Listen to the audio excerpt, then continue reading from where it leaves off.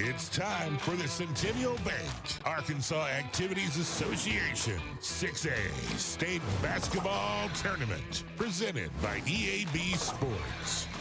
Today's game is brought to you by Centennial Bank, Springdale Athletic Foundation, NEA Baptist, First Community Bank, the U.S. Navy, Ritter Communications, St. Bernard's, Air Today, the United States Air Force, and ASU Newport. Let's go courtside now for the call of the first round game between the number 4 seed from the Central, the Bryant Lady Hornets, and the 5 seed from the West, the Bentonville Lady Tigers. Welcome into Bulldog Arena on the campus of Springdale High School for tonight's 6A state tournament. We think we got a good one tonight. We've got the Bryant Lady Hornets and the Bentonville Tigers alongside J.R. Runyon. I'm Zach Arns, and J.R., good first day, but I think now we're getting down to the meat of this. We've got a good matchup here, the 4-5 matchup. The 4 out of the Central, the 4 out of the Central, that's the Bryant Lady Hornets, and the 5 out of the West, the Bentonville Tigers. It's going to be a fun night. I decided to let you dig yourself out thanks. of that hole, rather than trying to say, here's my shovel, you know? I should have just looked at my notes, which are sitting right in front of me, but I decided to do it off the top of my head, and that's always the worst decision you can make. Well, you know, when you look at this Bryant Lady Hornet team, I've had the privilege of seeing them throughout the season, and the thing you're going to see with them is a lot of youth. I mean, starting 3 freshmen, but they're freshmen who are already making a significant impact on this program. When you think about what this team's going to look like in 2 years, much less in 3 years, this is a Bryant team that you want to watch today because you're going to see them for a long time. Now, of course, Eric Teague is coach that has come in and revitalized this program, has a strong history in women's basketball in the state of Arkansas, so it's going to be fun to see what he does with this team. Bentonville head coach Tom Hall-Byers, he's got a veteran team, but he's got a freshman of his own, Jensen Thrasher. We'll talk about her. She can light you up in a hurry. It's going to be a fun night. It's going to be an interesting matchup. You've got sort of the system that right. Bentonville is versus the talent that Bryant's going to bring. It's going to be a whole lot of fun to watch this thing unfold. Well, it is going to be fun to watch it unfold, and again, I think that this speaks highly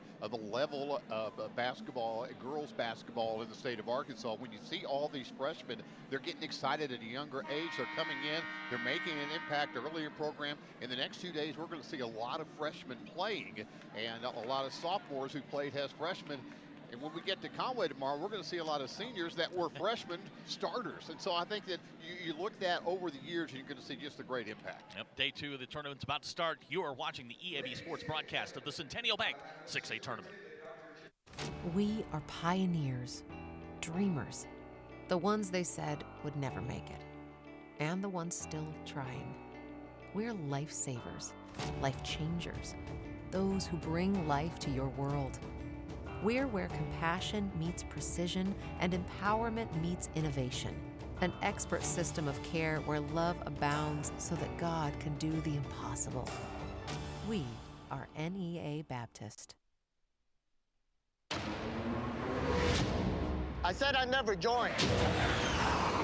Then I wouldn't get to work on one of these. Never knew how strong I was. I figured I'd never get out of my hometown. Or be the one who stops an attack. Joining the Navy sounds crazy. Saying never actually is. I've seen First Community Bank all over, but then to take my stuff to some people that didn't really know me and took a chance, that spoke volume. I'll always be grateful to First Community and that whole team over at Harrison that helped get me started. Anytime I need anything, just a phone call away. We're really proud to be with First Community Bank.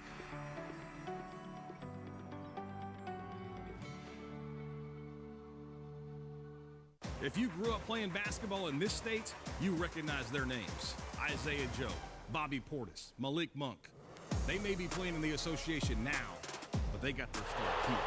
You want to find out who the next Shakina Strickland, Kristen Williams, or Austin Reeves is? Just tune in starting March 13th, and it runs all weekend long. For all the ways to watch, just log on to myarpbs.org/sports.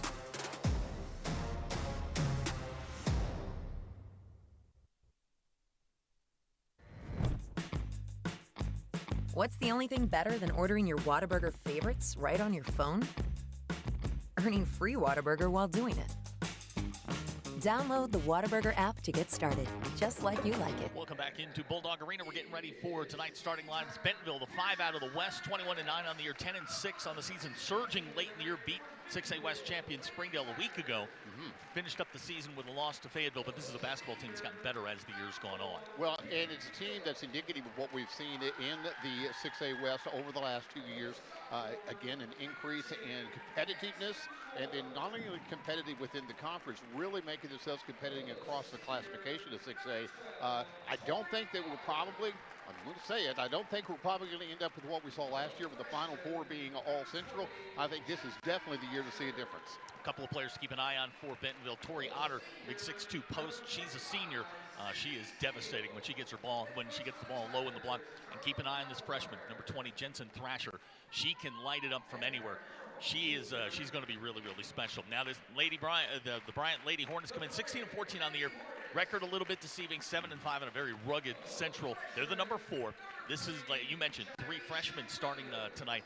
Going to be really, really fun to watch. Well, and they're 3 freshmen who, as we had alluded to earlier, by this point in the season, they're no longer freshmen. Right. They are sophomore. They've got game experience. And when you look at the size of, like, Jaisha Williams right here, number 3, a freshman. Coming in here, you've got Kyla Daly, who's a great little shooter. Zaya Thompson, number 11. Number 15 is Paris Lacey. And actually, Indy Robinson getting the start here today, number 13, the senior. But Paris Lacey will be off of the bench, and then Kirsten Daly. You look at those Daly sisters, they were very interchangeable. They also know where each other are on the floor. That communication can really get you, because they are not only the same, the bloodline, but when you're trying to defend them, it's, you think you've got 5, well, all of a sudden you're on 24, and they play differently, but enough of complementary. So we are about set for basketball. Tori Otter's going to jump center. She's number 12 for Bentonville. Jumping center for Bryant. Jaisha Williams, the freshman. This is going to be a lot of fun. Been looking forward to this one since the brackets came out. We are underway. Bryant's got the basketball first, and Centennial Bank 6A tournament day 2 has commenced. Working it around the perimeter. This Bryant team, a little bit undersized. Bentonville going with size here in the starting lineup, but quickness of this Bryant team certainly going to cause some problems for Bentonville as the game goes on. This is the freshman Kyla Daly, has it intercepted there, looking down low for Jaisha Williams, and back the other way comes Jensen Thrasher. This is Justin Moore, a little stuttered. Moore back to Thrasher. She'll fire the 3 to start the ball game off, and Bentonville's got the first points of the ball game. The first freshman to score.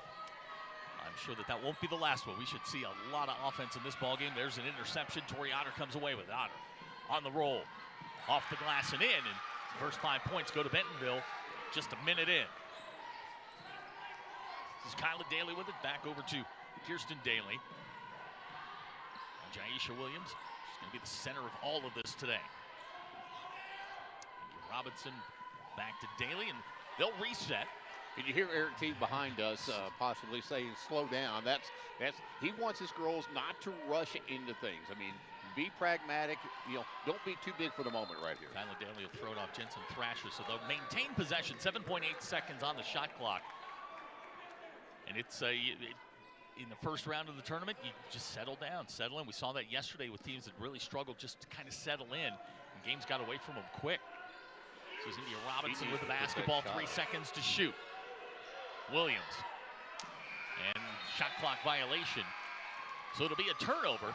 Bentonville, again, a very experienced team outside of Thrasher. These girls have played a lot of basketball, so we've got a quick timeout. It's 31 to go here in the first quarter. You are watching EAB Sports broadcast of the Centennial Bank 6A tournament. I chose a car that would be safe for our family. And when it comes to our financial future, I don't take any chances there either. That's why we bank with Centennial. They give me everything I could want in a bank, from the latest technology to great service. But the biggest thing they give me is confidence. So in a time when there's plenty of things to worry about, my money isn't one of them.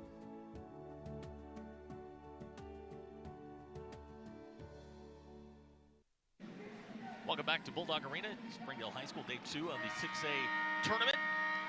kind of it's kind of the start you expected from freshmen. A little nervous. Nerves are going to be part of this. This is the biggest event that they've been a part of.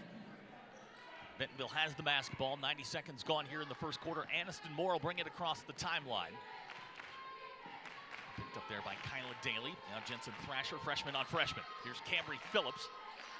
Back to Aniston Moore. They'll bring it around to Jensen Thrasher. In the corner, Sadie Steele looking low for Otter. And she's got 4 points early. The Lady Hornets of Bryan are going to have to address that. Tori Otter can light you up fast. Now the pressure from Bentonville. This is India Robinson with it. Robinson back to Daly. Kyla Daly, left-handed shot off the glass. That's no good. Otter comes down with a rebound. She'll lead the break. 2-on-2. Tori Otter. A quick 6 for Tori Otter. And it's 9-0 Bentonville here with 5:42 to go in the first quarter. Jaisha Williams, nice catch there. Got to be careful with the over and back. And now we're going to get a jump ball. That'll favor Bentonville. Bentonville's going to get the basketball back. So another turnover for Bryant. And with 5:34 to go here in the first quarter, this is one of those critical moments here. Critical possession coming up. Check it in for Bryant. Austin Olent, number 22, she will check in. That's Carrington Marks. I'm sorry about that, Carrington Marks. That information.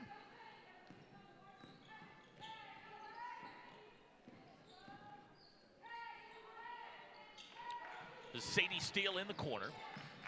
Finds Cambry Phillips. She'll fire. Three-pointer on the way. That's side of the rim, no good. Rebound pulled down by Bryant. Marks has got it, and she'll lead the break. Across the timeline quickly, hands to Kyla Daly. Three-pointer on the way. Shot short.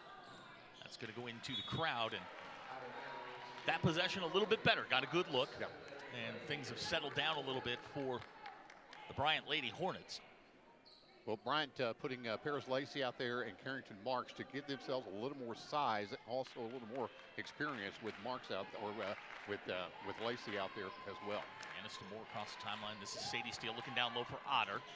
She's doubled Otter off the glass and in, and she's got 8 early, and she's been the story so far in the first quarter. No answer right now for Bryant in the paint. They have got to find a way to close her off.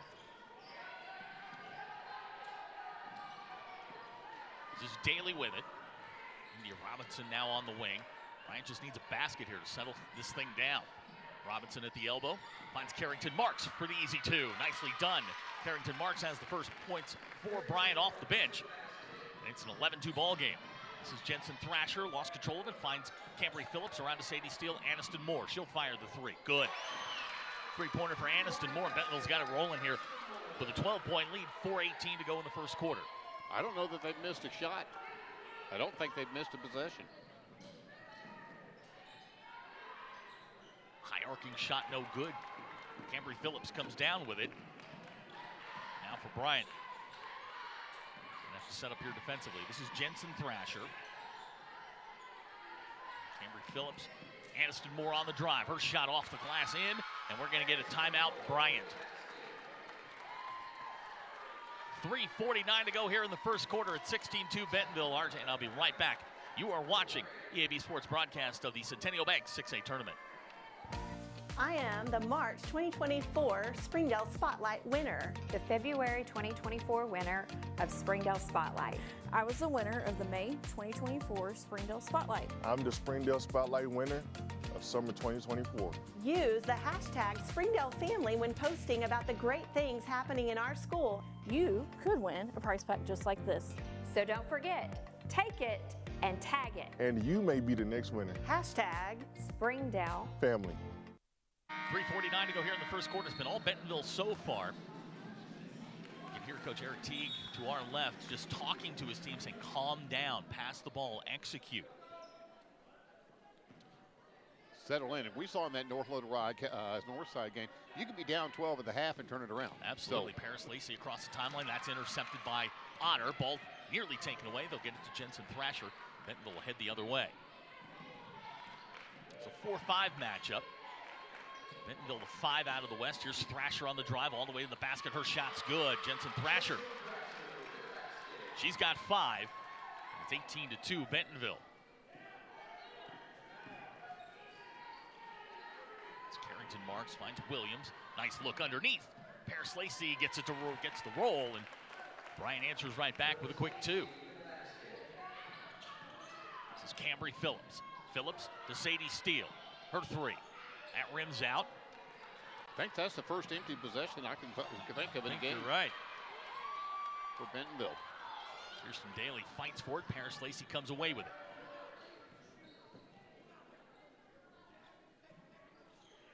This is Williams. Check that, Kyla Daly. Now it's Jaisha Williams.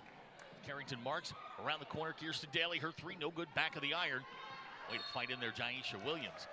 Fighting in there with Tori Otter, comes away with the rebound. It's going to stay on that end. Back into the ball game for Bryant is number 11, Zaya Thompson, and you talked about her in the pregame. This is just one of those things, they got to settle down a little bit. There's Carrington Marks, top of the key. Shot clock resets, plenty of time to shoot. Jaisha Williams has it taken away by Cambry Phillips. This is Thrasher. Left-handed shot, no good.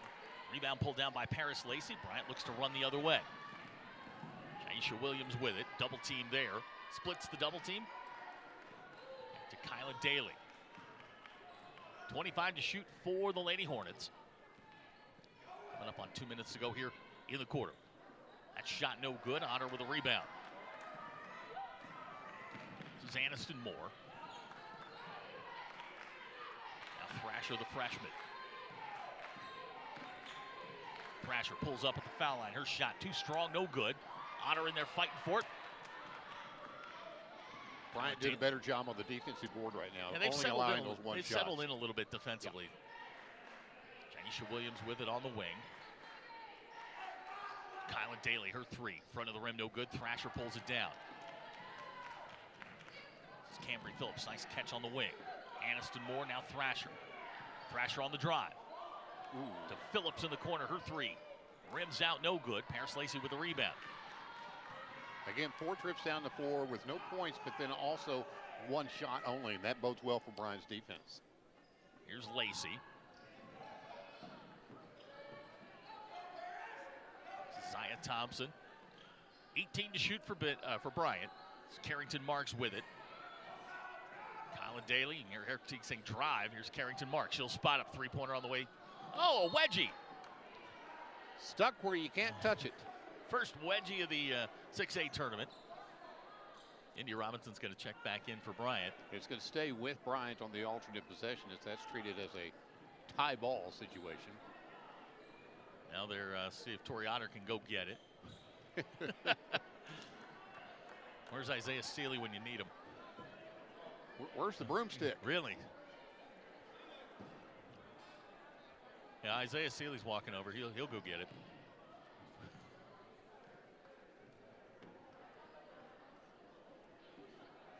She's like, I don't want to be the one. You don't want to get up underneath that thing and have the ball come right back at you. There we go. So the basketball is loose, and with 56.2 seconds to go, Bryant will inbound. Carrington Marks will be pulling the trigger on this one. 35 on the shot clock. Marks looking for help. Now they'll kick it back out. This is India Robinson on the drive. Turns around at the elbow. Hook shot from the elbow. That's no good. Cambry Phillips comes down with the rebound. 12-second difference between shot clock and game clock. Here's Jensen Thrasher on the drive. Thrasher to Cambry Phillips. Her three. It's going to be short. Comes right to Jensen Thrasher. Aniston Moore looking down low for Otter. Otter to Matea Brown, who's checked in. That rims out, no good. Carrington Marks comes down with it. Plenty of time to shoot for Bryant. Shot clock's off. 22 seconds to go in the quarter. Good look underneath. India Robinson on the driving layup. Great move, great pass, great vision right there. That is a well done play right off the inbounds. And now, final 10 seconds of the quarter. Jensen Thrasher is with it. Working on Marks, finds Aniston Moore. She'll fire her three. Shot good. Aniston Moore answers right back. That's going to be the final play of this first quarter as time expires. Our score after one, Bentonville 21, Bryant 6. RJ and I'll be right back. You are watching EAB Sports broadcast of the Centennial Bank 6A tournament.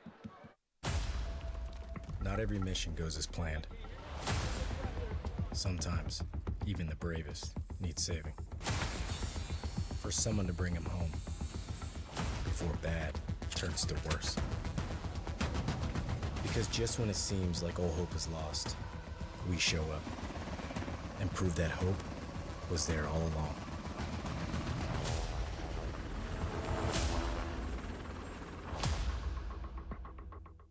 When you look at St. Bernard's today, you'll see history being made, day after day, because the people of St. Bernard's never stop providing healing that goes beyond medicine, beyond the walls of our hospitals and clinics. And our mission grows stronger every day. A mission started by sisters determined to bring healing to all those in need, today and for generations to come. St. Bernard's, 125 years of healing beyond medicine. Welcome back to Bulldog Arena, Springdale, Arkansas, 6A tournament. JR, I apologize. All good. I was trying to wrap it up, and I just completely blew that one. So that's well. I just want people to understand I'm not the legislator. Okay, I just want. I don't want people coming to me asking for bills. Well, this is the old adage: you get what you pay for. Sometimes. There you go. Second quarter underway. Matea Brown's got the basketball around Jensen Thrasher. They're going to go down low to Otter. She was the story in the first quarter. Cambry Phillips shot rolls in good. So the first basket of the second quarter goes to Bentonville. Now they're going to show a little pressure, a little 2-2-1 here. Alan Daly gets it to Jaisha Williams. They'll get through the press. Plenty of time to shoot. 25 on the shot clock. Here's Williams on the drive. Pulls up foul line. Her shot banks in good. Great hesitation. Lined it up. Make sure she had the angle on it. Williams' first basket in the ball game. And quickly into the front court comes Bentonville.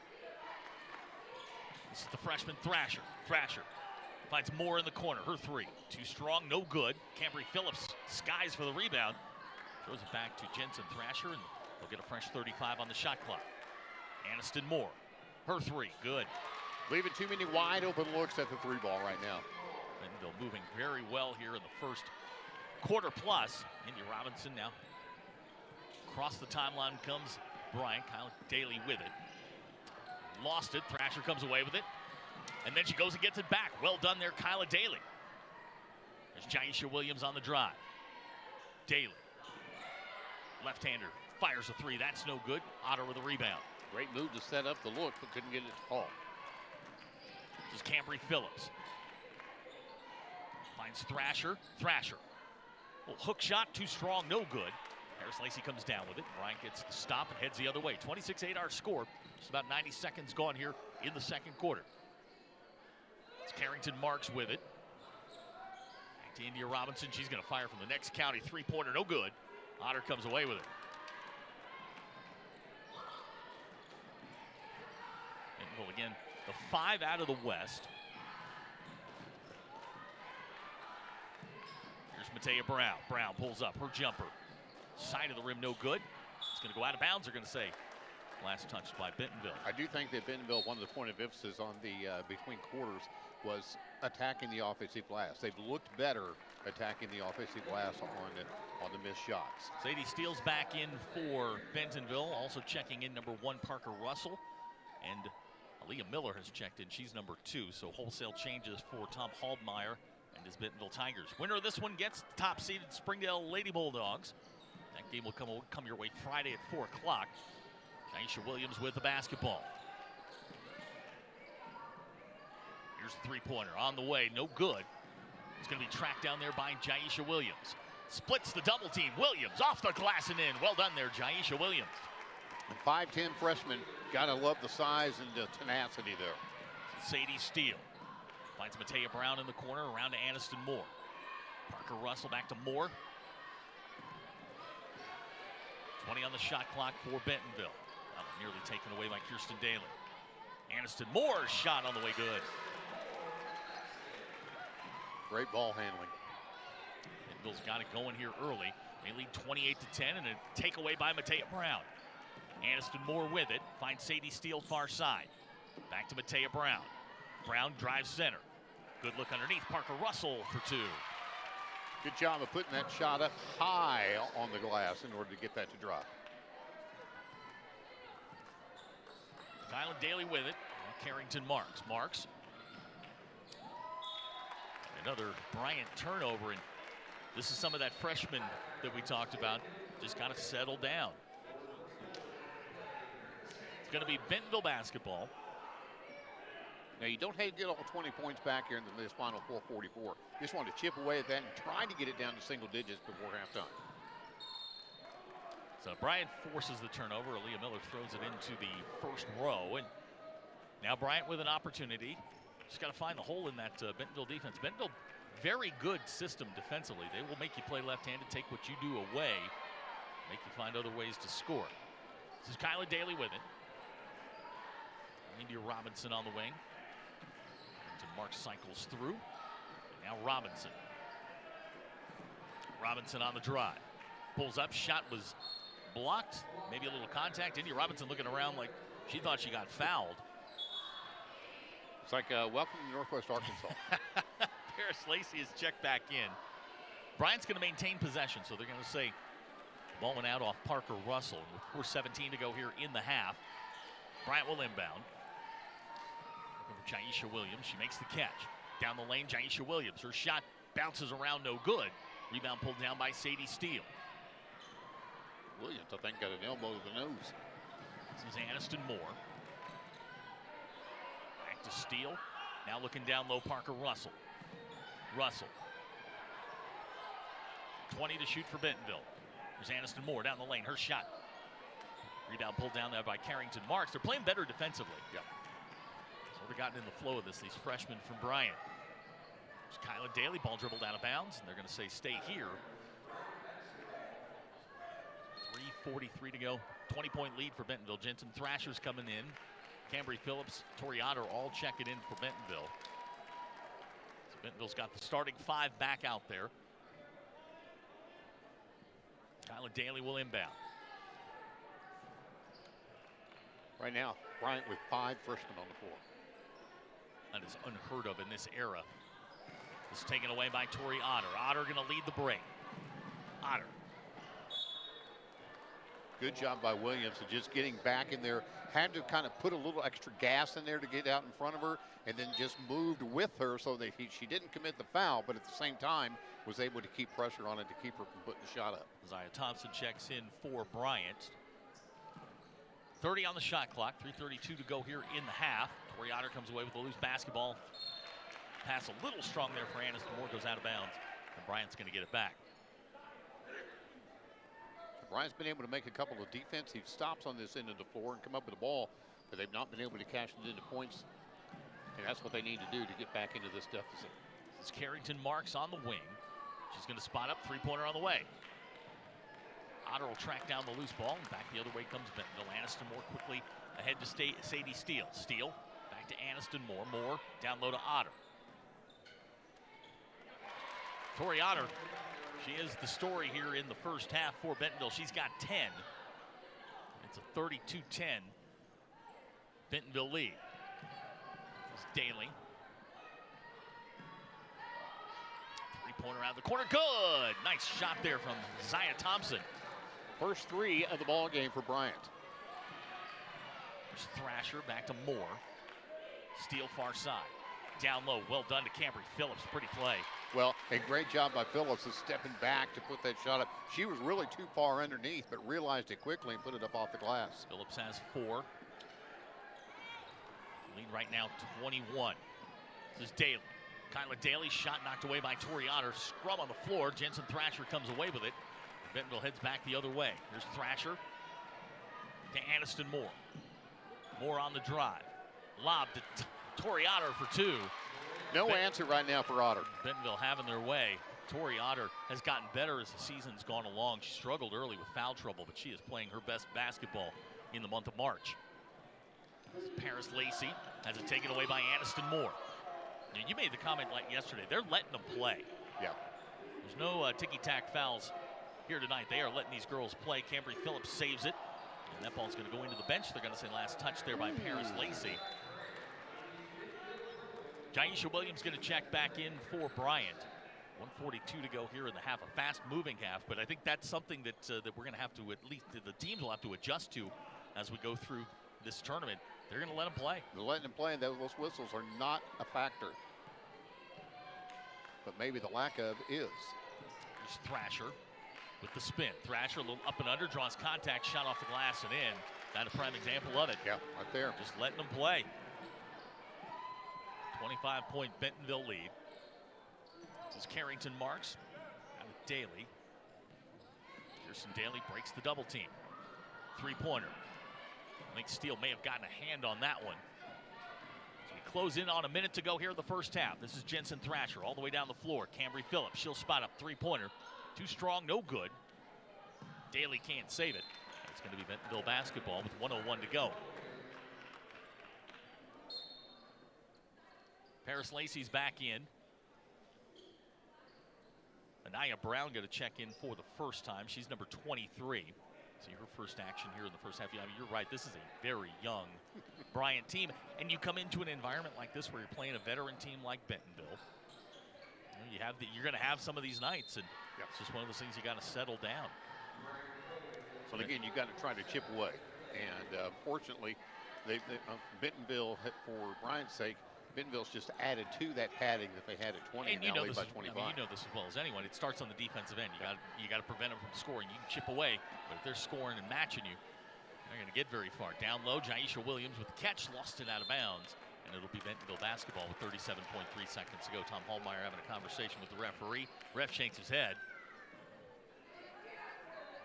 And now a little pressure here from Bryant. Cambry Phillips breaks it. Wow. Tori Otter underneath. And I'm going to tell you, Springdale does this. We saw them a week ago, and they were planting Tori Otter underneath that basket. Whenever you'd press, she would take off. Cambry Phillips was the one breaking it. And they are very well schooled in breaking that press. Here's Jaisha Williams. Williams to Daly, left-hander, three-pointer on the way. That's too strong, no good. Thrasher comes down with it. Final 10 seconds of the first half. Jensen Thrasher on the run. Left-handed shot up and in.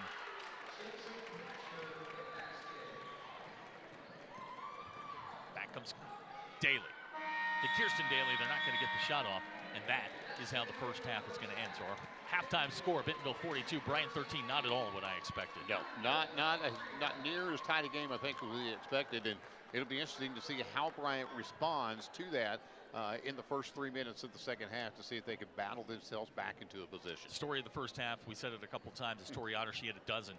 That's where you're going to have to start addressing things. You're going to have to address it with Tori Otter. She's really carving them up.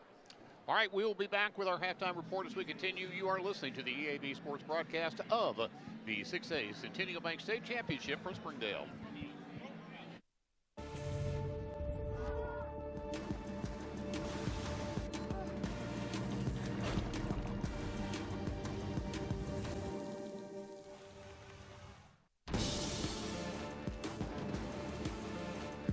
Upgrade to a new Train home comfort system with Air Today and receive up to $2,500 in instant rebates and tax incentives. Special financing is available, subject to credit approval. Call Air Today, your trusted heat and air company. It's hard to stop a train.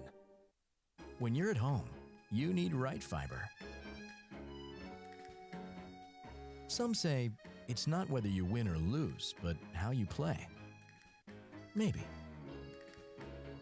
But with Right Fiber's 100% fiber internet, you always win. No matter which side you're on. Fall in love with your gig speed internet. Get gig smitten. Get Right Fiber. Welcome back. It is halftime here in Springdale. Game number one of a four-game day once again here in the first round. This is the second half of the first round. It's hard to, kind of wrap your head around that, but this is, again, all teams today that we have not seen yet in this tournament. Yeah, and it's the lower half of the bracket. It's the side that has the ones from the West, and it's. I was sitting here looking at the breakdown here in the first half, and I want to apologize to Tori Otter. She had 14. I didn't count the last one. She's certainly been the story here. Aniston Moore, very quietly, 13 points on a couple of threes. And Thrasher also with 13. So the stars have come out for Bentonville. For Bryant, it's very simple. You've got to start. You mentioned this a couple times. You got to start chipping away at this, and it's going to start on the defensive end. They're getting broken down by Bentonville's offense. You're seeing way too many open threes, and I'm sure that Coach Teague's going to address that at halftime. Hey, if nothing else, let's close somebody out and not give them as many open threes, because if you give this Bentonville team open threes, they're going to drill it. Well, they're hitting the open threes because they're there for them, but also have done, like you mentioned, doing a great job of getting the ball down to Tori Otter. Otter, I mean, I haven't seen the shot chart, but I would say 5 out of her 6 buckets have been right there down in the paint. I mean, and an excellent point you made right before the half when they put the pressure on Otter goes down and camps out underneath the basket, and all it takes is a baseball pass to get that down there. And you know, they're taking, Bentonville is doing what probably led them to the victory over Springdale. They're taking that same tactic, and right now against a young, undermanned Bryant team, taking it to them. Yeah, and Bryant's just they're going to have to settle it down. You got to stop getting beat. Getting beat back. How many times have we seen 3-on-2, 4-on-1, something like that? Bentonville gets easy baskets. You take the easy baskets away, you're going to give yourself a chance here. I like their enthusiasm. I like their toughness. Just got to execute a little bit better. Bryant get themselves back into the ballgame. Only one three-pointer made in that first half, and that was late. Better. So they're going to have to shoot it better. I think they're going to have to find Williams more. I think that she can give them presence down low. If they can get something going down inside to Williams and maybe even to Marks, if they can do that, maybe to kind of sink in that defense back, maybe that'll open up. Right now, they've not given them any reason to, to not put somebody out top on them. Bentonville is prone to foul trouble. When we saw them a week ago, 4 players and 4 fouls. So they will. Not in this game. Not in this game, but they are prone to foul problems. So if you can get down and turn this into a foul shooting contest, score when the clock's not moving, you give yourself a chance. All right, we'll come back and continue to recap and look ahead as we are in game number 1 of a 4-game day here at the Centennial Bank State Basketball Tournament here on the EAB Sports Network. I chose a car that would be safe for our family. And when it comes to our financial future, I don't take any chances there either. That's why we bank with Centennial. They give me everything I could want in a bank, from the latest technology to great service. But the biggest thing they give me is confidence. So in a time when there's plenty of things to worry about, my money isn't one of them.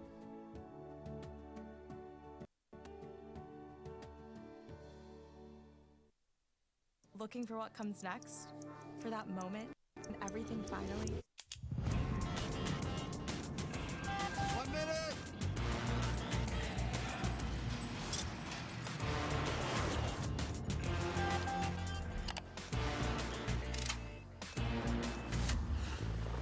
Whichever path you choose, it starts here.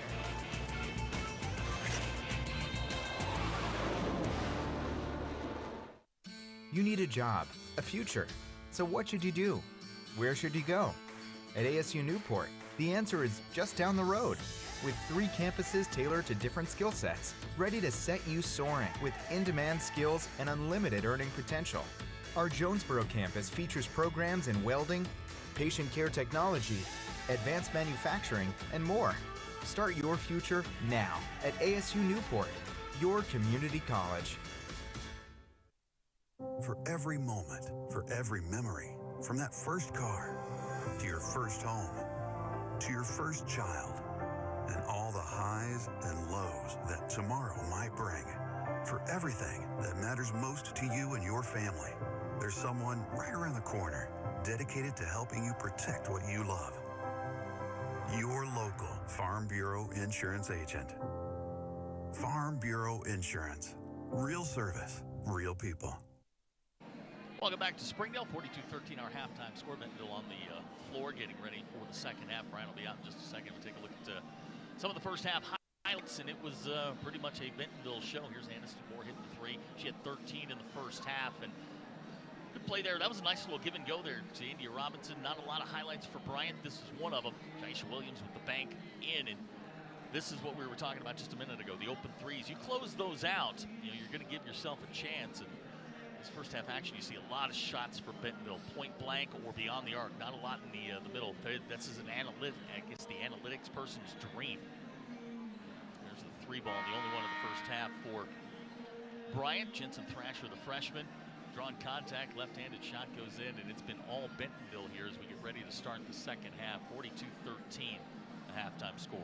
Once again, reminder, this is 1 of 4 here today. We'll have a boys matchup next. We'll come back with the last of the first round girls games, and that will feature Jonesboro and Northside. Northside, thank you very much. My mind just went blank there for a second.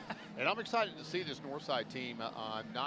It's so weird after so many years of seeing Northside in conference, and now they're not in conference. Right. I've kind of lost some of the rhythm with them.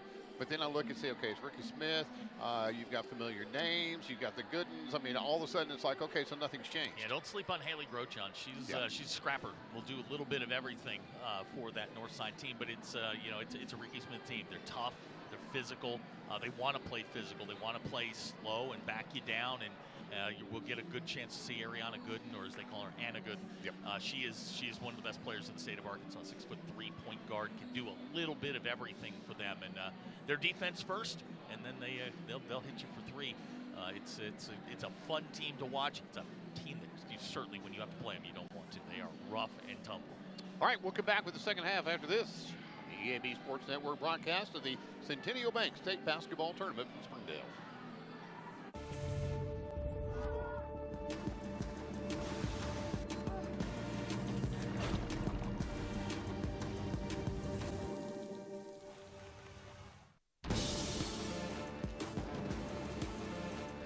Upgrade to a new Train home comfort system with Air Today and receive up to $2,500 in instant rebates and tax incentives. Special financing is available, subject to credit approval. Call Air Today, your trusted heat and air company. It's hard to stop a train. When you're at home, you need right fiber. Some say it's not whether you win or lose, but how you play. Maybe. But with right fiber's 100% fiber internet, you always win. No matter which side you're on. Fall in love with your gig speed internet. Get gig smitten. Get right fiber. Attention sports enthusiasts, get ready to be amazed by Summerwood Sports Complex, the new state-of-the-art facility in Bryan. Our facility offers up to 4 courts spread across 2 spacious gyms, conveniently located off Interstate 30 in Bryan. Whether you're a team seeking tournament glory or an individual looking to elevate your skills, Summerwood Sports has got you covered. Discover more about our cutting-edge facility and check availability at summerwoodsports.com.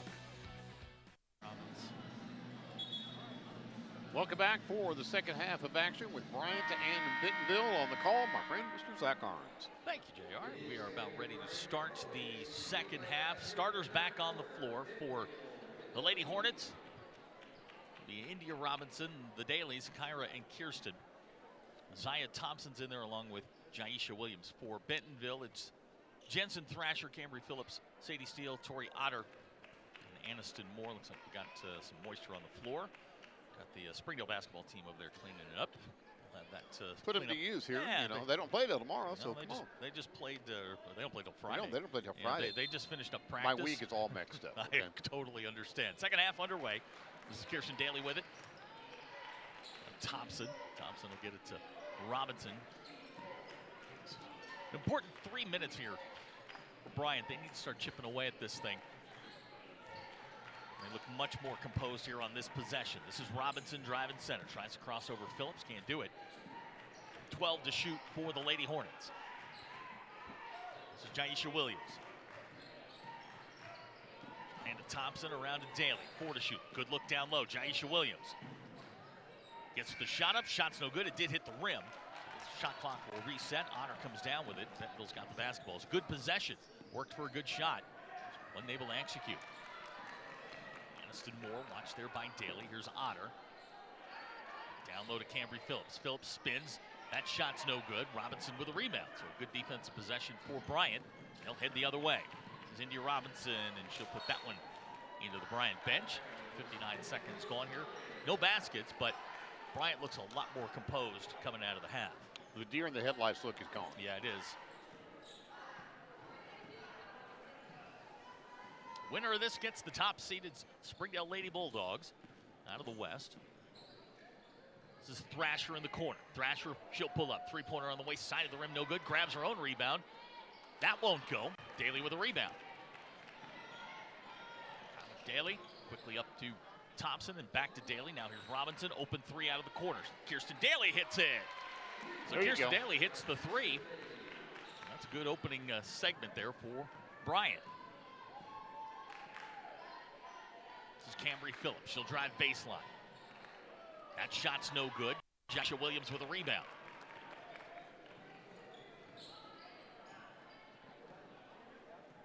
Harris Lacey's going to check in at the next whistle. Here's Thompson. India Robinson working on Cambry Phillips. Gets the pick. Robinson to Thompson. Three-pointer. That shot short. Bentonville comes down with a rebound. Just under 6 minutes to go. Here's Cambry Phillips. Reverse layup up and in. She knew what she wanted to do as soon as she got the ball in the corner. And her first step down the baseline is really quick. Bentonville can come at you very, very quickly. There's Thompson and Paris Robinson. Now it's Daly on the wing. Kirsten Daly driving on Jensen Thrasher. Tried to feed it back to her sister, but sister broke in and the pass went out. This is Aniston Moore looking for Sadie Steele in the corner. She'll spot up her three. Sadie Steele comes away with the rebound. Cambry Phillips has it. Now they'll go far side, Jensen Thrasher. Down low to Otter. Otter spins. Shot no good. Rebound pulled down by Kyla Daly. Good job by Williams that time, going up but not getting into the body. And we're going to get a timeout. Bryant, 5:02 to go in the third quarter. You are watching EAB Sports broadcast of the Centennial Bank 6A tournament. I've seen First Community Bank all over, but then to take my stuff to some people that didn't really know me and took a chance, that spoke volume. I'll always be grateful to First Community and that whole team over at Harrison that helped get me started. Anytime I need anything, just a phone call away. We're really proud to be with First Community Bank.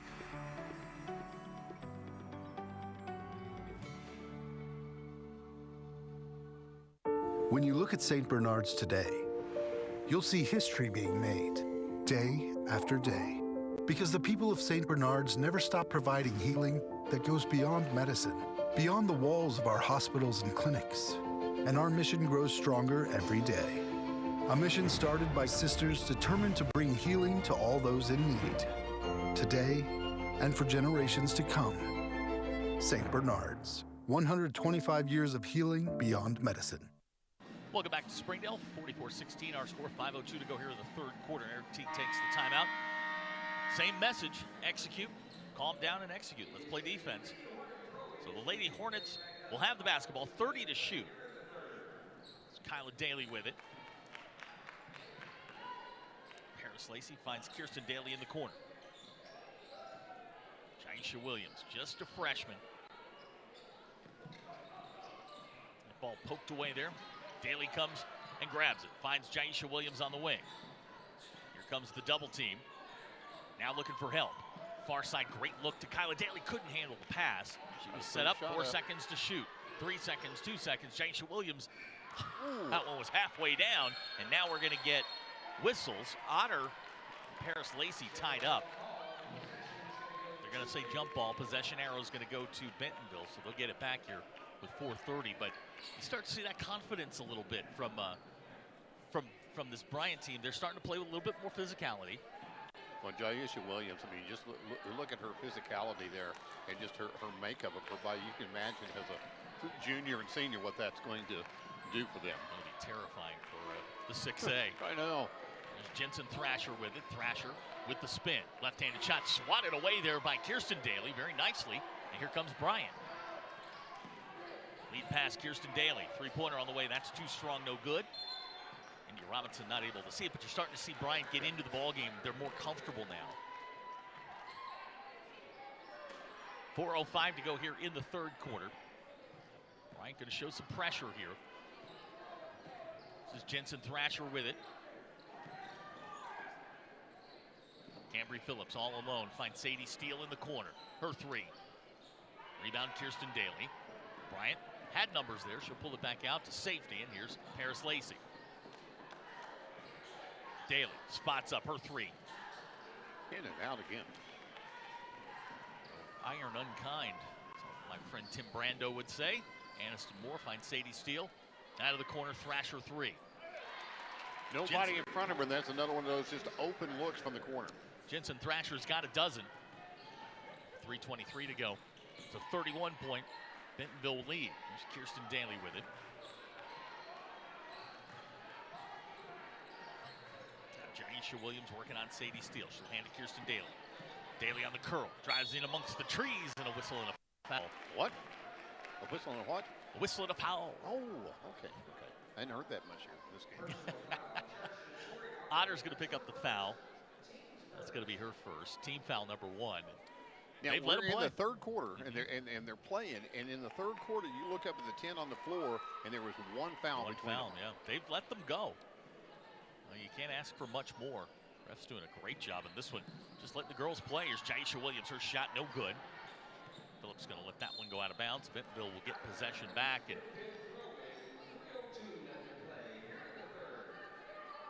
Cambry Phillips will inbound. Bryant going to extend the pressure here, 94 feet.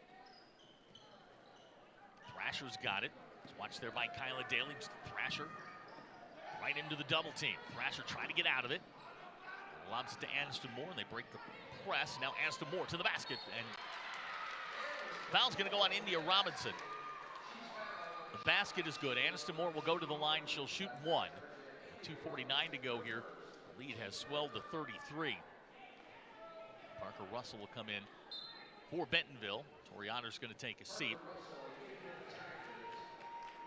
Winner of this game, 4 p.m. on Friday. Looks like it's going to be a rematch between Springdale and Bentonville. Those teams split during the year. The decider. Yeah, you get round 3. Springdale hit a winner, a driving layup at the buzzer. Charlene Hudson hit it here, and then 6-point win just a week ago up in Benton County. This is Jaisha Williams. Loses her balance, maintains possession. Nicely done. Paris Lacey finds Daly. Corner 3. Shot no good. Parker Russell with a rebound. Here comes Aniston Moore. What a play there by Kyla Daly. Hustling back. Thrasher saves it. She's got the loose ball. Moore. To Phillips. Her 3. Too strong. Kyla Daly comes down with it. Now Bryant looks to run. India Robinson looking for Jaisha Williams. Couldn't complete the pass. It's knocked out of bounds by Cambry Phillips, but they look more comfortable now. Yeah. You know, that first couple of minutes, it just got away from them a little bit. Leah Miller's checked in for Bentonville. She's number 2. Natea Brown in as well. She's number 5. There's Kyla Daly with it, the lefty. Working on Natea Brown, looking down low. Jaisha Williams. Nice up and under move, and the basket's good. Jaisha Williams. She's got 6. 1:50 to go here, third quarter. Carrington Marks going to check in at the next whistle. Aniston Moore's 3 is no good. Daly pulls it down. Jaisha Williams will bring it across the timeline. Daly down low. This is India Robinson. Her hook shot. Can't get it to go. Aniston Moore secures the rebound. Here's Thrasher. That ball knocked out of bounds nicely by Jaisha Williams. She's started to come alive here lately.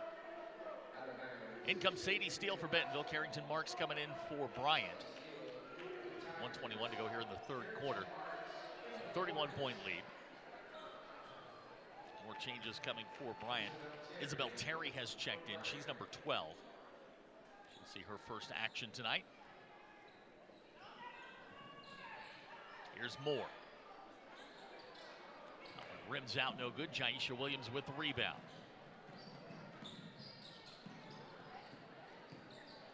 India Robinson, whistle foul. Strong drive there by India Robinson. Sadie Steele's going to pick up the foul.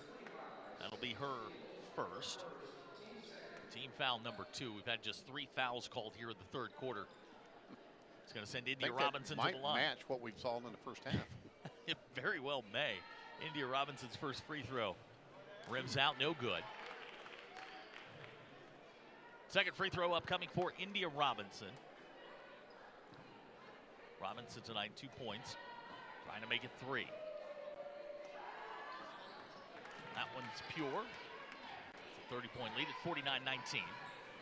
Miller will bring it into the front court. To Leah Miller. To Natea Brown. She drives center. Natea Brown finds Aniston Moore far side. This is Brown on the curl to Miller. Miller down the lane. Left-handed shot good. So Leah Miller's got her first 2. We'll go under a minute to go here in the third quarter. This is Kirsten Daly with it. Now Carrington Marks. Plenty of time to shoot. India Robinson on the drive. Lost it, caught it. Parker Russell is going to come down with the rebound. Nicely done there by India Robinson just to get the shot off. Here's Miller.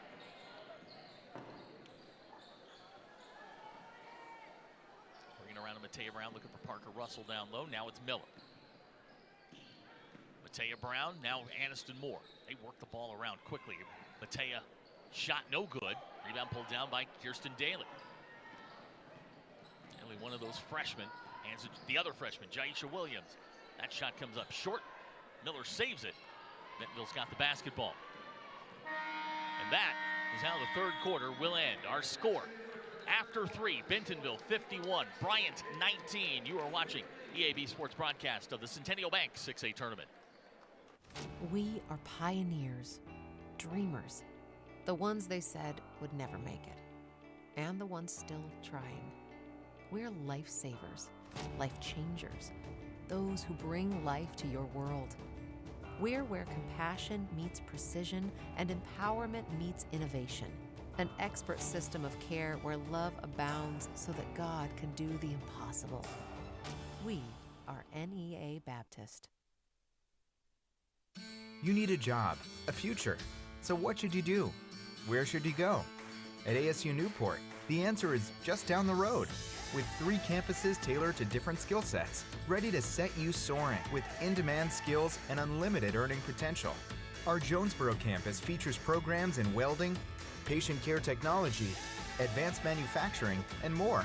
Start your future now at ASU Newport, your community college. Welcome back to Springdale. It's game number 1 of 4 today here on the EAB Sports Network. Alongside J.R. Runyon, I'm Zach Barnes. Glad to have you along here as we start our journey towards Hot Springs. Changes coming for Bentonville. Evie Venters has checked in. She's number 14. Also checking in Ashton Bergener. She's number 21. So here we go, fourth quarter underway. Again, the winner gets the 1 seed Springdale. That game will be Friday at 4 o'clock. Nice shot there by India Robinson to open the quarter. That's what you want to see. Matea Brown working on Jaisha Williams. She'll dribble center. Miller, far side to Bergener. Bergener will throw that one into the scorer's table, so a turnover. Bryant's going to get the basketball back. Sportsmanship rule has been enacted, so the clock's going to run continuously here through the final 8 minutes of the ball game. And I think you and I both agree, not the game we expected to see.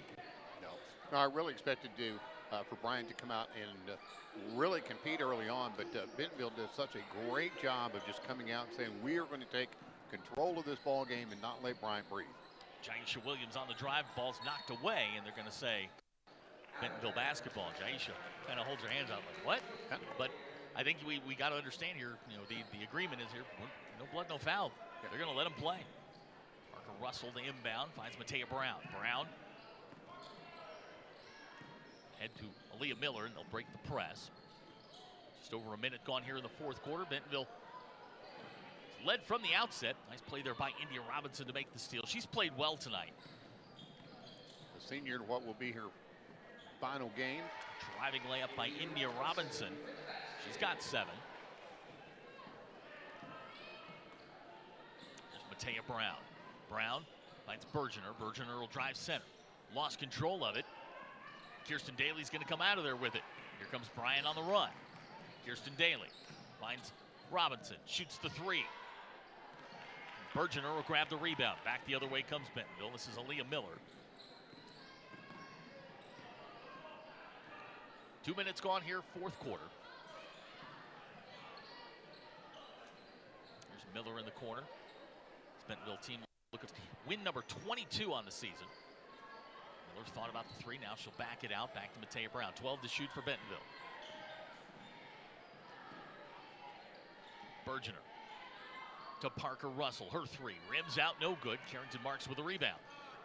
I think we'll see Bentonville just each trip down the floor, just max out that shot clock before putting anything up.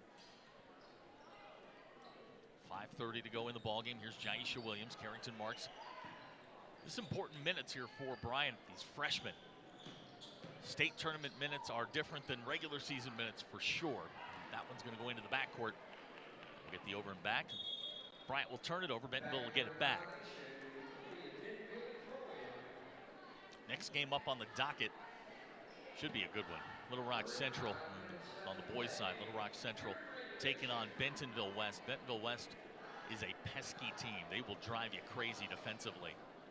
Well, of course, Little Rock Central coming back in to try to defend that state title from last year. They've got a very talented guard. Saw he just got a UCA offer, Luke Moore. Yep. He is one of the best guards in the state of Arkansas. A lot of fun to watch. Silky smooth shooters, how I would describe them. Here's India Robinson with the steal. Robinson. And we'll get a whistle and a foul. It's going to go on Bergener. That's going to be her first. It'll send India Robinson to the line. But I was really impressed with Luke Moore during last year's tournament. I'm looking forward to getting to watch him again. Yeah, he is a dynamic team. And this is a Central team that really had to regroup and reconfigure themselves after the losses of Botang and others, and they have done a good job throughout the season of kind of putting themselves back. They've come up with some great upsets. At the same time, they've had some losses kind of made you scratch your heads. Gabby Safran's checked in for Bentonville.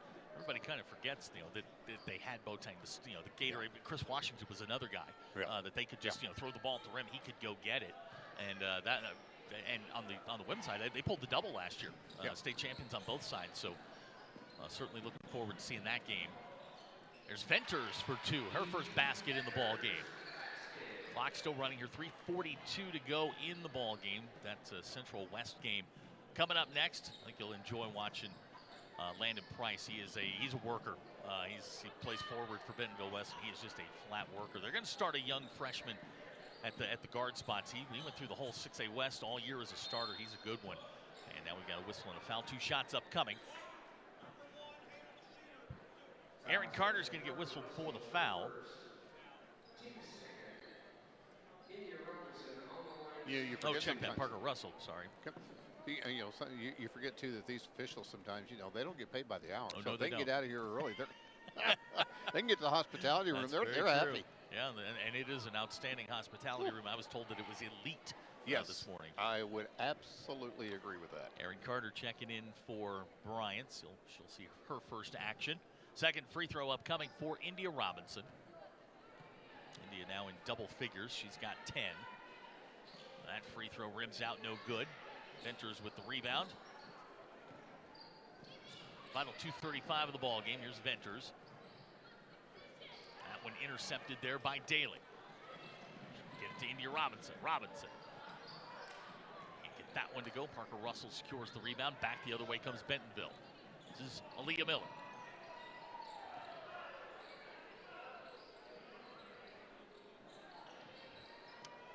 Venter's shot is good. Haley Wolf's checked in for Bentonville during the last foul exchange. Here's Jaisha Williams, her 3. That's front of the rim, no good. And Carter tracks it down. So fresh 35, and we're going to get some subs in for Bryant. Isabel Terry's back in. Let's see if we can get all these in here. Ania Brown is checked in.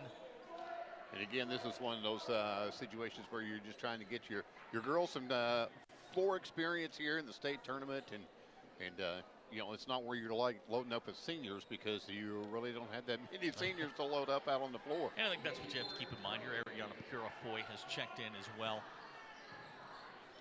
Ania Brown back into the ball game. Robinson leave her out on the floor for her final minutes. As a Lady Hornet, she gets the driving layup. And here's the other senior I was looking for, Erin Carter. She's getting ready to come in at the next stoppage play. It's a nice gesture here by Eric Teague. Let them finish up their careers in the state tournament.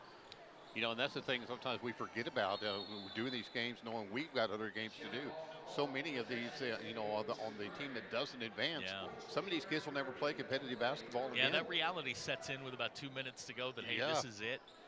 And, it's an emotional time. India Robinson going to check out of the ball game. To a nice hand from Bryant fans that are here. Erin Carter is checked in. So 1:05 to go here in the ball game. Bentonville's going to be moving on. Set Erin Carter up for that 3. She has been rehabbing that knee all year long, and she was a player that they expected to be a big part of this equation, and has had to be in the rehab situation all year. And you hate to, but you love being able to see her play in the state tournament. Absolutely, get your stats, get your shot up, just play basketball, enjoy it while you can. 40 seconds to go in the ball game. 12 on the shot clock for Bentonville. Here's Safran. Down low to Venters for an easy 2. Final 30 seconds of the ball game. Shot clock is off. Aaron Carter will bring it across the timeline. This is Carter. Down the lane. Her floater's no good. Miller comes down with a rebound. Into the front court comes Bentonville. It's Haley Wolf with it. Back to Miller. Here's Wolf. Final 10 seconds of the ball game. Looks like Bentonville. Aaliyah Miller on the drive. That shot's no good. Rebound pulled down by Ania Brown, and that is going to do it. Our final score, Bentonville 57, Bryant 28, and the Bentonville Tigers will move on. They will face Springdale Friday at 4. That'll be a 1-4 matchup. It'll be the third meeting between these teams, and it should be as good as the last two. It's going to be a lot of fun to watch those two teams from the West go at it. You know, and it sets us up for what we already know. Thursday and Friday are going to be some great basketball. And you start looking at those matchups. I mean, you know, you start Thursday with Conway Fayetteville. You got the Bentonville and Springdale game already starting to fine tune that. You know, on the weekends in golf, they call it moving day. Yes, that's what day 2 of the tournament is. It's moving day. So our final score 57-28. We'll be back to talk about the game that's coming up. You are watching the EAB Sports broadcast of the Centennial Bank 6A tournament. I said I'd never join. Then I wouldn't get to work on one of these. Never knew how strong I was. I figured I'd never get out of my hometown. Or be the one who stops an attack. Joining the Navy sounds crazy. Saying never actually is. I chose a car that would be safe for our family. And when it comes to our financial future, I don't take any chances there either. That's why we bank with Centennial. They give me everything I could want in a bank, from the latest technology to great service. But the biggest thing they give me is confidence. So in a time when there's plenty of things to worry about, my money isn't one of them.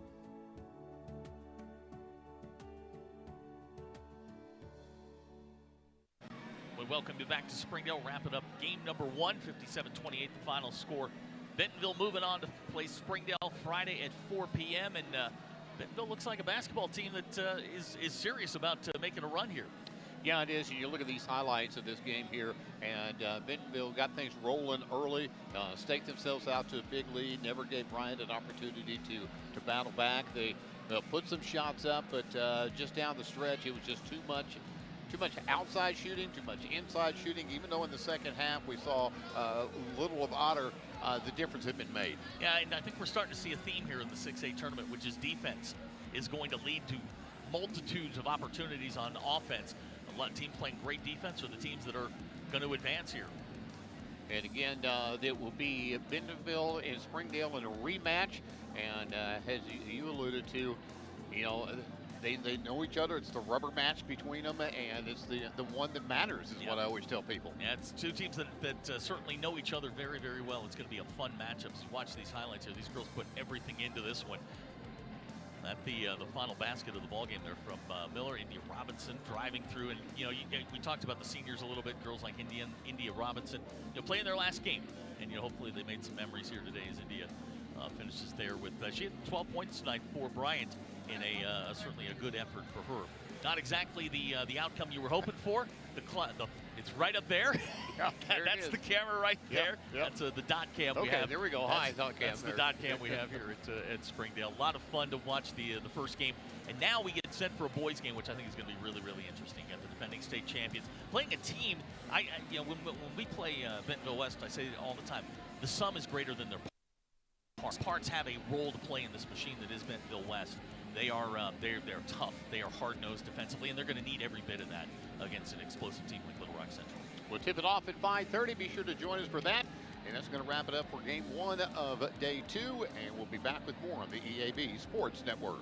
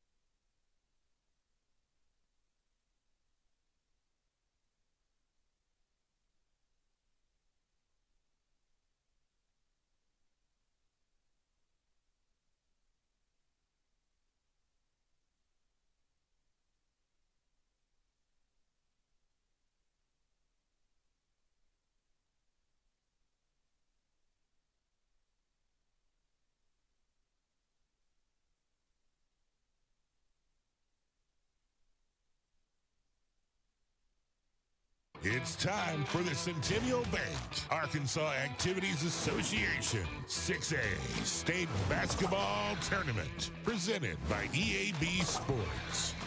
Today's game is brought to you by Centennial Bank, Springdale Athletic Foundation, NEA Baptist, First Community Bank, the U.S. Navy, Ritter Communications, St. Bernard's, Air Today, the United States Air Force, and ASU Newport.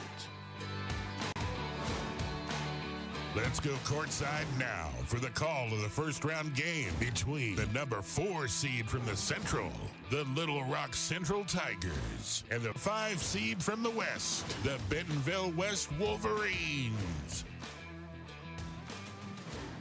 And welcome back here as we get ready for game number 2 of day number 2, as we've got the first boys game of today's matchup here between Bentonville West and Little Rock Central. Of course, Little Rock Central coming off of a state championship last year, and of course the storied tradition of Little Rock Central is something that you just always reflect on and are appreciative of all the level of competition that has brought over the years. Now, Bentonville West still looking for their first state title, but this is a team that comes in battling hard out of the 6A West, and looks like it's going to be another great matchup here as Little Rock Central and Bentonville West get ready to square off here in this first round matchup between these two schools. All right, when we come back, we will set the starting lineups and get ready for off of game number 2 of day number 2 right here in the EAB Sports broadcast of the 6A Centennial Bank Basketball Tournament right here on the EAB Sports Network.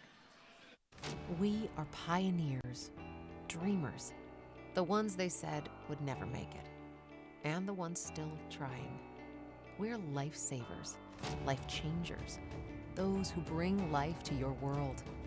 We're where compassion meets precision and empowerment meets innovation.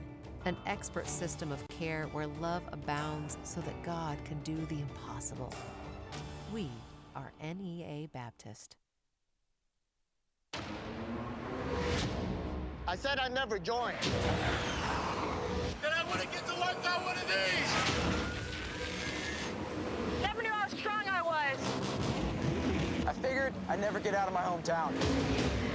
Or be the one who stops an attack. Joining the Navy sounds crazy. Saying never actually is.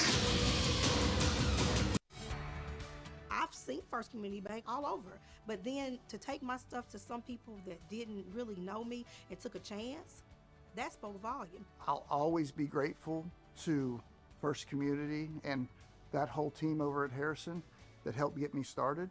Anytime I need anything, just a phone call away. We're really proud to be with First Community Bank.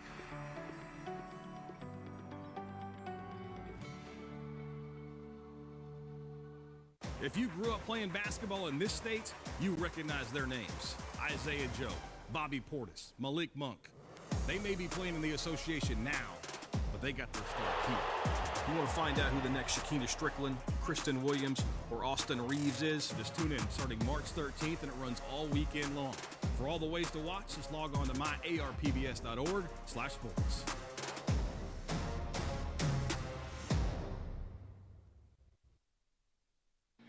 And welcome back here courtside at Springdale High School, host of the 6A State Championship Tournament, as we get ready for the starting lineup introduction here between this 4-5 matchup, Little Rock Central and Bentonville West, our second 4-5 matchup of the day. And we thought we were going to see a more competitive girls game earlier, but Bentonville came away with a big win there. But now I think that we will probably get what we expect, and Landon West will be on the call for this ball game here this afternoon. And Landon, when you look at these 4-5 teams, this is a matchup, again, two teams that you don't know what to expect out of. They can high fly and get things rolling, or they can disappear.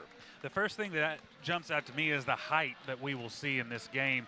Among the players on the roster that have numbers, I'm only counting about maybe 4 or 5 of them that are not at the 6-foot threshold. So I expect that this could potentially be one of the games, much like we saw last night, where the battles down low will rule. but obviously if you got a hot hand beyond the arc, pitch it out to him. Let him take the shot. Absolutely, and of course Luke Moore is the key for Little Rock Central. The senior coming back here to wrap up his high school career is headed to UCA, and so we're excited in the Conway area to see Luke come in and be a part of a UCA team that experienced a lot of injuries this year. But man, are they going to be loaded coming back with some talent next year, and Coach Schulman will have them ready. So excited to see Luke Moore be a part of that, but he's the senior that's left over from that state championship team of a year ago. On the call here for the game here, it is going to be Landon West. I'm J.R. Runyon. Thank you for joining us here, and we appreciate you being a part of our afternoon game number 2 of day number 2 here in Springdale. Landon, let's get the starting lineups. Here we go, the signature call from the PA from Harbor in the house. It's game time, ladies and gentlemen. We're going to introduce the 5 seed from the 6A West. Landon Price, number 4, 6-foot junior. Now number 5, 6'2" junior Drake Tidwell. Number 10 at guard, he's also a junior, Cooper Moore.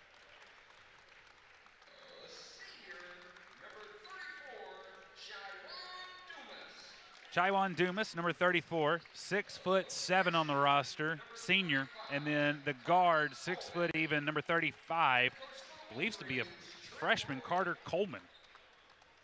So that's a junior heavy, but he's anchored by a senior and a freshman coming from Bentonville West. So that's a really awesome, diverse look at a roster here that's going to pay dividends immediately and into the future for Bentonville West.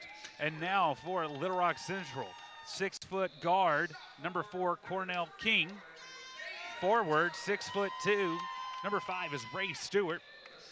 And now at 6'4", number 31, Dalen Thomas. Number 32, 6'2", Luke Moore. And number 35 at 5'7", Clay Blair. A lot of numbers going through the air right now. Well, I have a feeling there'll be a lot of numbers going through the net here over the next hour and 15 minutes or so as well.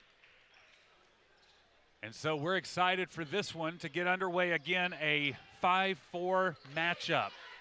On paper, this is one that you expect in the opening round to be very, very close, to be fairly even in competition. Let's see who can gain an early advantage here as Little Rock Central will win the tip. And for the Tigers, number 32, Luke Moore, brings it across, hands it off. They're going to stay beyond the arc right now, trying to set up their offense. Clay Blair thinks about going left side, thinks better of it. Now back out to Moore. Moore still trying to work with the West defense.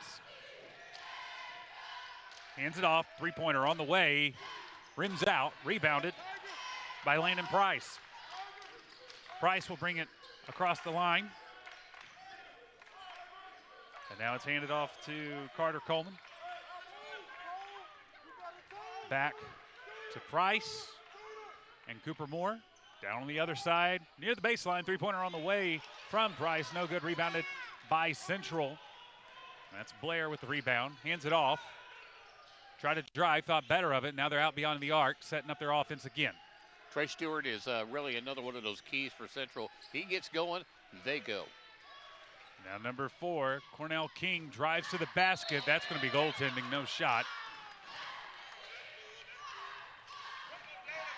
Got up a little too high, a little bit too early. That had a chance to roll in, but it's still in the cylinder, and so they'll wave it off. I just have a feeling that will not be the only goaltend we see tonight with all of the 6-foot players on the rosters. Now Bentonville West goes to work on the opposite side. Hands it to Price.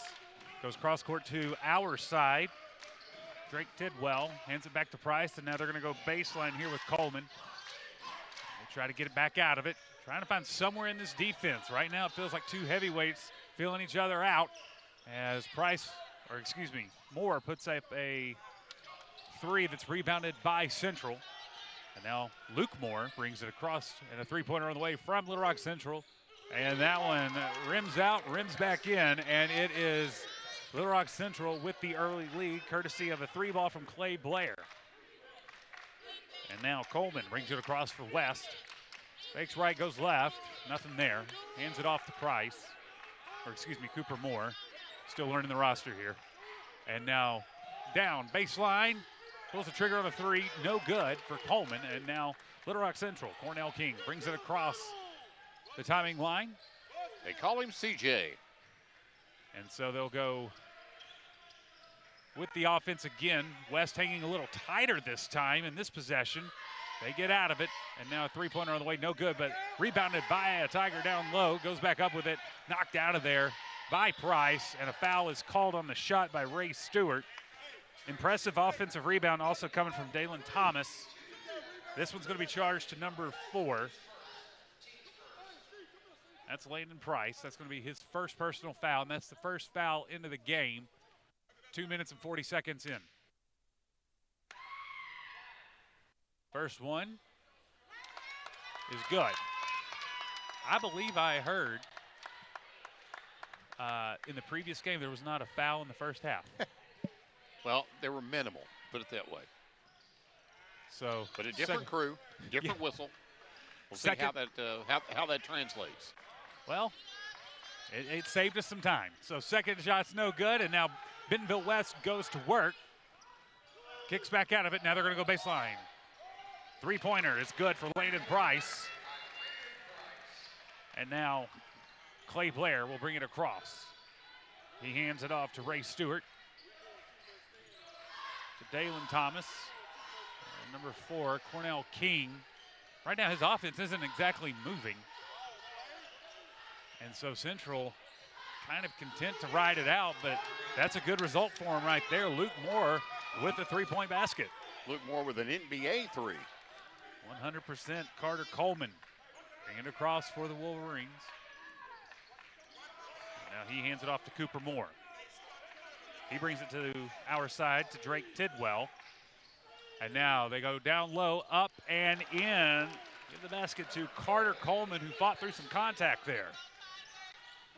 And now the Tigers bring it across with Luke Moore. Fakes right, goes left, drives, and shot is blocked out of bounds. I had a player trying to sub in. I couldn't see who got the block. Gavin Holman will come in for the Tigers. And the Tigers will inbound it underneath their goal. Clay Blair gets it to Luke Moore. Stutter steps, puts up a 3, no good. West with the rebound. Drake Tidwell brings it across into the front court. And now they attempt to navigate the Wolverine defense. Tries to go down low it and up and out, but getting his own rebound is Price, and this time it's rebounded by Central. Gavin Holman with the rebound. Cornell King looks to go across, and now they'll set up their offense with Clay Blair. And now back out to Moore at the logo.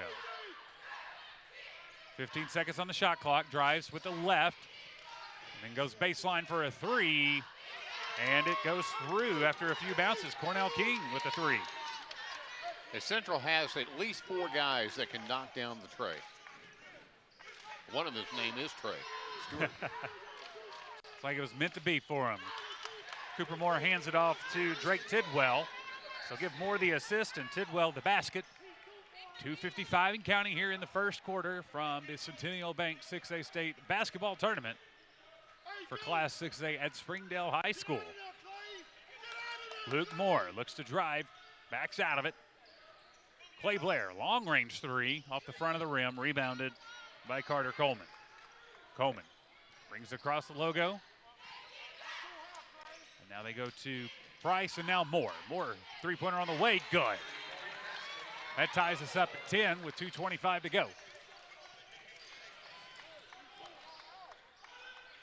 Central drives now after a fake shot on the 3, puts it up and in at the cup.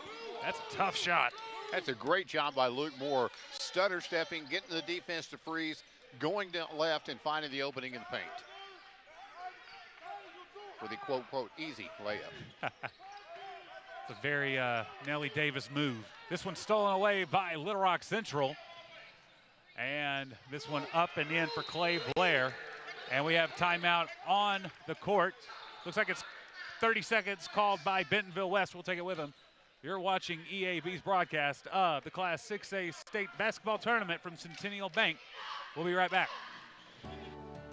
I chose a car that would be safe for our family. And when it comes to our financial future, I don't take any chances there either. That's why we bank with Centennial. They give me everything I could want in a bank, from the latest technology to great service. But the biggest thing they give me is confidence. So in a time when there's plenty of things to worry about, my money isn't one of them.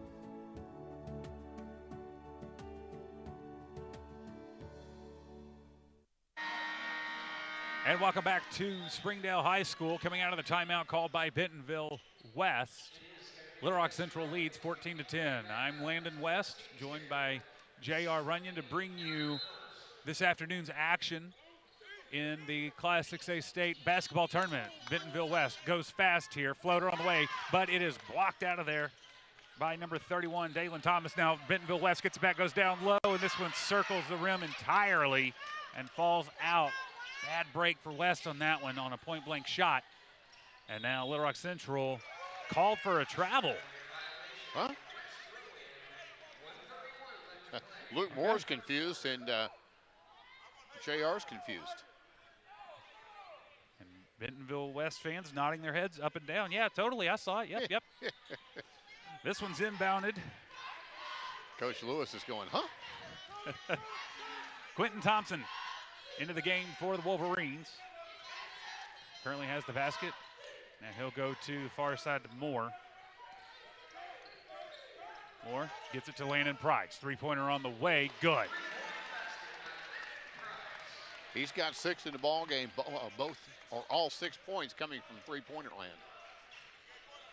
Luke Moore brings it across, drives, tries to go baseline, but he's double-teamed. They get out of it. Now they go to the rack. No good for Dalen Thomas.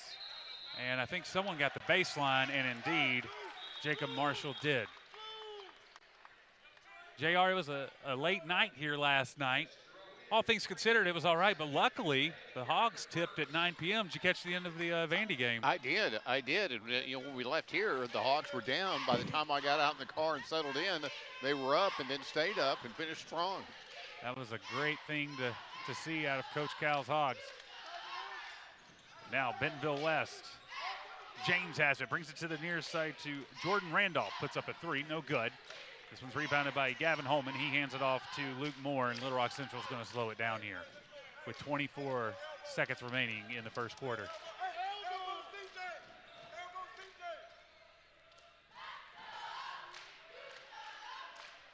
Again, shot clock's turned off here, 10 seconds.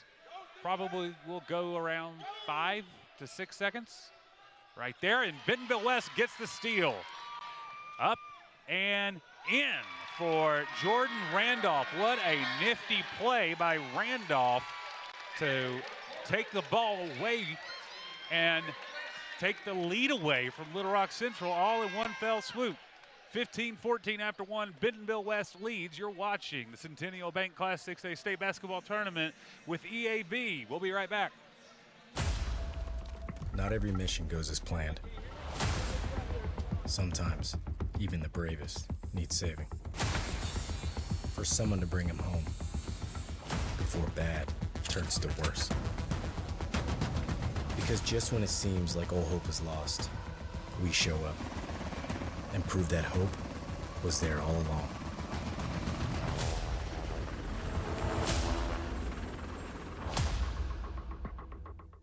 When you look at St. Bernard's today, you'll see history being made, day after day. Because the people of St. Bernard's never stop providing healing that goes beyond medicine, beyond the walls of our hospitals and clinics. And our mission grows stronger every day. A mission started by sisters determined to bring healing to all those in need. Today, and for generations to come. St. Bernard's, 125 years of healing beyond medicine. Welcome back to Springdale High School in the Class 6A State Basketball Tournament. Up and in for Zahir James.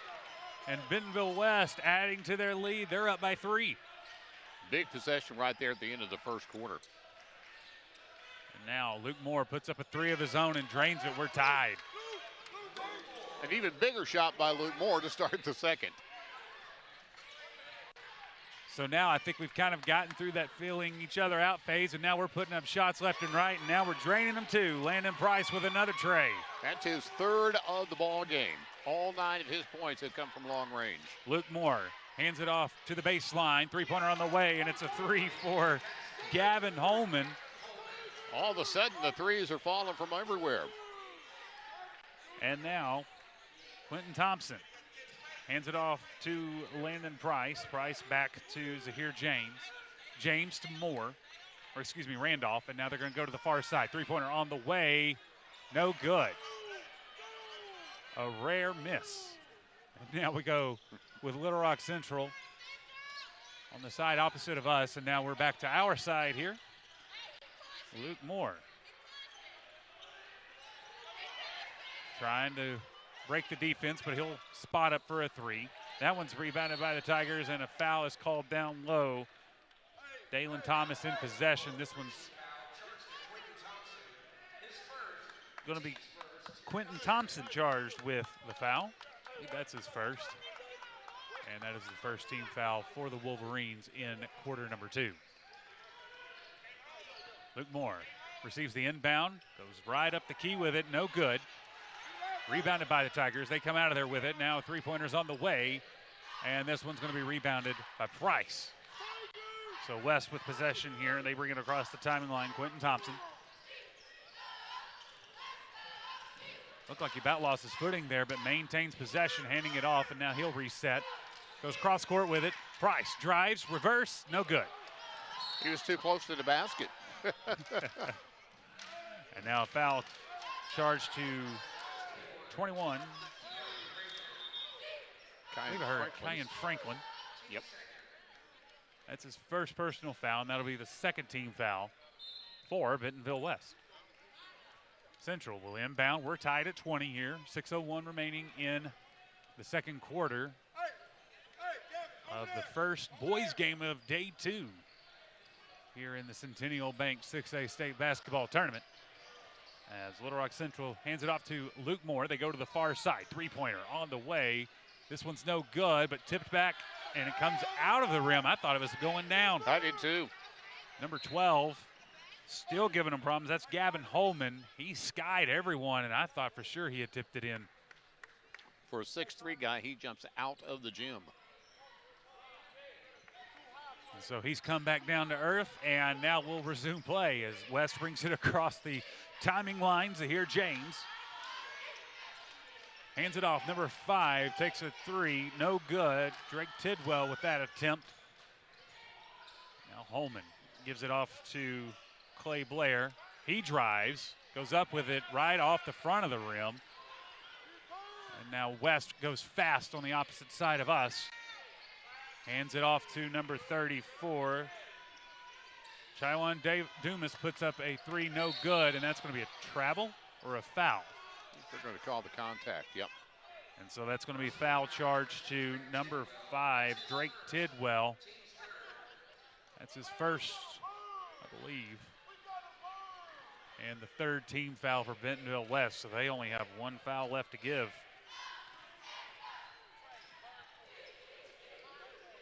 Luke Moore brings it across the timing line.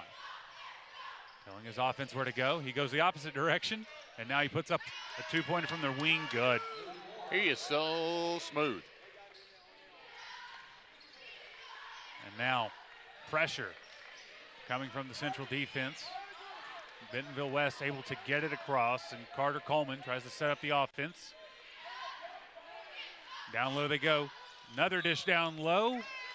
Great feel for the pass right there. Foul going to be called that time on Trey Stewart. Just a great job by Bentonville West of feeling where they were on the floor. They dropping it along that baseline. Couldn't get the reverse layup to go, but he is fouled. It would have been a nifty assist for Cooper Moore if the shot had been true. Drake Tidwell will inbound for the Wolverines. They're going to try an alley on the inbound, but Landon Price has to come down with it, puts it back up, no good, rebounded by Central. And now they're going to go fast here.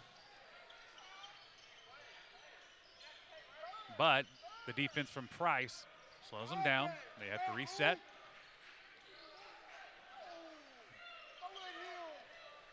And now three-pointer on the way, good for Luke Moore.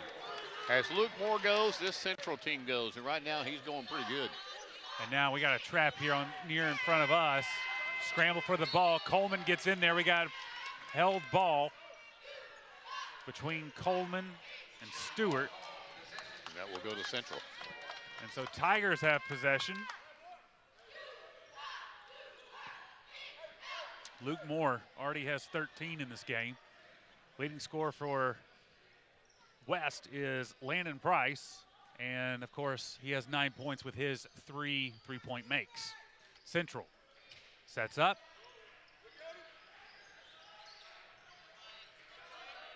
Luke Moore goes around a pick, but Bentonville West cuts it off, gets out of there with a three, no good. And this one is rebounded, but it goes out of bounds off of Bentonville West. Nifty play from Trey Stewart to grab an extra possession here for Central. Holman inbounds, gets it to Blair. Now he's isolated in front of the Bentonville bench, and he passes out of it to Luke Moore. Luke Moore's going to go left. He's almost triple teamed by Bentonville West. Now they go down low with it. Number 5 trying to get position, passes, nope, fakes it, puts it up, and Ray Stewart can't make it happen, but grabs his own rebound, and he'll reset. Three-pointer on the way, no good. And this is rebounded and put back up by Central. And another rebound, but called for the travel. Well, that time the travel call. Great offensive rebounding on that trip down the floor for Central, and they just couldn't get the shot fall. And then on that last one, you had one rebounder hitting the other, and in doing so, created the travel, and that turned the ball back over to Bentonville West. But good job on the offensive glass by Central. Tremendous effort down low, and it nearly paid off in an extra bucket for him, but not to be. This three-pointer is no good, and I believe this is going to be on number 34, and indeed it was. Chaiwan Dumas.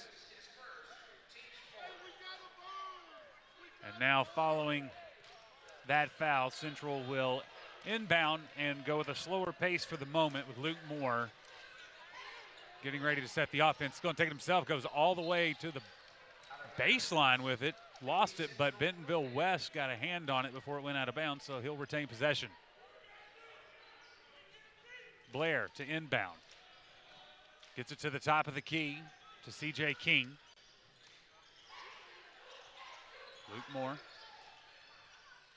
trying to work with his pick. Another double team from Bentonville West. And now driving is C.J. King, but he's called for a travel.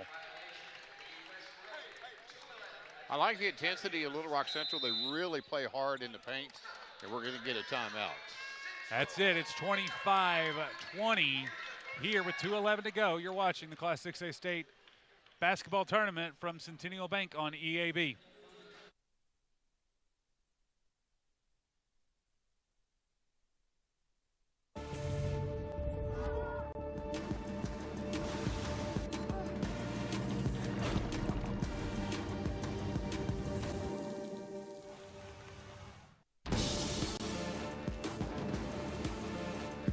Upgrade to a new Train home comfort system with Air Today and receive up to $2,500 in instant rebates and tax incentives. Special financing is available, subject to credit approval. Call Air Today, your trusted heat and air company. It's hard to stop a train. Welcome back to Springdale High School, host of the 2025 Centennial Bank Class 6A State Basketball Tournament. My name is Landon West. His name is J.R. Runyon, and we're proud to be bringing you this EAB broadcast from Springdale High School. 25-20 is the advantage for the Tigers of Central High School over the Wolverines of West High School in Bentonville. 2:11 to go here in the first half, and what has been a highly entertaining first half as well. And Luke Moore has, anticipated and expected, leading the way for Little Rock Central, the senior with 13 points so far in the ball game, 9 points, all from long range, leading the way for Landon Price and the Bentonville West Wolverines. So now Bentonville West will go to work as they get it to Moore, and now back to Landon Price. Now to the wing near us. Chaiwan Dumas. And now Bentonville West will set up at the top of the key with Moore. Back to Tidwell, tries to get it down low, and going to work is Dumas, getting out of it. Three-pointer on the way from Price, no good. Just beat the shot clock. As he hit his first three, he has missed his last 3 attempts. So with Price cooling off, that might be a little bit of a difference right here in this 5-point margin for Little Rock Central. Three-pointer on the way from the Tigers is good. Give the tray to Clay Blair. Well, and they have gotten hot from long range here in the second quarter. Absolutely, as Coleman brings it across. And now Tidwell looks to drive, but a foul is called. Coach Lewis was like, oh, I thought that was all hands. But the official said, not quite so fast. Nope, they're going to tag Clay Blair with that one. I believe that was his first personal foul. Only the second against Central here in the quarter. They're playing a clean game so far as well. Landon Price tries to drive on it, and it's an offensive foul. He looks a little surprised by that call. I'm going to be honest, that could have gone either way. That was one of those 50-50. And it was more for what happened after the shot than it was for in the process of shooting. I didn't have a good look. I had an official. You officially couldn't see, right? I mean, if it's not an official, it's a sub blocking my view tonight. But that's fine. We'll work through as the three-pointer's on the way from Central. Rebounded by James of West High School, and now he gets it inside. No good, and rebounded by Central. Another miss for Dumas. Central collapsing down in there. 4 defenders in position for the rebound on that possession. And now they'll try to crash offensively, but it's West with the answer defensively. That time West did a great job of collapsing in the paint and not giving them an easy look. Three-pointer on the way, no good. Rebounded by Central. Blair comes out of there with it. He's trying to go coast to coast, and it's swatted away. Give the block to number 21, that's Kyan Franklin. And now Central looks to reset, and Moore is fouled. They're going to tag Quentin Thompson with it. Incidental contact, but either way, the result is the same. It has the senior, you know, to go to the floor when you get that kind of contact. I'm just saying. I'm not saying it's a flop or anything like that. It's just like, just make sure they saw what you felt. Unfortunately for West, it happened in the waning seconds of the half as 3.1 ticks of the clock remain in this one in the first half. Gavin Holman comes in for Central. Luke Moore made his first shot. Here's the second. And it is true as well. 3 seconds for Bentonville West to work with. Racing down the line, putting up the three, no good. And that's how this one will end. Quentin Thompson not able to connect. It's a 10-point lead for Central, 30-20 over the Wolverines of Bentonville West. You're watching the Class 6A State Basketball Tournament with Centennial Bank and EAB.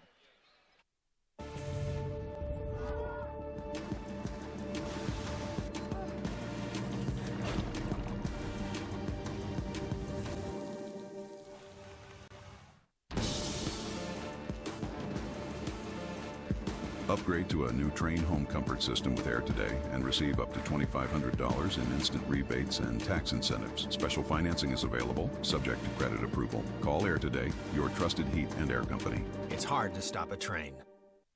When you're at home, you need right fiber. Some say it's not whether you win or lose, but how you play. Maybe. But with Right Fiber's 100% fiber internet, you always win. No matter which side you're on. Fall in love with your gig speed internet. Get gig smitten. Get Right Fiber.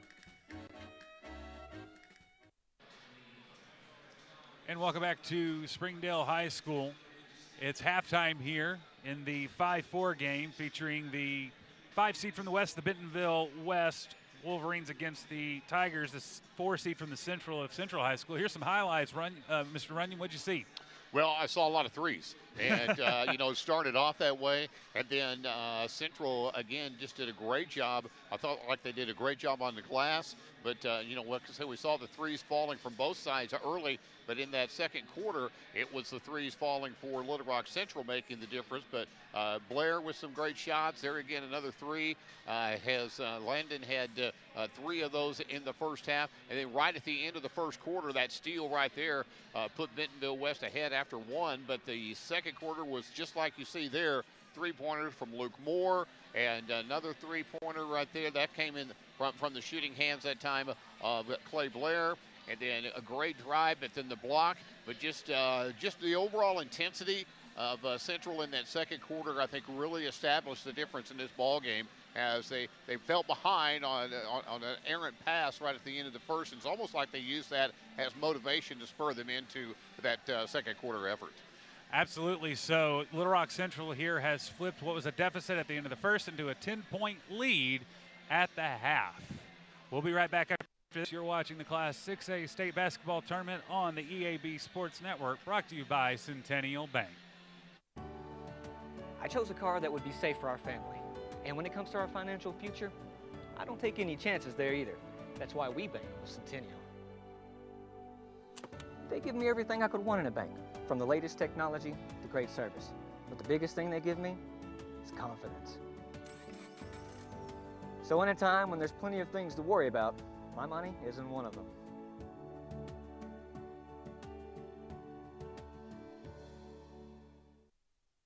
Looking for what comes next? For that moment when everything finally... 1 minute!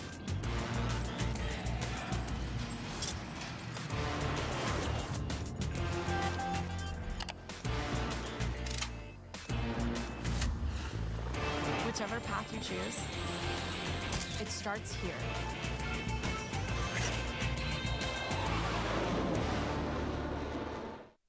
You need a job, a future. So what should you do? Where should you go? At ASU Newport, the answer is just down the road. With 3 campuses tailored to different skill sets, ready to set you soaring with in-demand skills and unlimited earning potential. Our Jonesboro campus features programs in welding, patient care technology, advanced manufacturing, and more. Start your future now at ASU Newport, your community college. For every moment, for every memory, from that first car, to your first home, to your first child, and all the highs and lows that tomorrow might bring. For everything that matters most to you and your family, there's someone right around the corner dedicated to helping you protect what you love. Your local Farm Bureau Insurance agent. Farm Bureau Insurance. Real service, real people. And welcome back to the Centennial Bank Class 6A State Basketball Tournament here at Springdale High School in the brand new state-of-the-art Bulldog Arena. My name is Landon West, bringing you the action with J.R. Runyon from East Arkansas Broadcasting Sports Network. So what do we anticipate moving forward into this second half? Well, I think Central's going to try to keep their foot on the gas. They are not a team that's going to let up. They're not a team that's going to say, okay, we got a 10-point cushion, we'll just go out and play.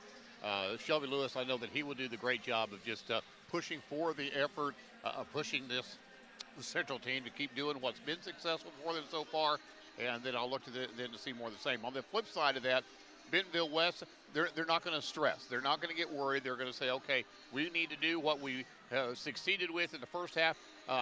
Try to set up and get Landon for those 3-pointers, and if they can get that going. They also are going to have to do a better job on the glass, though, both on defensive boards and offensive boards, as that's been a difference for Central here. I don't have the rebound count, but that has definitely been in favor of the Tigers. Luke Moore has been as advertised so far in this one. What's impressed you most about his game? He's Luke Moore. I mean, he comes back. He's got the tradition that's already is Little Rock Central. He's got the experience of the state championship last year.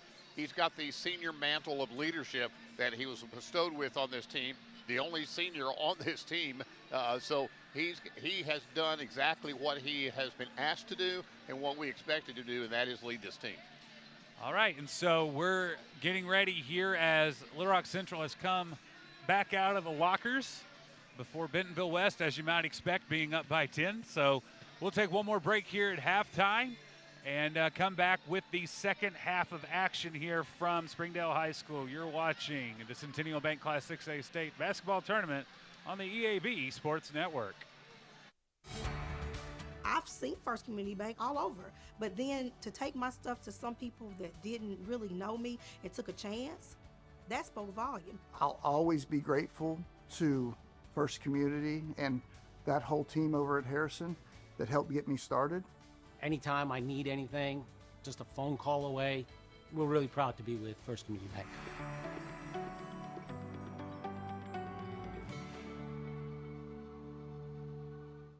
When you look at St. Bernard's today, you'll see history being made day after day, because the people of St. Bernard's never stop providing healing that goes beyond medicine, beyond the walls of our hospitals and clinics. And our mission grows stronger every day. A mission started by sisters determined to bring healing to all those in need, today and for generations to come. St. Bernard's, 125 years of healing beyond medicine. And welcome back here as we get ready to get this second half underway. The Wolverines are back out on the floor. We're 2 minutes away from getting this second half underway. I want to remind you, this is the second of 4 games here today. Following this one, it will be the Northside Jonesboro girls game. That will be a great opportunity to see this Northside team. And then the nightcap tonight, Fayetteville, Little Rock Southwest. And don't sleep on Little Rock Southwest, as they have got some talent. There's no question. Just their second trip to the tournament, but second in a row, and they will bring that experience back here to the floor. So we are about a little over a minute away from starting the second half. We'll take our final halftime break and be back after this. You are watching the EAB Sports Network broadcast of the Centennial Bank 6A State Basketball Tournament in Springdale. We are pioneers, dreamers, the ones they said would never make it, and the ones still trying. We're lifesavers, life changers, those who bring life to your world. We're where compassion meets precision and empowerment meets innovation. An expert system of care where love abounds so that God can do the impossible. We are NEA Baptist. You need a job, a future. So what should you do? Where should you go? At ASU Newport, the answer is just down the road. With 3 campuses tailored to different skill sets, ready to set you soaring with in-demand skills and unlimited earning potential. Our Jonesboro campus features programs in welding, patient care technology, advanced manufacturing, and more. Start your future now at ASU Newport, your community college. And welcome back to Springdale High School, as we're ready to get the second half of action underway here between the Wolverines of Bentonville West High School and the Tigers of Little Rock Central High School. Wayne West, J.R. Runyon with you for the action, as we're going to put 8 minutes on the board and get ready for the third quarter. Again, after the first quarter, it was Bentonville West with a 1-possession lead, and now Little Rock Central at the half amassing a 10-point lead. First 3 minutes of this second half going to be key. Absolutely. How do you come out of the locker rooms here if you're Bentonville West? And Little Rock Central is probably going to ask the same question as they started with a takeaway. Great job by Trey Stewart. Clay Blair spots up from 3, no good. And rebounding is number 34. That is Jacob Marshall. But there's a held ball on the possession, and Central will retain possession. They inbound it to Luke Moore. And now he puts up a long 2, no good. And that one's rebounded by Chaiwan Dumas.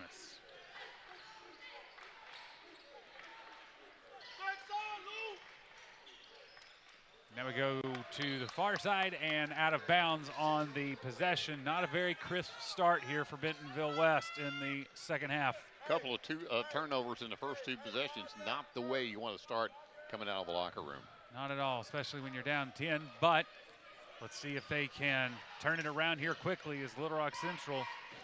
They haven't made the most of their opportunities as of yet either, but only 1 minute into this second half. Central going to go to our side of the court. And on cue, Luke Moore puts up a 3. He's now got 18 in the ball game. Coleman brings it across the timing line. Down by 13. He hands it off to Price, to Moore, and now they try to get it down low. And we got a foot brace for it, and Central's going to come away with it, evading a couple of defenders. And they're going to call it a block for Moore. Wow. But they get it back down low, and this one's a foul. That really, I think, should have been goaltend. I'm in that camp as well. So now we have a second personal foul called against Drake Tidwell. And that's going to send Central to the line. Making his first is Clay Blair. He'll be shooting one more into the game for Bentonville West. Number 21, Kyan Franklin.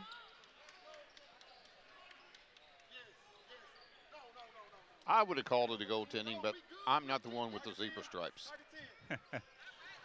Are they zebra stripes now? They just wear the finals uniforms now every game. I know it's a little different. But Call me a old here, but I like the zebra stripes. Either way, they're going to call it the same as the three-pointers on the way, and that is a big basket there for Drake Tidwell and the Wolverines. Well, a big bucket right there because they were in danger of going 3 possessions down if Central could have cashed it in on this one. And now Central gets it back out to Luke Moore. Coming back out to meet him is Blair. Now back to Moore, and he'll try to go to work, but he decides to hand it off. Thought about a 3, now driving with the left hand, no good, is C.J. King, but he's fouled. Foul is charged to number 21, Kyan Franklin. That's his second personal foul and a second team foul for the Wolverines. Of course, by meaning 3 possessions down, meaning 3 possessions here in the second half. And C.J. King makes the first. They extend their lead to 13. 5:49 remaining here in the third quarter. From the matinee boys game, 5-4 game. Here in the Class 6A state tournament, presented by Centennial Bank. King makes the second, and Bentonville West will inbound.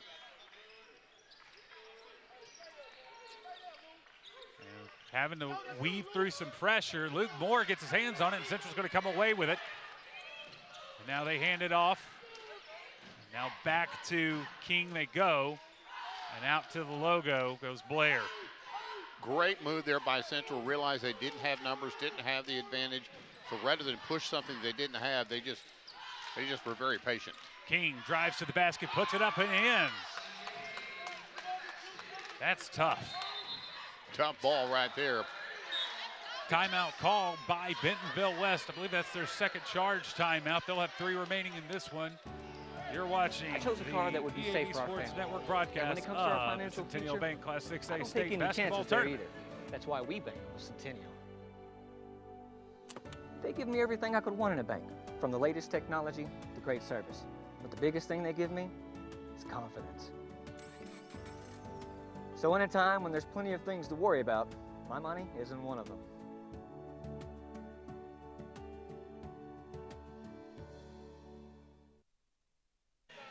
Clay Blair, as we went to timeout with a tough shot for Central. He's not going to have the height advantage in many of these matchups today at 5'7", but right there, he appeared to be every bit of 6'3", able to match up with his defender. And now Bentonville West inbounds, and they got 4 Little Rock Central Tigers in the backcourt to meet them, and now they bring it across the timing line. And now to our side they go, and it's a lost possession for West. As bringing it across is Blair. He gets it to Moore inside. There's a foul called. Basket's no good, but he'll go to the line to shoot 2. Well, that basket just about went in, and then a great job of not trying to tip it in and possibly creating a goaltend situation. Zahir James earns his first personal foul. That's the 3rd team foul for Bentonville West. First shot on the way for Luke Moore is off the front of the iron, no good. He'll have one more. 4:58 to go here in the 3rd quarter. Second one on the way, good. 19 on the afternoon for Luke Moore. 19 and counting. That's a good afternoon of work from the young man. Almost stolen by Blair in the backcourt. So now West will have to take it out in front of the Central bench. And there are still 4 Tigers in the backcourt here. They've decided to go with a little bit of a press here. Just trying to close them out. Yeah, it's not a trap or anything like that. Just make them feel some heat. Price hands it off to Randolph, who gives it to James, and now we're out to Franklin. And back to Randolph. James trying to find someone to get it to, but he's going to drive back out to Price. 3-pointer on the way, good. He's first in the second half. He's got 12 in the ball game, all from long range. And so now Bentonville West pulls within 14 following that 3-point shot, and now Price almost came away with it. But Little Rock Central's going to drive, and it goes out of bounds off the hands of a Wolverine. Will remain with the Tigers. Bentonville West comes out with the press after the made shot, trying to capitalize on a little momentum. And it just about paid a dividend here at the half-court line. Awful close. Either way, Central's going to have to inbound, and they get it inbound to Dalen Thomas, and now Clay Blair has it out to Luke Moore. Moore is met by Drake Tidwell. Moore, spin move, drives with the left hand. No good, but he's fouled. And that foul is going to be charged to Drake Tidwell. 3rd personal foul. Coach Schulman may be in the house today watching this young man play. He's going to be part of his team this year. I know that he's looking forward to having him in Conway. And so now, with that foul, it's 4 fouls against the Wolverines, so Tigers will be shooting from here on out in the 3rd period. And a little less than half of the period left, too. But Little Rock Central, big old goose egg next to their foul count right now. So Bentonville West playing with a little bit of desperation, and they need to, but it's led to a proliferation of fouls here. And now they bring it across the timeline. Thought about driving, but there was a wall there of defenders, and now held ball quickly called. And that's going to go to Little Rock Central on the alternate possession. And now we've got... Now they switched it. Correction. I was wrong. It's not the first time, nor probably the last. Well, we're behind the possession arrow. I can't... Yeah. Of course, Mr. Eichenberger is in charge of it, so we'll have to look to his switch there. But either way, wholesale changes now for Central as Bentonville West inbounds it. So here James to the far side. 3-pointer on the way from Franklin is good. That's a big 3-pointer right there. We'll see if Bentonville West can capitalize on a little momentum shift right here as they again put the press on after the made shot. So now it's down to 12 for Bentonville West, the deficit. And now a double team knocked out of bounds and into my hands. Good catch, Landon. It's called being ready. Well, rather be lucky than good any day. Now Luke Moore inbounds it, tipped by Tidwell. He comes away with it, and he's going to lay it up and in. I don't know if this lineup is working for Central right now with the wholesale changes, as the lead's down to 10, and at one point it was up to 17. And now Jacob Marshall about had it taken away by Tidwell again. Luke Moore has it. Backs his defender down, goes up with it, no good, and there's a scrum for it on the rebound, and Bentonville West comes away with it, and James looked a little surprised that he had it, and he tries to go down low to Kyan Franklin, but it goes out of bounds, led him a little too far. Trying to get that little skip pass going down inside to Franklin, but not able to complete it. The ball goes out of bounds, and a little bit of a momentum breaker there. Carter Coleman comes back into the game. Or excuse me, that's not Carter Coleman. That's Blair. That is Blair. And now we have a steal for Bentonville West. And up and in. Quentin Thompson with the nifty play. Picked his pocket and then put it in the hole. You know, we talked about the first 3 minutes being important, but it's the middle 3 minutes right now that has got Bentonville West back in this ball game on the verge of being blown out earlier. And now Luke Moore trying to settle his team here, but they settle for a long three that's no good from Blair, and now he's going to drive to the near side. They go, and now try to reverse, but he gets his own blocked rebound, I guess, and now a lot going on. Blair able to pick it up, put it off the glass to get it back out to a 10-point advantage. I'm glad no one stands in your way. Like, let's just get the play-by-play guys view gone. As Bentonville West puts up a three, no good. And this is a rebound from Jacob Marshall. And he'll bring it across the timeline. Hands it off to Moore. Moore puts it up on an alley-oop, stuffed by the rim. And now quickly going the other way is Bentonville West, gathering it in, trying to draw a foul in a way, but puts it up and in and settles for the two, and it's an 8-point game. And Bentonville West very much feeling the momentum right now. And now we've got a turnover on the inbounds play. Substitution for Central. A little miscommunication there, and that's going to give a bonus possession here for Bentonville West. This rotation here looks very much like the starting rotation for Coach Lewis. And now Bentonville West looking to capitalize here and draw even closer, fighting an 8-point deficit. Price gets it down low. And now they get it inside on the baseline. No good on the shot, but Kyan Franklin's going to the line to shoot two. That foul is charged to Gavin Holman, his first personal foul, and that is the first foul for Little Rock Central over 7 minutes into this third quarter. Well, and the impressive thing is Bentonville West has made this without the benefit of fouls. They made this run. First one is good for Franklin.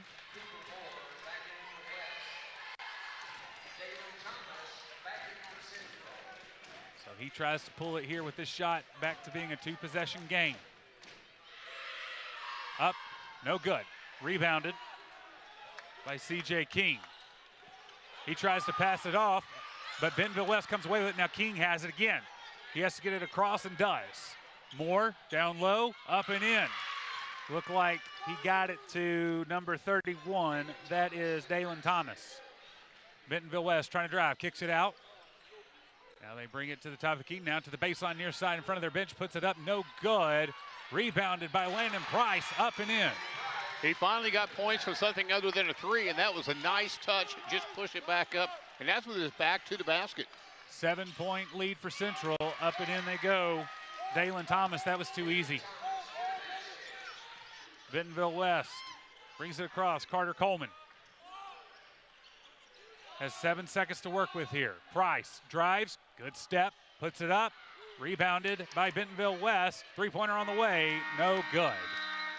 47-38 is the advantage for Central as we go to the final quarter. You're watching the EAB Sports Network broadcast of the Centennial Bank's 6A State Basketball Tournament. You need a job, a future. So what should you do? Where should you go? At ASU Newport, the answer is just down the road. With 3 campuses tailored to different skill sets, ready to set you soaring with in-demand skills and unlimited earning potential. Our Jonesboro campus features programs in welding, patient care technology, advanced manufacturing, and more. Start your future now at ASU Newport, your community college. When you're at home, you need right fiber. Some say it's not whether you win or lose, but how you play. Maybe. But with right fiber's 100% fiber internet, you always win. No matter which side you're on. Fall in love with your gig speed internet. Get gig smitten. Get right fiber. Welcome back to Springdale High School, hosting the Class 6A State Basketball Tournament with Centennial Bank. I'm Landon West. He's J.R. Runyon on the EAB Sports Network as we put 8 minutes back on the board for the final quarter. Little Rock Central leads 47-38. Winner of this game gets Springdale in the same time slot on Friday. You talk about a roof coming off a place, that game's going to be packed. And now Central drive, spins, move, dishes it away, left-handed shot put up, no good. But he gets up just in time to get his own rebound. Dalen Thomas with a nifty play. And now a little bit of trouble there for Clay Blair as it's poked away, but he gets it into the hands of Luke Moore. And now they go to Ray Stewart, back to Moore. Blair, three-pointer on the way, no good. It was a pretty shot, just didn't go in. And Drake Tidwell brings it across for the Wolverines. Carter Coleman, baseline, in front of his bench, a little short. Was Landon Price. Trying to get Price hot once again. That would be a big boost to Bentonville West. Down 9 here, 7:07 to play in the game. Luke Moore hands it off to Ray Stewart. He was met by a double team, and now he gets it down low, but it's stolen away by Landon Price, and now that one is stolen away by Ray Stewart. Crowd wanted a backcourt call, but it was tipped. Luke Moore tries to go work, spin move, and it is blocked out of bounds. Good hands inside that time by number 35, Carter Coleman for Bentonville West. And so following the block by Coleman, Central retains possession. Dalen Thomas trying to go to work. He's double teamed, trying to get the ball to someone else. He finds Blair down low, wide open is Ray Stewart. He goes up, but not in, and this one's going to be put back, and that one doesn't go, and we have a held ball. So 2 offensive rebounds that Central can't capitalize on, and possession goes to the Wolverines. So again, Central doing a great job on the glass, but just not able to get that one to go. Had 2 good looks on the putbacks, but neither one would fall. And now Bentonville West slowing it down here. Coleman brings it across. He's met by Blair. They hand it off to Franklin. Puts up a 3 and good. No hesitation. Got to his spot. Dropped the 3. It's a 2-possession lead for Central. And this one's going to be poked away from behind. Nice hands that time by Quentin Thompson. Quentin Thompson absolutely snuck up on him. Pokes it out of bounds, and now Central has to take it out underneath their goal. And they can't decide who's going to inbound. And it looks like it's going to be Dalen Thomas. And he hands it to Stewart. Now they get it out to Blair, who seems to always be thinking about the 3. I don't blame him. He's got a smooth stroke on it. At 5'7", that's probably your best shot at playing at this level. So. Well, he hands it off to Thomas. Ray Stewart. Fakes right, tries to go left. 4 seconds on the shot clock. Moore puts up a mid-range jumper from the free throw line. No good. And this one almost rebounded by Central. And now we're going to have a timeout called by Central as Stewart had possession. And we'll take it with them. You're watching the EAB Sports Network broadcast of the Centennial Bank Class 6A State Basketball Tournament. I said I'd never join. Then I want to get to work on one of these. Never knew how strong I was. I figured figured I'd never get out of my hometown. Or be the one who stops an attack. Joining the Navy sounds crazy.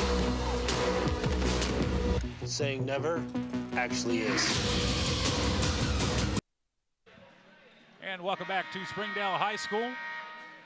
47-41 is the advantage for the Tigers of Little Rock Central over the Wolverines of Bentonville West. 5:36 to go in this one.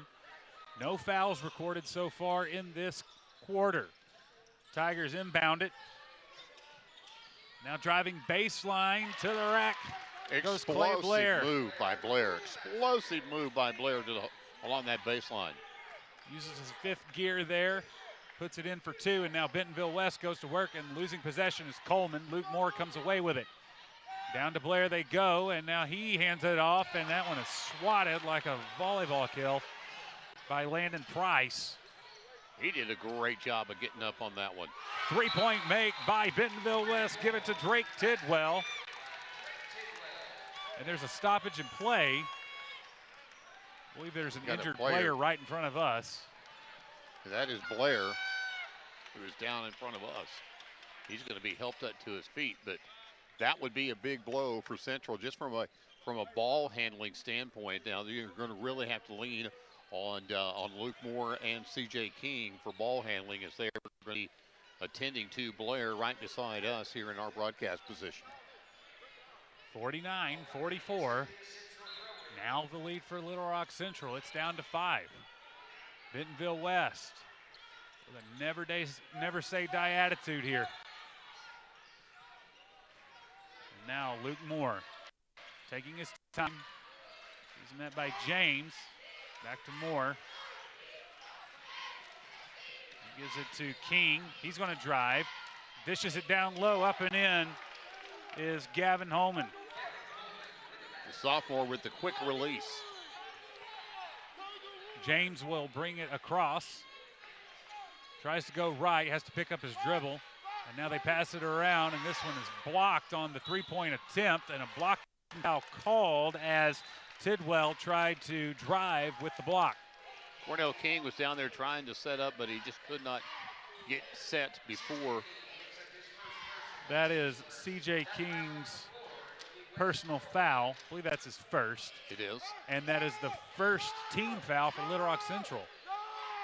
They tried to inbound this one, and coming away with it is Dalen Thomas, and he's fouled. That one's going to be charged to Quentin Thompson.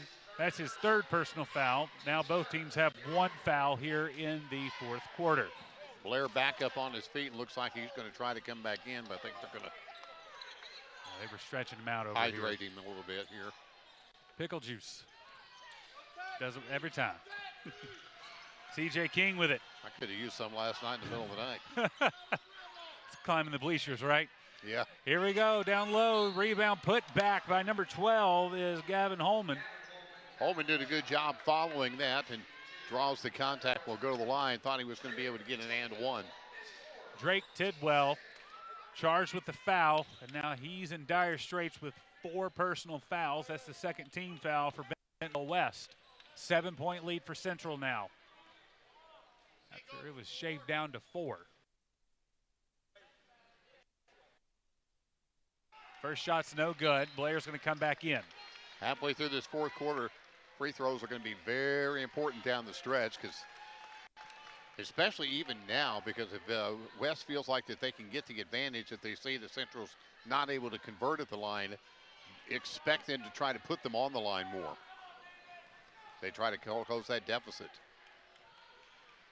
Gavin Holman makes the second. I believe Shaquille O'Neal made that play famous inadvertently. And now Zahir James gets it across the timing line to the far side. That's Cooper Moore. Now he gets it out of the baseline to front of the bench. They go. They get it down to Landon Price. And now driving is Thompson. Three-pointer on the way. No good from James. Rebounded this time by Moore. Tries to get it down low. About threw it out of bounds. Good save there by Thompson. And now there's a loose ball. And the foul's going to be charged to Gavin Holman. That's his second personal foul, second team foul for the Tigers. timeout called by the Wolverines, and we'll take it with them. You're watching the EAB Sports Network broadcast of the Centennial Bank Class 6A State Basketball Tournament. I chose a car that would be safe for our family. And when it comes to our financial future, I don't take any chances there either. That's why we bank with Centennial. They give me everything I could want in a bank, from the latest technology to great service. But the biggest thing they give me is confidence. So in a time when there's plenty of things to worry about, my money isn't one of them.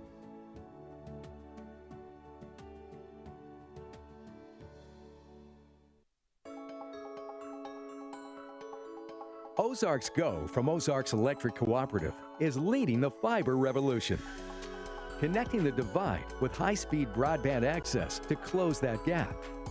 From cloud to cloud, post to post, from downtown to way out of town, to connect our customers to a world of blazing speed and access to absolutely everywhere. It's our customers connected.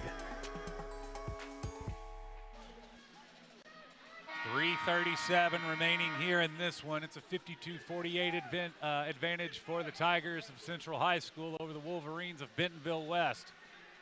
Landon West, J.R. Runyon with you for this one. Game number 2 of a 4-game tournament slate here at day 2 of the Class 6A State Basketball Tournament. We get back to business here. Zahir James tries to go down low with it, dishing back out of it. Three-pointer on the way. Quentin Thompson drains the give the assist to Landon Price. Now Luke Moore has setup out of the timeout. Blair loses it. And now Bentonville West looks to gain even more momentum. Three-pointer on the way from in front of the bench. No good. Rebounded by Blair. He's double-teamed, but he gets out of it. Moore brings it across the timing line. He's hounded by Price. Tries to go up with, that's going to be an offensive foul.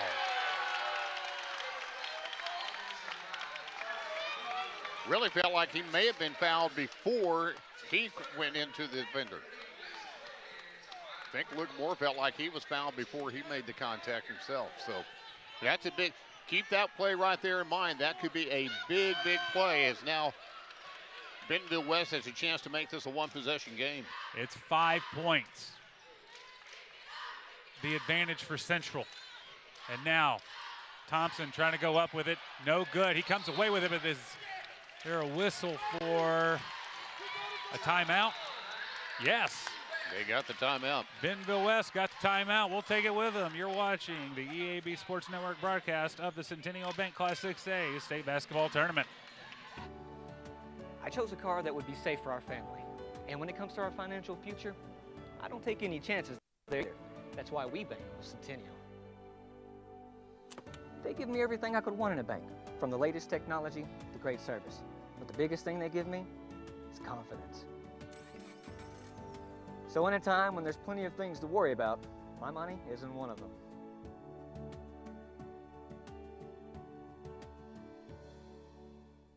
If you grew up playing basketball in this state, you recognize their names. Isaiah Joe, Bobby Portis, Malik Monk. They may be playing in the association now, but they got their start here.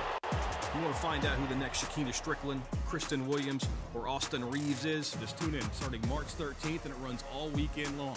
For all the ways to watch, just log on to myarpbs.org/sports.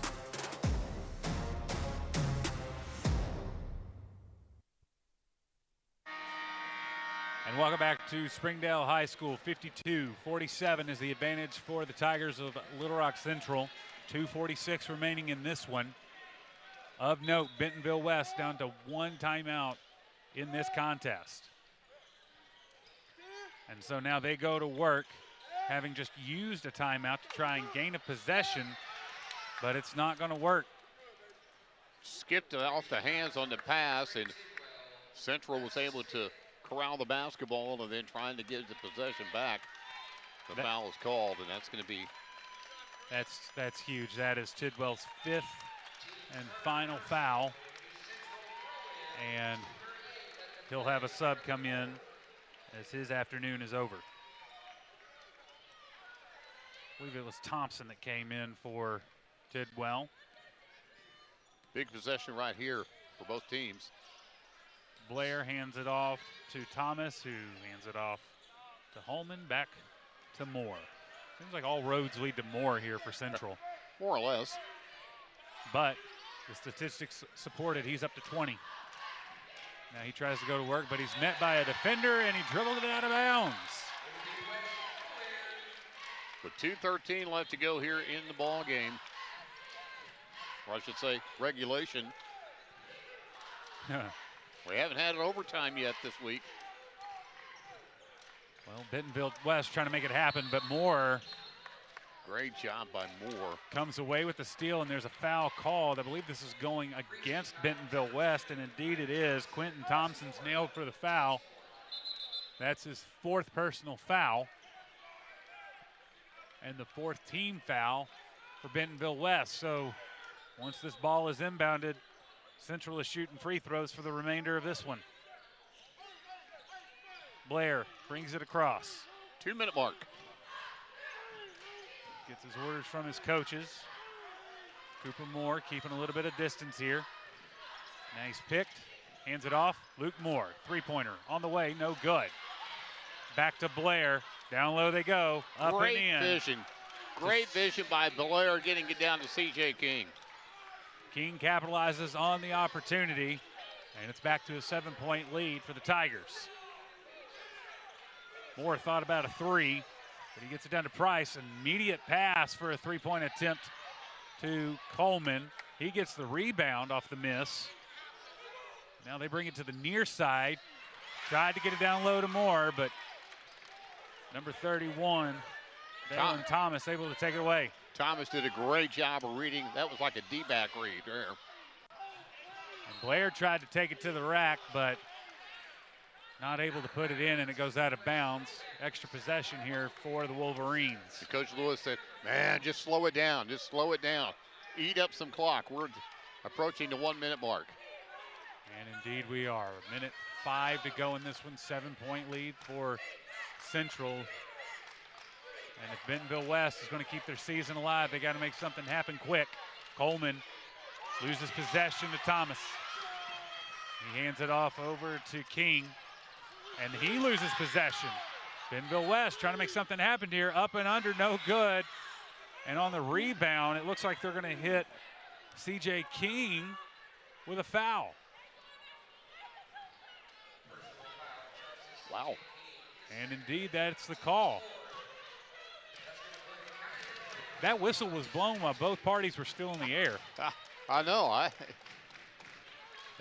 We missed a push off or something that happened before. Well, he has a better view than we do. He does. Mainly because he doesn't have to see through himself. Kyan Franklin. He's also about 50 feet closer to the situation than we are. Kyan Franklin at the free throw line for the Wolverines. First one is good. Back to a 6-point game, 2 possessions, 43 seconds left. Second one on the way. True. 5-point game. 43.3 remaining. Central has to get a clean inbound here, and they managed to do it. Now they go to their side. 3-on-1, takes it to the rack, up and in. Luke Moore doing Luke Moore things. His first point since early in the, or late rather, in the third quarter. But man, they couldn't have come at a better time. They get it to Landon Price. He tries to go up with it, no good. But they're going to get a blocking foul on Luke Moore, and now Price will be shooting 2. 25.4 seconds left in this one. A 7-point game. Again, this to make it a 2-possession game. But time running out on the Wolverines. They have to have these free throws. And now Landon Price. See him there on your screen. First one on the way. Good. 6-point lead, 25.4 remaining in this one.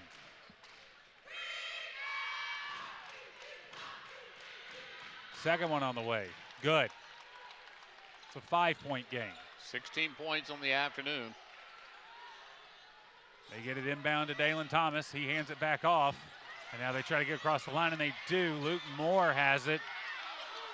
And now he needs to be fouled. And finally, Zahir James applies the foul. 15.9 to go in this one. That's his second personal foul. 15 foul for both teams, and we're shooting free throws for the remaining 16 seconds. Luke Moore shooting his first. Good. Gives him 22 or 23 rather on the afternoon. Second one on the way. Making Good. 24. That matches Elijah Bryant's total last night in that North Little Rock game. Three-pointer on the way. Good from Landon Price. Timeout quickly called by the Wolverine bench. And we'll keep it here as we have 11 even to go in this one, and it's a two-possession game. Now, we talked about how key those free throws were earlier in that quarter. If you know, they really are kind of a difference here. Being able to convert 1 or 2 at the free throw line on that last trip before Luke's trip, that's what sets this up as still a two-possession game. Not able to convert those, we'd be looking at a whole different scenario. Right. Little Rock Central has been really good at controlling this game, but not icing it, if that makes sense. Like they've let Bentonville West kind of just nip at their heels, but we've only got about 11 seconds here for Little Rock Central to cement it, or for Bentonville West to come all the way back and get a place in the quarterfinals. 58-54 the score, and again, the winner of this game will face off against Springdale in the 5:30 game on Friday right here back at Springdale High. And by the way, that's going to be back-to-back Springdale games on Friday with the girls and then the boys. You don't want to miss the basketball action here tomorrow or Friday, as we've got some of the absolute top teams in the state going to be squaring off over the next 2 days. No, both of those Springdale teams earning the number 1 seed out of the West. That is the first championship for those Lady Bulldogs since going to 5-man basketball. So momentous occasion for the hosts.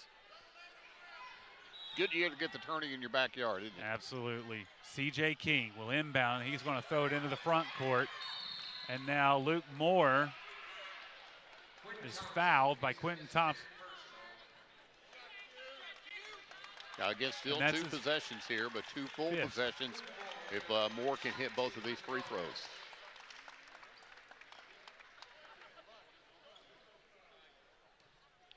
And so now Moore sets up for his free throws. First one's on the way, good. 59-54.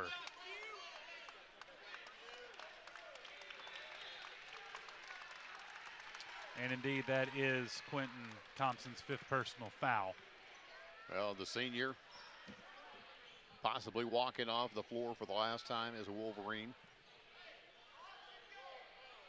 Luke Moore, second one is good. He's got 26 on the evening. West going to let it roll.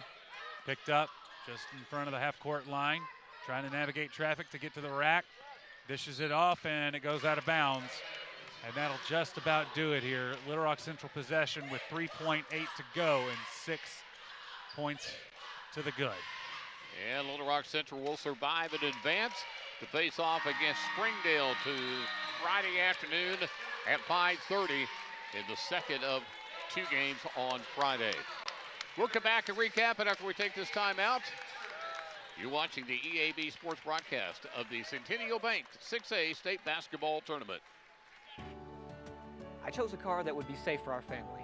And when it comes to our financial future, I don't take any chances there either. That's why we bank with Centennial. They give me everything I could want in a bank, from the latest technology to great service. But the biggest thing they give me is confidence. So in a time when there's plenty of things to worry about, my money isn't one of them.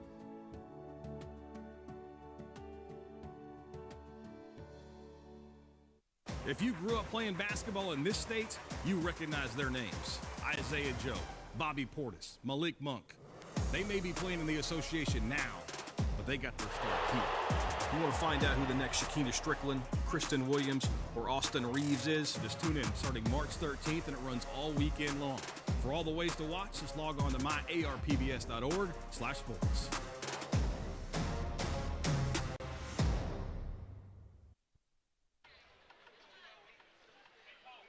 Welcome back here as this one's over, 60-54. Take a quick look at tonight's highlights from this game. A lot of three-pointers were the highlights here, and they were key but his key free throws down the stretch. Luke Moore with a big game. That highlight right before the end of the first half.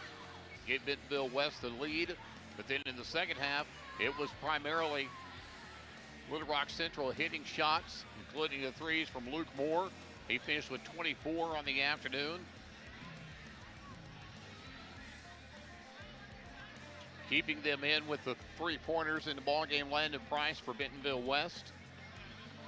He was a spark plug for the Bentonville West team, able to make those shots and then tried to inspire the defense, but not just enough to get past Little Rock Central. So Little Rock Central is going to survive and move on, and they will play again on Friday afternoon at 5:30 against the host Springdale. And again, the second of two games on Friday featuring the host. And you mentioned already, as billed, Luke Moore finishing the evening with 26 points and able to lead his team to a win here. Did the senior, so they're rewarded with a quarterfinal matchup against the host Springdale Bulldogs. And that's going to wrap it up here for us as we see these final highlights here, and we will get ready for game number 3 on the day. It'll be the Fort Smith Northside Lady Bears squaring off against the Jonesboro Hurricane. That'll be our next game. We'll tip that off at 7 o'clock. East Landon West, I'm J.R. Runyon. Thank you for joining us. We'll be back in a few moments with our third game of the day on the EAB Sports Network broadcast of the 6A Centennial Bank Basketball Tournament.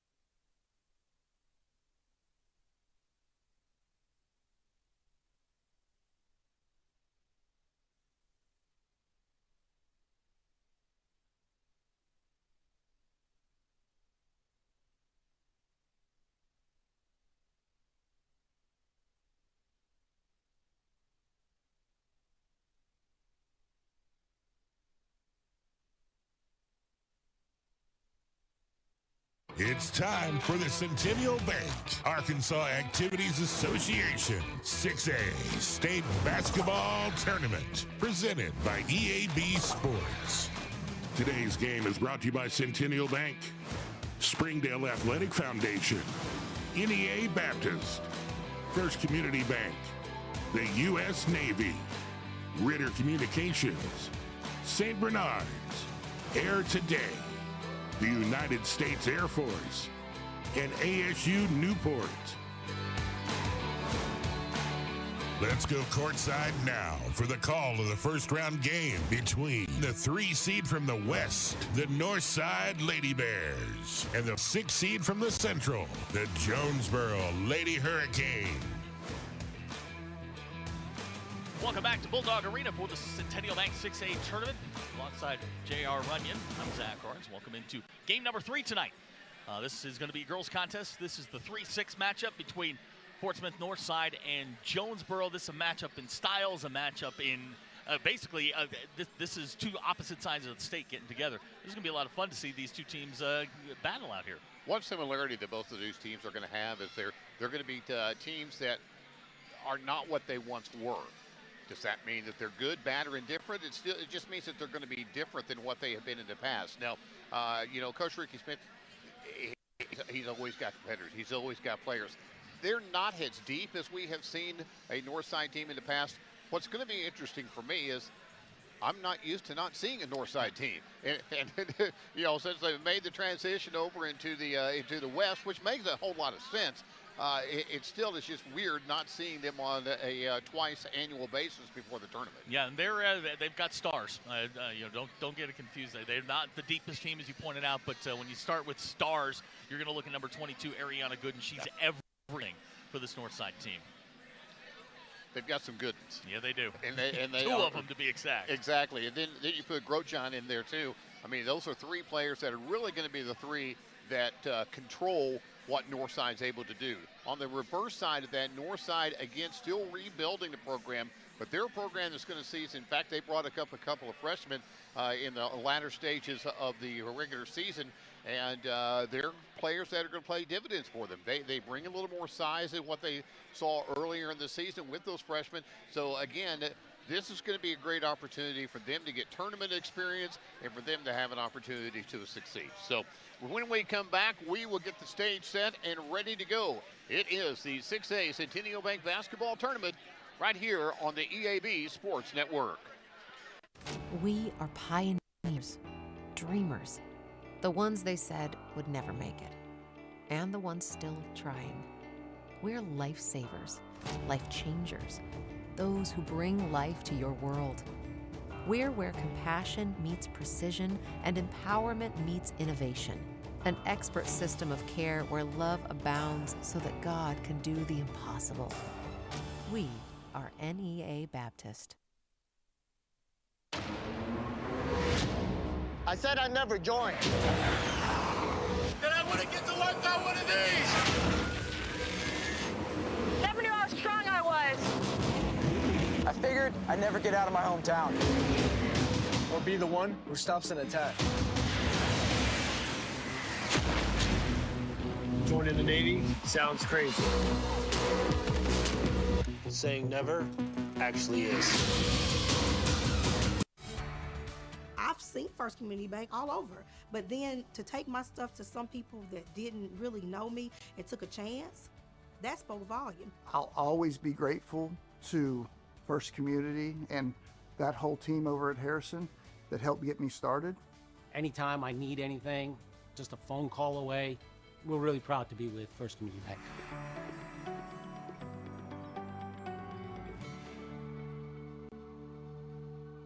If you grew up playing basketball in this state, you recognize their names. Isaiah Joe, Bobby Portis, Malik Monk. They may be playing in the association now, but they got their start here. You want to find out who the next Shakina Strickland, Kristen Williams, or Austin Reeves is? Just tune in starting March 13th, and it runs all weekend long. For all the ways to watch, just log on to myarpbs.org/sports.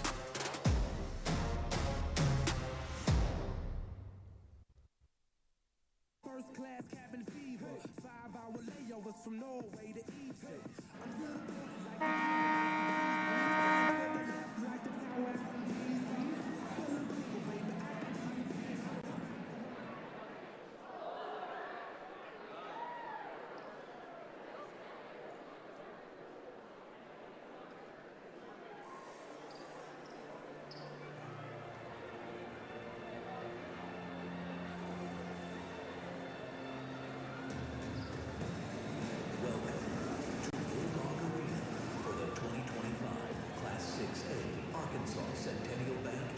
basketball tournament. Congratulations to all the high schools participating in this prestigious event. This tournament has showcased exceptional talent and highlighted the competitive spirit in high school boys and girls basketball across the state of Arkansas.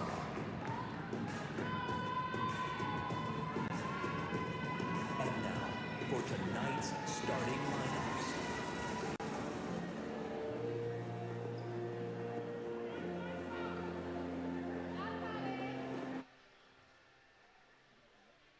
And we welcome you back to Bulldog Arena on the campus of Springdale High School for game number 3. Session number 2 of the 6A tournament brought to you by Centennial Bank. Now Jonesboro is going to be introduced. They are the 6th seed out of the Central, 5-20 on the year, 2-10 in league play. But as you mentioned, Jared, a team that has gotten better as the year has gone along. The results may not be there, but this is a team that's gotten a lot more competitive. Well, a lot of times when you look at a team being the 6th seed, you're like, okay, you know, they're not the best. But this is a 6th seed that can be dangerous. And you look at the freshmen and the experience that they have on the top side, but then the freshmen coming in, this is a team to keep an eye out, if not this season, certainly going forward. Nene Daniels, Katie Brown, Gabby Carter, Amaya Wilburn, and Skylar Gamble will be the starting 5 for Jonesboro. Now, the starting lineup for a very experienced Northside team. And of course, by the legend, Ricky Smith. Cameron Smith, she'll play the middle. She's number 3. Cadence Fleming going to get the start tonight. Hazley Grochon, you and I have talked about her a little bit. She's kind of a do-everything for this Northside team. And here comes the superstar, Ariana Gooden, and her sister, Erica Gooden. She does the dirty work underneath. Ariana gets all the glory, but Erica does a lot of the dirty work. Sort of a Rodman-like player. Likes to rebound, will mix it up with you down low. So we are set for basketball. Glad to have you along here on the EAB Sports Network. He's J.R. Runyon. I'm Zach Orange. J.R., you tired yet? You've been through all of these. I at least get to take a break. Well, you know what? It's basketball. It comes along once a season. It's true. I'm ready for it. All righty, so we are ready to roll, and we've got basketball on the horizon. Fort Smith Northside, again, comes in as the 3 seed out of the West, 23-5, 13-3 in the 6A West. They were in it until the last night of the season. They needed some things to break their way. They didn't. And that's how they wound up at the 3 seed. So Schmidt's going to jump center for Northside. Jumping center was Katie Brown, and that ball's going to roll right past us, and they're going to say North basketball. So Lady Bears going to get it first. Haley Grochon will inbound. We are underway. This is Ariana Gooden. We'll call her name a lot tonight. Over to Hazley Grochon. Grochon to Schmidt. Quick jumper in the lane. That side of the rim no good. And it's going to go out of bounds. It's going to be Jonesboro basketball. So a good defensive stand there on the first possession of the ball game for Jonesboro. Now comes the tough part. Scoring against a Northside team that doesn't allow a lot of points. Nene Daniels with it across to Brown. Brown going to dribble center. Now she'll go baseline. Brown cut off there by Fleming. Nene Daniels will pick it up. She's outside the arc, 19 to shoot.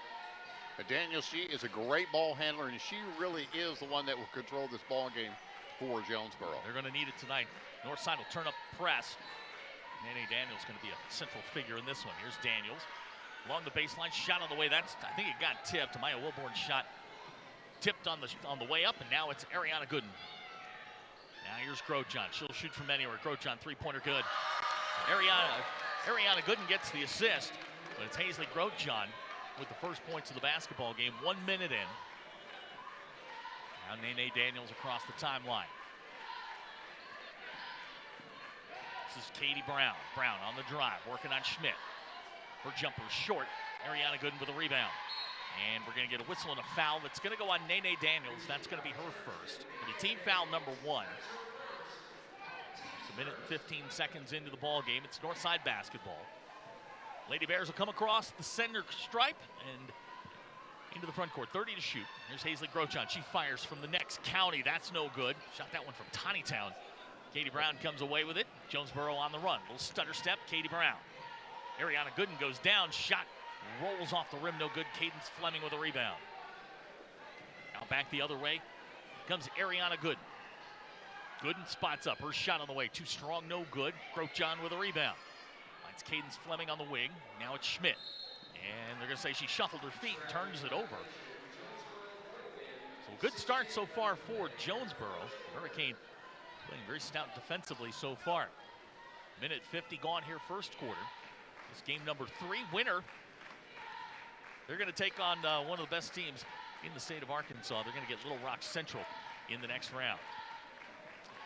Wilborn not able to handle it. Schmidt comes away with it. Ariana Gooden's got the basketball.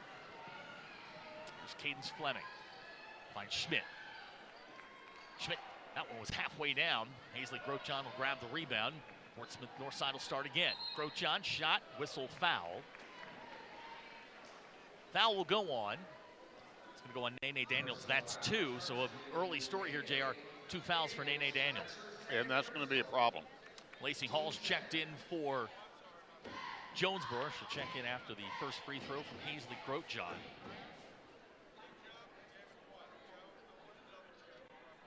Grosjean gets the first. So Daniels will have to take a breather, and that is not good news for Coach Kristen Berry.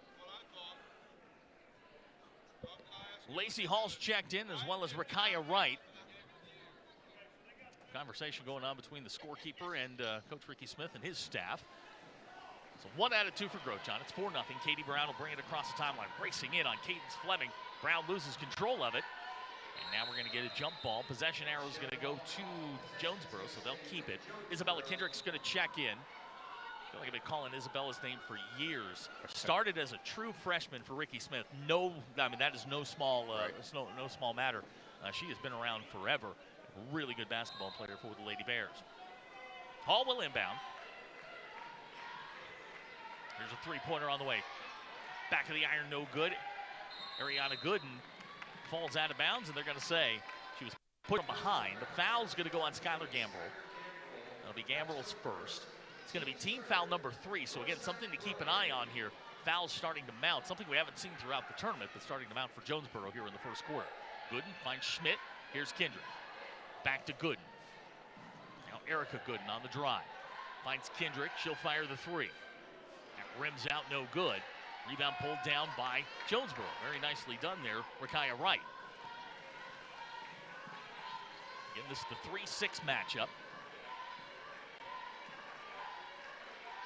This is Hall with it, watched by Kendrick. Down low to Wright. Wright working on Cameron Schmidt. Finds Katie Brown.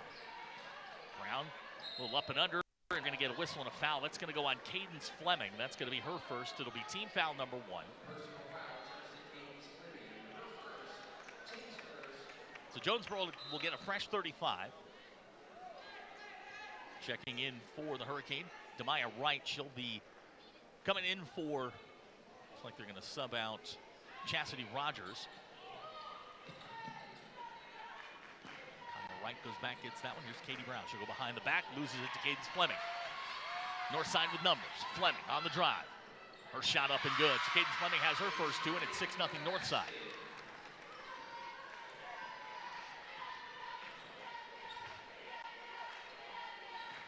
Cherish Blackman and Hazley Grosjean going to check in at the whistle. Here's Brown. Thought that ball got kicked. I did too. Isabella Kendrick comes away with the loose ball. Here comes Ariana Gooden. Gooden on the drive. And we're going to get it's going to go on Katie Brown. That's going to be her first. Team foul number 4. Grosjean and Blackman coming in for Northside. Looks like Cadence Fleming, Erica Gooden check out. Northside will inbound. 4:23 to go here in the first quarter. Change for Jonesboro. Asia Donaby is going to check in. Rakaya Wright will take a seat. And now we will inbound the basketball. 35 on the shot clock for Northside. Here's Ariana Gooden. 3-pointers on the way. That's short, and it hits the shot clock, so Jonesboro's going to get the basketball. That makes it out of bounds. We didn't have the shot clock when I was in school. We didn't have many clocks when I was in school. Jonesboro to inbound. Sandow, you know. Here's Katie Brown with it. Now, here comes the north side pressure. Grosjean goes flying into the Jonesboro bench after the basketball. Wasn't able to save it. Here comes Nene Daniels. RJ, JR, This is a big move here as Nene Daniels comes back in with the 2 fouls. That's well, the conversation is going to be, look, we got to have you out there. Yeah. So you're going to have to still play your game, but you have got to be conscious and aware. And I think it's a good move for Coach Christensen because it's like get her off the bench, kind of get her settled so she doesn't pick up the third in a situation where, you know, it could be dangerous. And this is the response. That's why she's back in the ball game. Is the foul's going to be Lacey Hall's going to pick up the foul, but Northside starting to put the pressure on the trap at midcourt. Nene Daniels comes right back in the ball game. So Gooden will go to the line. Excellent free throw shooter. She's got more artwork, I think, than Rodman, at least on that one arm. Ariana Gooden looking for her first point in the ball game. Got it. 7-0 Northside. Cassidy Rogers checks back in for Jonesboro. Second shot upcoming for Ariana Gooden.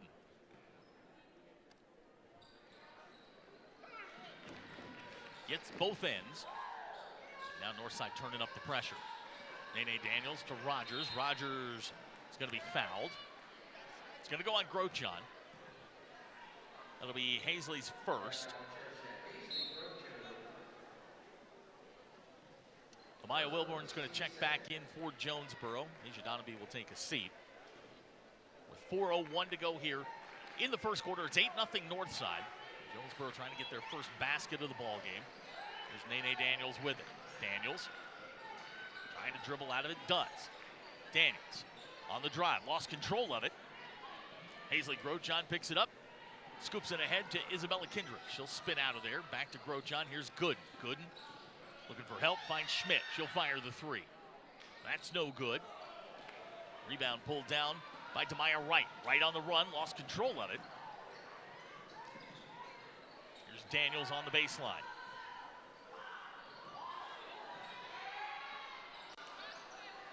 Rebound's going to be pulled down by Kendrick, and Jonesboro still looking for their first point in the game. 3:15 to go here in the first quarter. Got one more after this. Boys game, Fayetteville and Little Rock Southwest as Ariana Gooden hits the jumper, and we're going to get a timeout, Jonesboro. 3:08 to go here in the first quarter. 10-0 Northside. You are watching EAB Sports broadcast of the Centennial Bank 6A tournament. I chose a car that would be safe for our family. And when it comes to our financial future, I don't take any chances there either. That's why we bank with Centennial. They give me everything I could want in a bank, from the latest technology to great service. But the biggest thing they give me is confidence. So in a time when there's plenty of things to worry about, my money isn't one of them.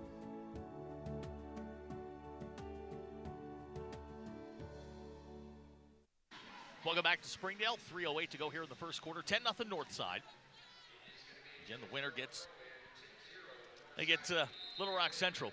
I was going to say, you get the pleasure. Yeah, you get to face one of the hottest teams in 6A. Little Rock Central Tigers, the defending state champions. Quickly into the front court comes Jonesboro. That one intercepted by Grochon. Can't handle it. It's going to go out of bounds. And so Jonesboro will get the basketball back. 2:54 to go here in the quarter. They didn't reset the shot clock because Grochon never had possession of it. So change coming for the Hurricane. Kamani Carter's going to check in, number 5. Nene Daniels will take a seat with those 2 fouls.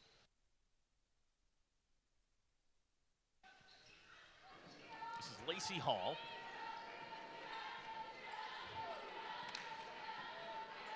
Cassidy Rogers looking down low. Ball's knocked away by Ariana Gooden. Gooden scoops it up on her way to the basket. Shot no good. Comes away with a rebound. And we'll get a whistle and a foul underneath. Hacked from behind. It's going to be Chastity Rogers picking up the foul. Oh, I like the official. She's like, because that's about as hard as it was. Very descriptive in the call. It's going to send Gooden to the line. 2 for 2 tonight. Yeah, you never have to worry about, or wonder about what her call was. Gooden's first free throw is good.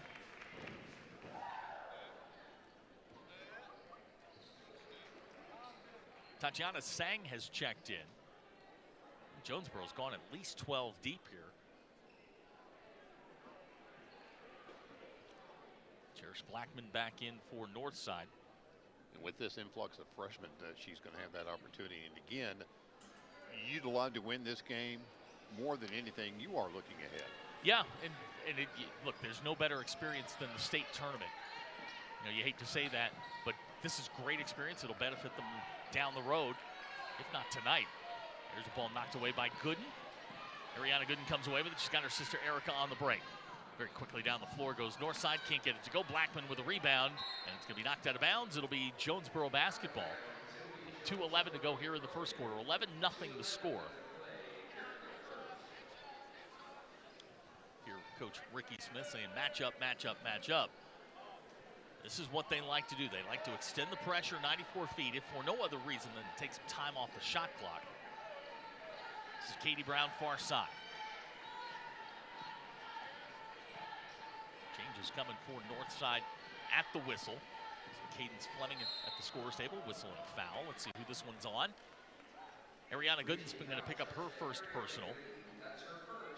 Mariah Jackson's checking in for north side. She'll be number 12. Cadence Fleming back in. Cherish Blackman's coming out. 1:53 to go first quarter. 11-0 our score. He is J.R. Runyon. I'm Zach Arns. Glad to have you along. Centennial Bank 6A state tournament. Highest classification here in the state of Arkansas. We are day 2, game number 3. It's a great tournament. Here's Katie Brown. Her turnaround jumper, no good. It's going to be knocked out of bounds, and they'll stay on this end. Jonesboro get a fresh 35, and just trying to knock a shot down. Just trying to get that first one. You know, if you can just get off the schneid, as it were. I feel like we've said that in virtually every one of the girls' games. Once you settle in, it becomes a basketball game. But you got to get rid of those nerves early. Lacey Hall to inbound. Blocked by Sang. Kamani Carter, top of the key. Plenty of time to shoot. Carter, another one of those freshmen. Here's a steal by Cadence Fleming. She'll go up for 2. And we're going to get a timeout, Jonesboro. 1:21 to go in the first quarter. It's all north side so far. You are watching EAB Sports broadcast of the Centennial Bank 6A tournament.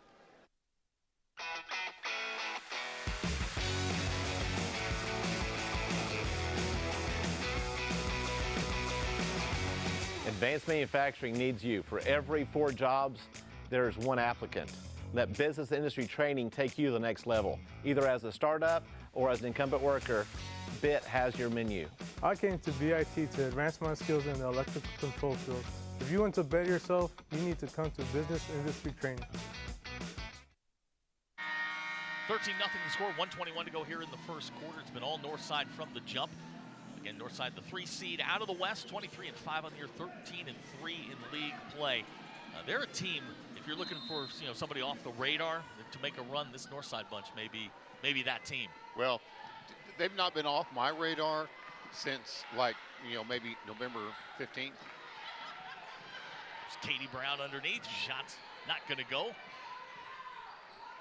Just being knocked around, and nicely done there. Amaya Wilborn fighting for it. She's going to get 2 shots. Between the official, between Ricky Smith. Somewhere there was a basketball game going on over there. I keep forgetting there's a monitor to my right, which I can just look at, but you try and do it in real time. And Amaya Wilborn will shoot 2. First free throw on the way from Wilborn's no good. Checking in for Jonesboro's number 20, Skylar Gambrell. She'll return. Second free throw upcoming for Amaya Wilborn. So an empty trip for Jonesboro. Final minute of the first quarter. This is Erica Gooden. On to Ariana Gooden. And that ball's knocked away, but Hazley Grochon, Johnny on the spot. She'll pick that one up. 20 to shoot for the Lady Bears. Here's Gooden. And we're going to get a traveling call. Ariana Gooden doesn't like the call, but you're always looking for that one team that's kind of off the radar that nobody's talking about when the tournament starts. This Fort Smith Northside team, very, very good. They might be that team that kind of sneaks up on somebody. Cameron Schmitz checked in for Northside. Back in for Jonesboro. Chastity Rogers. But you talk about it, you see the disparity right now. Just 13 points in the first quarter from Northside. It's death by 1,000 paper cuts with them. Yeah. It's it's 13-0 now. Next you look up, it's like 35-10. I've been on the receiving end of a couple of these. It's not fun when they really turn up the defensive pressure like they are right now. Chastity Rogers trying to get out of there, finds Katie Brown. Brown looking down low for Wilborn. It's intercepted by Ariana Gooden.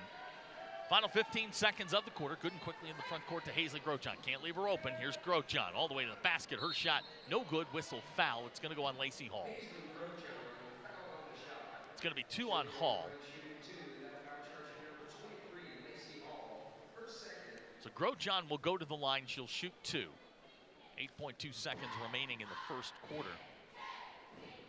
More changes coming for Jonesboro. Grosjean's first free throw's good. Kamani Carter's back in. Nene Daniels in for Jonesboro. Isabella Kendrick is in for Northside. Ariana Gooden will take a seat. Grosjean's second shot.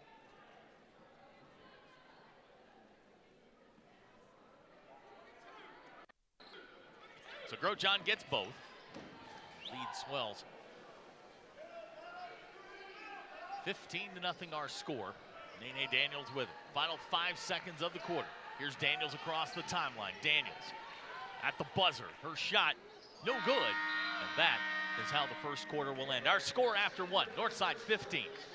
Jonesboro nothing. You are watching EAB Sports broadcast of the Centennial Bank 6A tournament. Not every mission goes as planned.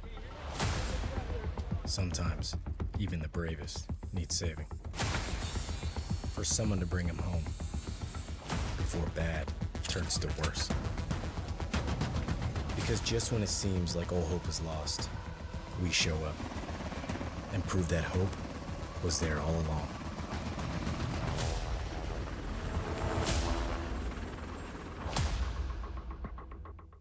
When you look at St. Bernard's today, you'll see history being made, day after day. Because the people of St. Bernard's never stop providing healing that goes beyond medicine, beyond the walls of our hospitals and clinics. And our mission grows stronger every day. A mission started by sisters determined to bring healing to all those in need. Today, and for generations to come. St. Bernard's, 125 years of healing beyond medicine. 15-0 as we start the second quarter. Hazley Grosjean led the Lady Bears in scoring in the first quarter. She had 6. So now Jonesboro looking for their first basket. They've had some good looks, just haven't been able to finish against this very, very difficult Lady Bear defense. Ariana Gooden back in the ball game. She checked in with us. I don't know if she checked in with the scorer's table. I don't know. JR said go, so everybody said all right. Here's Gooden on the wing. Back to Kendrick. Got Grosjean. Nice pass underneath to Gooden. Her shot's good, and the foul. Nice look from Hazley Grosjean to Ariana Gooden. Foul's going to go on number 20. Okay, Skylar Gamble. He said 30 originally. I don't need any more confusion than I already live with. There's the daily fog as it is. Absolutely. I don't need to add to it. Gooden's free throw is good. It's an 18-0 run. Nene Daniels will bring it across the timeline. Jonesboro looking for their first basket. This is Daniels. This is Chastity Rogers. She's going to drive on Erica Gooden. Cut off there. Rogers. Shot bounced twice off the rim. No good. Cameron Schmidt with the rebound. Here comes Ariana Gooden. Again, to your point earlier, they're good shots. They just haven't fallen. Here's Kendrick. Her 3. Short. It's going to be tracked down there by Kamani Carter. Carter. Whistle and a foul. It's going to go on Ariana Gooden. And that's going to be her second. Something to keep an eye on there. Carter will go to the line. She'll shoot 2. That's her second, but teams first in the second. They're trying to get their first points. There it is. Kamani Carter hits the free throw. Katie Brown's coming back in for Jonesboro. Tatiana Sang will take a seat. Or check that. Gamble. Skylar will take a seat. Second free throw short. Chastity Rogers with the rebound. Rogers can't get the second shot to go. Wilborn says she didn't touch it. Ref says yes you did, and it's going to be Northside basketball. 7:05 to go here in the half. 18-1 our score.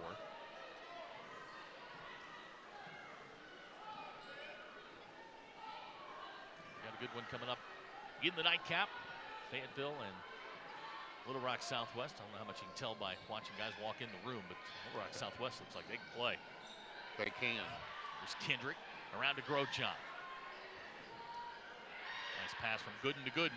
Erica lets the three fly, and it's good. And that one will come up on the ride home for those two. Here's Katie Brown. Brown on the drive, gets cut off by Kendrick. Back to Rogers. Rogers. Chastity Rogers, nice look to Wilborn. Fights her way in, shot rolls in good. So Amaya Wilborn with her first basket, the team's first basket. Jonesboro got a little something going here. There's Hazley Grosjean around to Kendrick. Kendrick finds Ariana Gooden. She'll let fly on the three. Short. Rebound pulled down by Kamani Carter. Here's Katie Brown. Fights through Isabella Kendrick. Katie Brown loses control of it. Hard contact between Brown and Ariana Gooden.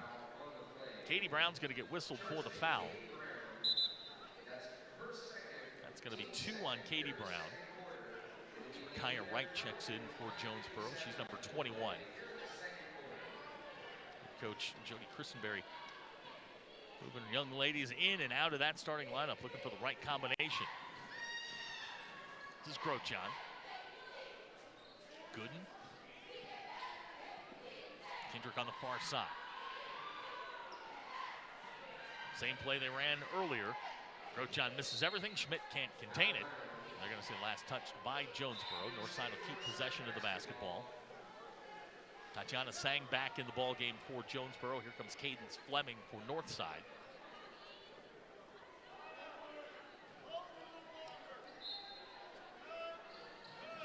Grosjean.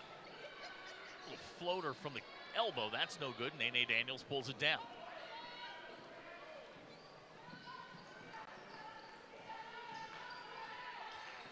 Daniels will back it out. 5:20 to go here in the half. Plenty of time to shoot. 20 on the shot clock. Daniels let it fly. I think Grosjean got a hand on that one. Northside's got the basketball back. Here's Good to Erica Good. And we're going to get a traveling call against Jonesboro. They called Chastity Rogers. I think they got her when she rolled over. Cherish Blackman's coming in for Northside. She's number 14. You know why she rolled over? Because she was pushed. Erica couldn't get a check out. Here comes Demaya Wright. She's coming in for Jonesboro. Rakaya Wright will take a seat. Now we got all that done. 5 minutes to go in the half. 21-3 our score. Hazley Grosjean will inbound. Finds Schmidt at the elbow. Her shot no good. Blackman with a rebound. Can't get that to go. Sang with a rebound. It's Kamani Carter. Steal by Ariana Good. Nene Daniels hit the floor hard. Grosjean with the basketball. It rolls in good, and the foul on Rakaya Wright.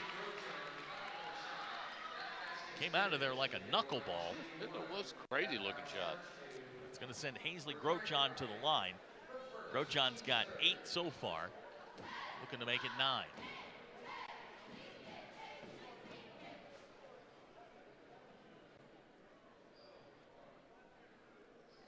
Grosjean gets the and 1. The lead grows to 21 at 24-3. Jeria Birdsong's going to check in for Northside. The next whistle, next stoppage. Daniels down low. Rakaya Wright blocked by Blackman. They're going to say push from behind. Blackman will pick up the foul. We'll send Rakaya Wright to the line. She'll shoot 2. First free throw coming up for Rakaya Wright. This is the last of the first round games. On the girls' side of the bracket, the last of the boys' games come up right after this one. Wright can't get that one to go. You know, a lot of times you look at these 3-6 matchups, and you expect a real disparity between what those teams are. The game that we're getting ready to see, the boys' game, I don't expect that to be the disparity that we're seeing here in this first one. Yeah, in the Fayetteville Little Rock, with Springdale, we saw Little Rock Southwest last year. That's a well-coached team, a physical team, and a team that just keep coming at you. Rakaya Wright gets the second.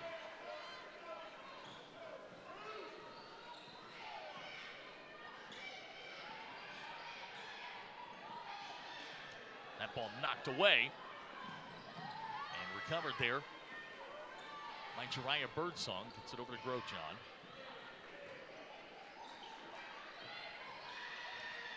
Shot out of the corner, hit the side of the backboard. Grosjean collects the loose basketball.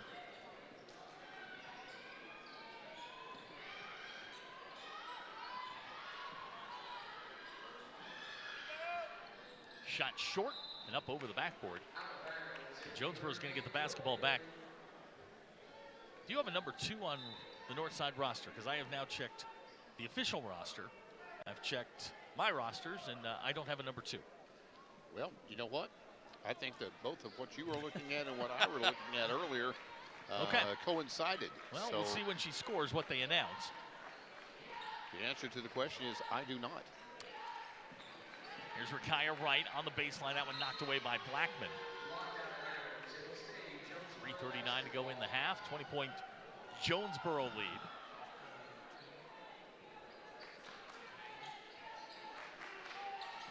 Hall to inbound. By Sang. Sang. Shot on the way. Short. Birdsong comes away with it. This is Jariah Birdsong. 1-on-2. Birdsong draws contact. They're going to get Demaya Wright for the foul. We'll see if it's a shooting foul or not. Sanger is the name that I was passed along. Sanger. For the last name. Okay. Not first name. Okay. So Jariah Birdsong will go to the line. She'll shoot 2. She too will be shooting. Clean up a little perspiration underneath the basket. Amaya Wilborn will check in for Jonesboro.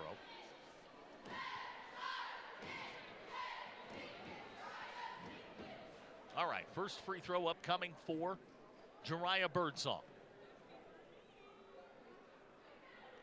Can't get the first one to go. Here comes Amaya Wilborn. Rakaya Wright will sit with 3:29 to go. Second free throw upcoming for Jariah Birdsong. So Birdsong gets 1 out of 2. Lead back to 21 and 25 to 4. Morgan Sanger. Okay, there it is. See, that's good investigative journalism right there. Hey, that's what partners are for. Amaya Wilborn with the basketball. This is Carter. She'll pull up, and she's going to get called for the travel. Well, when you got a girl that's about 6 inches taller than you coming at you, that's no surprise. Sheriff Blackman has been known to block a couple shots here and there, and that'll that'll get anybody to change the trajectory of their shot. This is Morgan Sanger with the basketball over to Hazley Grosjean. Grosjean looks down low to Blackman. Her turnaround jumper rolls in good. Sits on the rim and then says, okay. Blackman's first basketball game. She's got 2 in the lead at 23, 27 to 4. 2:53 to go here in the half. This is Sang on the wing. Ball handed out of bounds there by Cadence Fleming. With 2:42 to go here in the half. You know, we talked about the freshman for Bryant. You know, the freshmen here for Jonesboro have some size to them as well. And I think they will make a difference. This one especially, Miss Demaya Wright. Demaya Wright's going to get 2 shots out of this. We'll see when the foul is on. Looks like that's going to go on. You see a lot of youth. Yeah. And you see athletic build too. Mm-hmm. You know, and that's the thing that, you know, the broad shoulders and some length, you know, make a difference. Absolutely. And this is only good experience for these players. We've got a number 34 checking in. I don't have one of those either. No, I don't either. So I'll tell you what I'm going to do in a minute. I'm going to go down and I'm going to take a picture of what he's working off of at the microphone. In fact, second shot coming up for Demaya Wright. Knocks that one down. It's 27 to 6, 2:30 to go here in the first half. Morgan Sanger with the basketball. She'll come across the timeline. Working on Carter. Ball's taken away. We're going to get a jump ball. Possession arrow will go to Jonesboro, so they'll get it back here with 2:22 to go.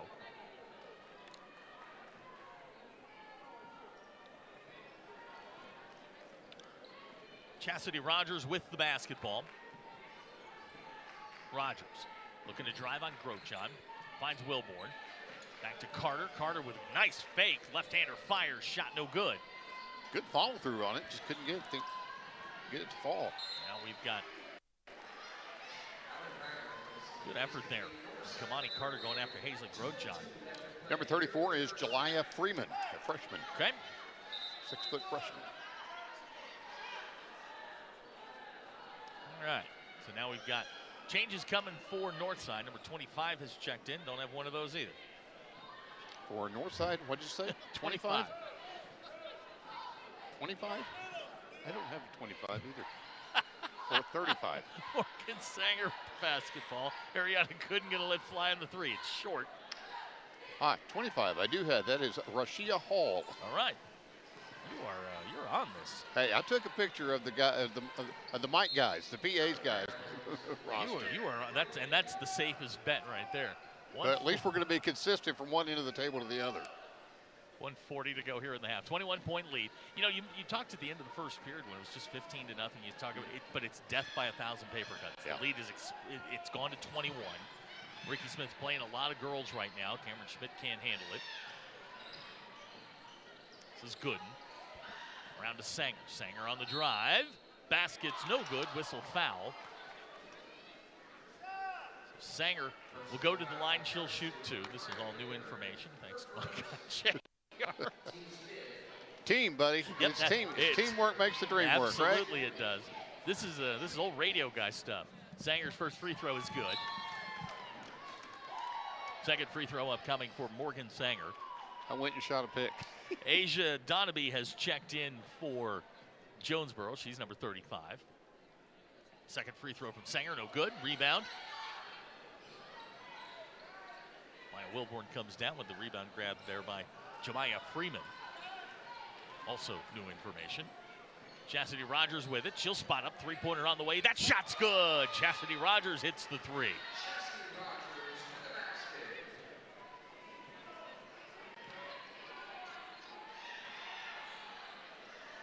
This is Cameron Schmidt. Answers right back with a three of her own. Lead back to 22 at 31-9. Final 45 seconds here in the first half. Chastity Rogers with the basketball. She's feeling it. Thought about the three. Nice little hesitation there. It's taken away. Northside's got the basketball. Here comes Ariana Good. 1 second difference between shot clock and game clock. Here's Gooden. Hands back to Schmidt. Her jumper on the way. That's going to be short. And we've got a whistle and a foul underneath. Chastity Rogers going to get whistled for it. Katie Brown's coming back in for the Hurricane. Lonnie Carter will head to the bench. Tatiana Sang will check in after the first free throw. At the line is number 34, Jemiah Freeman. Her first free throw of the game is good.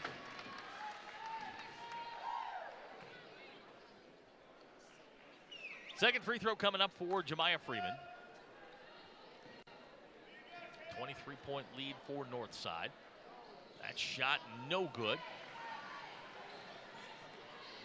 Northside's going to come out of there with it. Shea Hall with the rebound there. Here's Ariana Good. 15 seconds left in the quarter. Here's Freeman off the glass and in. Jemiah Freeman's got her first basket. Final 5 seconds of the quarter. This is Katie Brown. Brown will try the up and under. Now in trouble. And that's how the first half is going to end. Our score after 2 quarters, Northside 34, Jonesboro 9. And this Northside team looks like a team that's going to contend for a state title. Well, they look like a Northside team. Very much diverse. so. There's not one just standout carries the whole team. Yes, Grochon is a ball player as well as Gooden, but matter of the fact is that they are balanced, and that's what they do. And it's death by 1,000 paper cuts. I'll say it over and over and over again. Not a lot of shock and awe. They just slowly wear you down.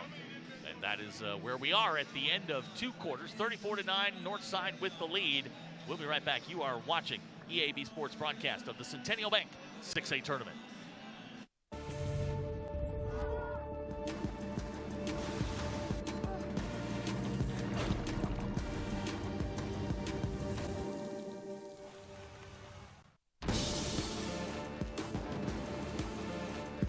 Upgrade to a new Train home comfort system with Air Today and receive up to $2,500 in instant rebates and tax incentives. Special financing is available, subject to credit approval. Call Air Today, your trusted heat and air company. It's hard to stop a train. When you're at home, you need right fiber. Some say it's not whether you win or lose, but how you play. Maybe.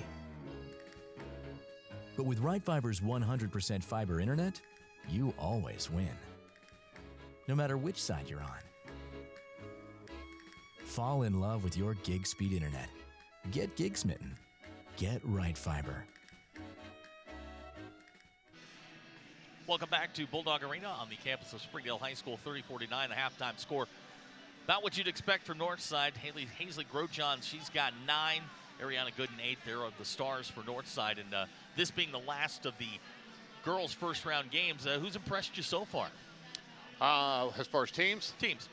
Well, you know, I haven't seen anybody just going to push me through. That's going to get me away from my first 2 picks on either side. Okay. I mean, you know, I do think that that the Bentonville girls are something to be considered. I think you have to respect them going forward.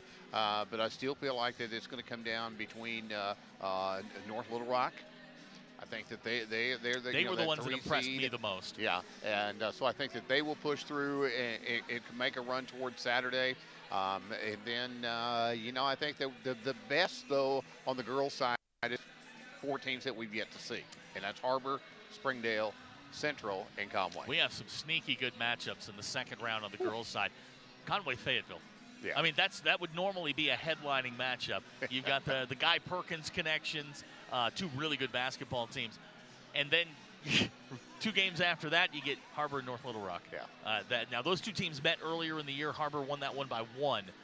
This time, the team that I saw last night here at North Little Rock, that's a formidable basketball team. Yeah. I think that North Little Rock is probably maybe the out of the, you know, when you're not talking about the top 2 in each seed in each division, I think that number 3 seed for North Little Rock is very deceptive for what they can do in this tournament. Now look up at the camera and say, "Hi, Mom." Hi, Mom. Another good game that we'll see on Friday is going to be Springdale-Bentonville. These 2 teams have met twice this year. This will be the rubber match and the final matchup between those two teams that know each other very well, go hard at each other. And if the score holds here, you'll get a rematch from last year. Central knocked Northside out. That game did not sit well with Ricky Smith at all. So it'll be very interesting to see what he does the rest of the ball game here. Is this just a get through it kind of game, and then get ready for Central? Well, you know, we talk about all the time Elite 8. Well, this will really, I think, will be on the girls' side an Elite 8 that's going to be left standing. Yeah, I think you've got the best 8 teams in the 6A. Now on the boys' side, it gets a little bit. We haven't talked much about this, but the team that's coming up, Fayetteville. I think that, we talked about Northside maybe being the sneaky good one. Fayetteville is playing great basketball. They pushed Springdale a couple of weeks ago, blew out Bentonville in their season finale. This is a basketball team in Fayetteville that can make some noise, but they're going to have to get past a very good Little Rock Southwest team here in about an hour or so. Well, and then you've got Little Rock Central. I was impressed with their play today. Again, they're a team that they can blow you out of water, and they can also look like they fell asleep and forgot to come on the floor. So, and they can do that in the same game. And so I think that's going to be tricky to see. And remember last year, coming into the tournament, they were not the team to expect to compete to go all the way through. Now, we have not seen what I consider probably, and you do too, the 2 best boys teams, and we will see those coming up here again with Springdale and as well as Bryant. I think Bryant is the team that is you talk about peaking at the right time. I think that Bryant is the team that's doing that. We get your 4-star back. Can make you peak real fast. It makes a difference. It does have a huge difference. It has significant impact, and Kellen Robinson is a difference maker. Oh, no doubt. absolutely. And Bryant's going to play Bentonville tomorrow. That game's scheduled for 5:30, and then maybe the game of the night is going to be Harbor North Little Rock on the boys' side. That Harbor North Little Rock on the girls' side is going to be fantastic. That Harbor North Little Rock game, I was very impressed with just the doggedness that North Little Rock plays with. Well, when you're 12 down and then you come away and you win by 14, I mean that says something about your team. Yeah, that was really, really impressive. And then Springdale and Central are going to play for the third time in 3 years. This again will be a rubber match for these two. These are going to be two really good basketball teams. We got some great basketball ahead, my friend. Do. Wrap the second half of this one up. Go home, get some rest, and get ready, because for the next 3 days, Thursday, Friday, and Saturday, we have got nothing but high-flying basketball, great competitive basketball, and all that makes the 6A tournament exactly what it is, and that is a premier event here in the state of Arkansas. It's going to be unbelievable. Second half is coming up. You are watching EAB Sports broadcast of the Centennial Bank 6A tournament. I chose a car that would be safe for our family. And when it comes to our financial future, I don't take any chances there either. That's why we bank with Centennial. They give me everything I could want in a bank, from the latest technology to great service. But the biggest thing they give me is confidence. So in a time when there's plenty of things to worry about, my money isn't one of them.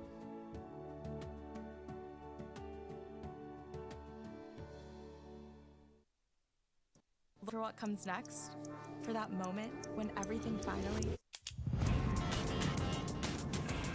1 minute!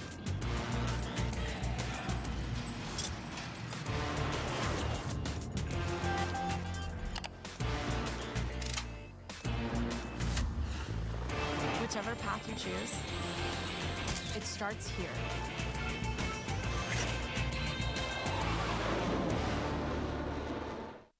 You need a job, a future. So what should you do? Where should you go? At ASU Newport, the answer is just down the road. With 3 campuses tailored to different skill sets, ready to set you soaring with in-demand skills and unlimited earning potential.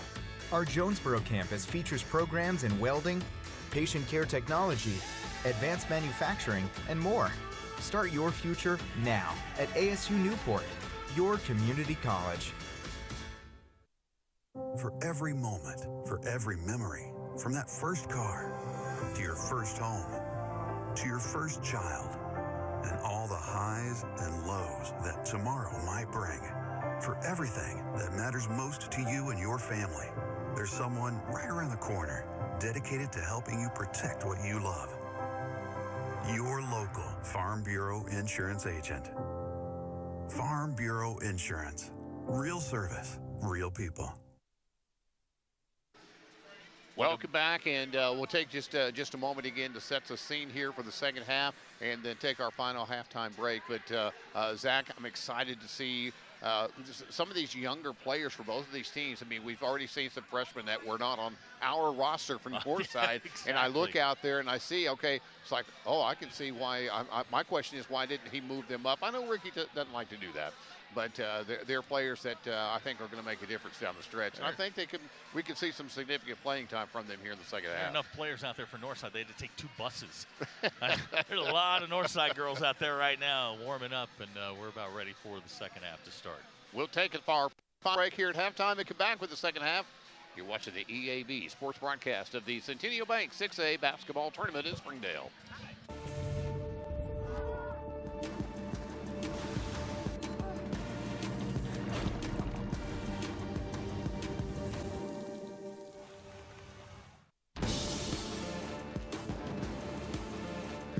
Upgrade to a new Train home comfort system with Air Today and receive up to $2,500 in instant rebates and tax incentives. Special financing is available, subject to credit approval. Call Air Today, your trusted heat and air company. It's hard to stop a train. When you're at home, you need right fiber. Some say it's not whether you win or lose, but how you play. Maybe. But with Right Fiber's 100% fiber internet, you always win. No matter which side you're on. Fall in love with your gig speed internet. Get gig smitten. Get right fiber. We are ready to start the second half alongside J.R. Runyon, who put this whole thing together. Man, you've done a heck of a job doing this. I got to tell you. It takes a crew, and Alexei and his crew are the ones that but not just here. So much credit. 5A, 4A, I mean, you do a heck of a job doing this, and this is a whole lot of fun. I am just so excited to be here and hanging out with you guys, watching some basketball. We're about ready to start the second half. Hazley Grochon's going to inbound. Northside's got the starters back out there. We start the second half, 23-point Lady Bear lead. This is Grochon. Might have gotten away with a travel there. I was going to say. Here's Grochon. She'll fire. Shot good. Hazley Grochon opens the scoring here in the second half.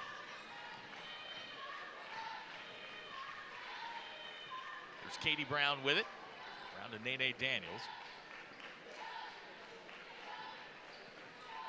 Down low, Amaya Wilborn. Chastity Rogers with a nice catch. 17 on the shot clock. Plenty of time to shoot for the Hurricane. Here's Daniels. Trying to go behind the back. Couldn't do it. Grochon all over her. 5 to shoot. Daniels. Nice move. Fade away. Shot no good. Grochon comes down with it. Hazley Grochon quickly in the front court. Cadence Fleming. Fleming to Gooden in the corner. Erica Gooden loses control of it. Now we've got a scrum on the floor. Jump ball possession arrow is going to go to Jonesboro. So good defensive effort there by the Hurricane. Katie Brown will inbound.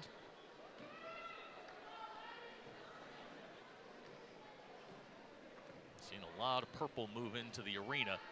Get ready for the Fayetteville game tonight. Here's Chastity Rogers on the drive. Can't get it to go. Maya Wilborn shot high off the glass. No good. Ariana Gooden comes down with a rebound. Gooden accelerates. Shot no good. Whistle foul. It's going to go on Katie Brown. That'll be her third. Gooden will go to the line. She'll shoot 2. Gooden gets most of the headlines, but this is a very solid Northside team. Grochon can bury shots from literally anywhere. They've added Cameron Schmidt, versatile big, and you throw in all the other parts that Ricky Smith has at his disposal. This is a team that's certainly going to be a challenge for probably Central in the next round if this score holds up. 38-9 our score, 29-point Northside lead. One thing about that Central Northside matchup is those matchups. I mean, personnel, one-on-one matchups. It's going to be fun. I remember watching at the end of the game last year, Ricky Smith just sitting on the bench. He was livid that they lost to Central. That was a really good Central team. There's Cameron Schmidt with an easy 2, but he and his staff were livid after that loss. A game that they had the lead and blew it. Chastity Rogers' 3 won't go. Gooden comes out of there. Nice look underneath to Schmidt for an easy 2, and lead has swelled to 33 with 6 minutes to go here in the third quarter. Those are those things that we don't necessarily remember. The grudges when you lose a game in the tournament and how that can affect you. Don't talk to me about grudges in Central. Okay, I got you. Skylar Gamble with the basketball. We'll bring not that 1 year, but 2 years. We'll bring that one up again. Gamble, nice backdoor cut. Katie Brown couldn't control it, out of bounds, and it will be Jonesboro basketball.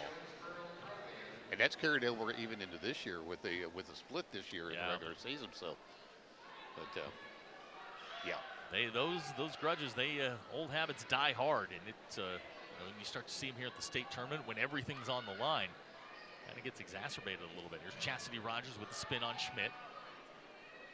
Rogers' shot got blocked. Wilborn can't get that one to go. Ariana Gooden comes away with it very quickly into the front court. Here comes Northside. This is Erica Good looking for Hazley Grochon. Grochon, nice little up and under move and rolls it in.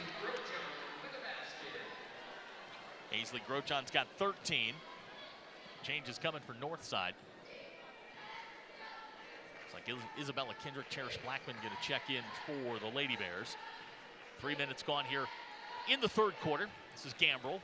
That one picked off by Ariana Gooden. She leads the break. Ariana Gooden, head down, full head of steam, left-handed shot, good. Ariana Gooden, she's got 12. Quickly out of the halftime break. Northside has blown this thing wide open, 35-point lead. Nene Daniels with the basketball. 2:35 to go here in the quarter. Changes aplenty coming for Ricky Smith. Whistle and a foul. It's going to go on Gooden. Nope, they're going to call Grotjohn for it. Grotjohn picks up her second. And now all kinds of changes coming for Northside. This time it's a Northside fire line wagon change. Yeah. All right, let's see if we can do this. Mariah Jackson's checked in. Claire Cole has checked in. She's number 0. Isabella Kendrick, Jariah Birdsong, Cherish Blackman. That is the 5 for Northside. Coach Ricky Smith going deep into his bench tonight. I have a feeling we could see the third 5 before this is done. Well, we brought about 35. We may see the trainer get on the floor before this one's over. Rebound pulled down by Cole. She'll dribble out of there. Trying to get it to Jariah Birdsong. They're going to say last touch by Jonesboro. But again, I want to encourage the Jonesboro fans. You've got a great program still. You've got a great coach, and you've got some great young talent that is on its depth that's going to make an impact in the 6A Central and in the state. Yeah, this is just a bad matchup. This is a veteran Northside team, and you come in here. We've seen it pretty much for 2 days now. The young, inexperienced teams, it takes just a little while to get going. Here's Cole. She'll step inside the three-point arc. Her shot short. Katie Brown with a rebound. Tried to save it. Does. It goes off Cherish Blackman, and it's going to be Jonesboro basketball. So good hustle there by Katie Brown. Coach Ricky Smith says, I think I'll have a seat if they're going to be rolling bodies around like that. Kind of liked when he was standing up. There was another barrier between him and between the Yeah. ball and us. Nene Daniels across the timeline. 3:50 to go here, third quarter. Here's Daniels. She'll pull up. The elbow shot rolls in good. Nice shot by Nene Daniels. Let's see who the foul is on. It's going to go on Kendrick. Daniels' first basket in the ball game. She'll go to the line. She'll shoot one.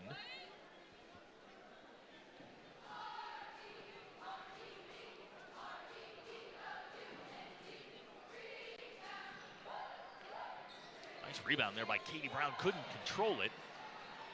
But Wright does. Whistle and a foul. Cherish Blackman's going to pick up the foul. Demaya Wright hit the floor hard. She's still down, just trying to regather her senses a little bit down there. When she gets up and gets set, she'll head to the line. She'll shoot 2. That's 3 now on Cherish Blackman. Lacey Hall's going to check in for Jonesboro, as well as Tatiana Sang. Come in after the first free throw. Demaya Wright, 2 shots upcoming. Wright has 2 tonight. Can make that 3. Here comes Lacey Hall. Nene Daniels going to check out. Second free throw upcoming for Demaya Wright. Daniels did a good job after picking up 2 fouls early in the first quarter. 4 minutes. Has not had one since. Yeah, she's done a nice job staying out of foul trouble. Did exactly what Coach Christenberry wanted her to do, which is stay out of the foul trouble, run the offense. Rebound pulled down by Carter.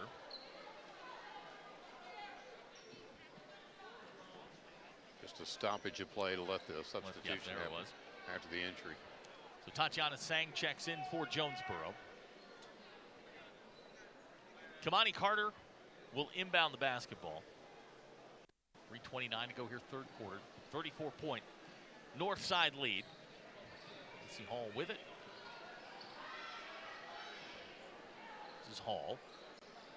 Looking for help, finds Sang.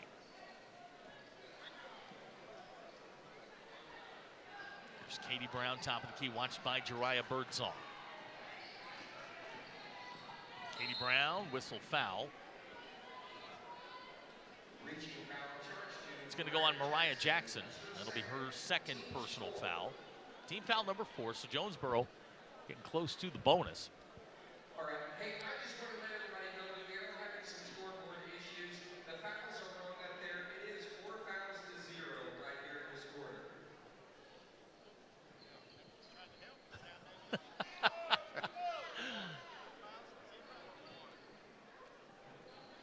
They're having a scoreboard issue with the fouls. Team fouls 4 for Northside here in the quarter. There's Carter. And She's going to throw it into the backcourt.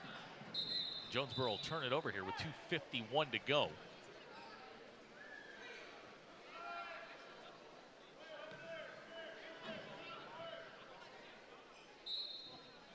So Mariah Jackson will inbound. This is Jariah Birdsong with the basketball.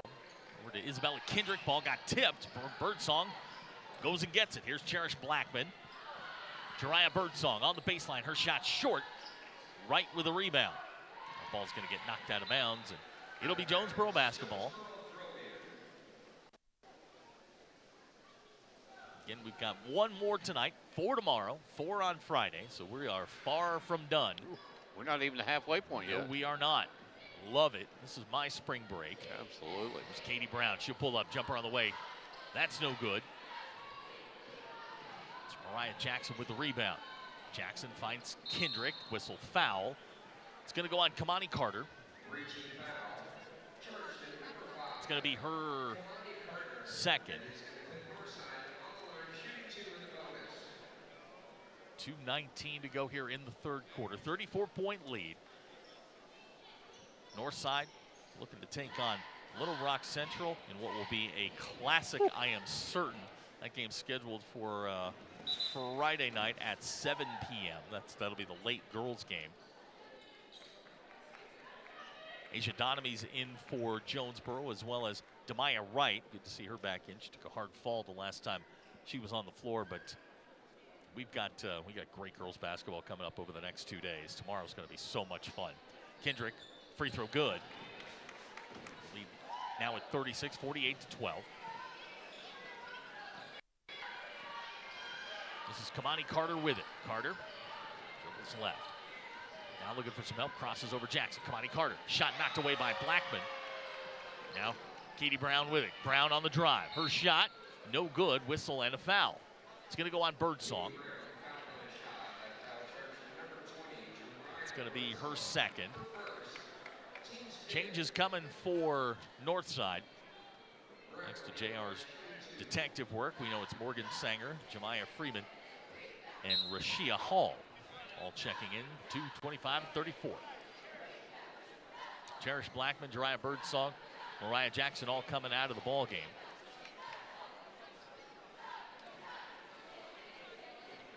So free throws coming for Katie Brown. Can't get the second one to go. Northside's got the basketball. Under 2 minutes to go here, third quarter. Sanger's got it. This is Kendrick with the catch. Back to Sanger. This is Cole in the corner, back to Sanger. Sanger tried to get it down low to Freeman, couldn't do it. Jonesboro comes away with it. Here's Katie Brown on the run out. Knocked away by Sanger.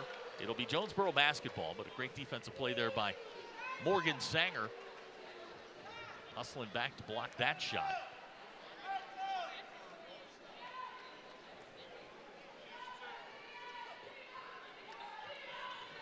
Wilborn with the basketball. Nice catch there. Here's Wright. Demaya Wright tried the backdoor cut. They'll get it over to Kamani Carter. Ball knocked into the near the bench. Tatiana Sang goes and gets it. Now it's Kamani Carter on the drive. Hands back to Katie Brown. Brown, nice crossover. Floater in the lane, good. Nice shot there by Katie Brown. Nice little touch.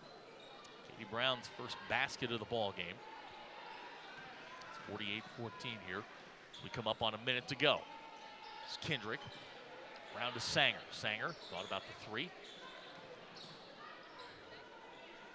Isabella Kendrick, three-point basket, no good.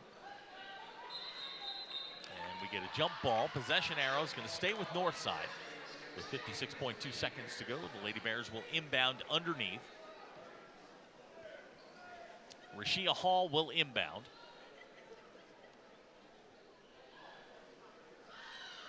Hall finds Sanger, top of the key. She fires three-pointer, good. Morgan Sanger with a three-point basket. How about that? A freshman, bench freshman that can knock down a three. Getting some time. It's quality time here in the first round of the 6A tournament. This is Wright on the wing, looking down low for Wilborn. Can't get it to her, goes out of bounds. It's going to be Northside basketball with 33.5 seconds to go. I don't know how much deeper he can go into the bench. Well, the bus driver, I think, was down there, and like you said, the trainer. He was kind of side-eyeing me, and I'm like, no, Coach, I ain't got anything left for you, man. Not a thing. Sanger with the basketball. Into the corner, this is Cole. Back to Sanger. Almost stolen there by Katie Brown. I have no eligibility or ability left, so. Here's Sanger. Thought about the three. Loose ball taken away there by Katie Brown. Final 10 seconds of the quarter. Here's Sang. Left-handed shot up and in. Nicely done. Tatiana Sang on the assist from Katie Brown. That's a nice drop-off pass. Absolutely, and that is how the quarter will end. Our score after three, Northside 51, Jonesboro 16. JR and I will be right back. You are watching EAB Sports broadcast of the Centennial Bank 6A tournament. You need a job, a future. So what should you do? Where should you go? At ASU Newport, the answer is just down the road. With 3 campuses tailored to different skill sets, ready to set you soaring with in-demand skills and unlimited earning potential. Our Jonesboro campus features programs in wellness, patient care technology, advanced manufacturing, and more. Start your future now at ASU Newport, your community college. When you're at home, you need right fiber. Some say it's not whether you win or lose, but how you play. Maybe. But with Right Fiber's 100% fiber internet, you always win. No matter which side you're on.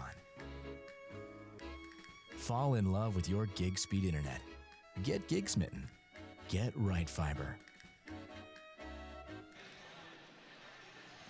We start the fourth quarter, 51-16 the score. Lady Bears in front. They'll be moving on to take on Little Rock Central.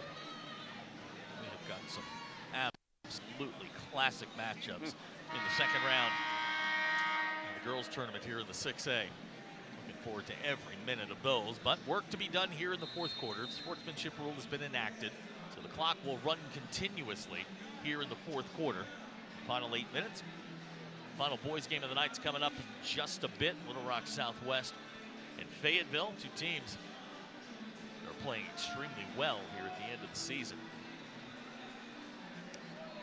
So we start the fourth quarter. Diamond Davis is checked in for Jonesboro, as well as Rakaya Hendricks. Changes aplenty for Coach Kristen Berry. This is Davis with it. Back to Skylar Gramble. Gamble finds Katie Brown. Tried a little backdoor play there, taken away by Northside. This is Sanger. Birdsong on the wing. That ball knocked away by Mike Brown.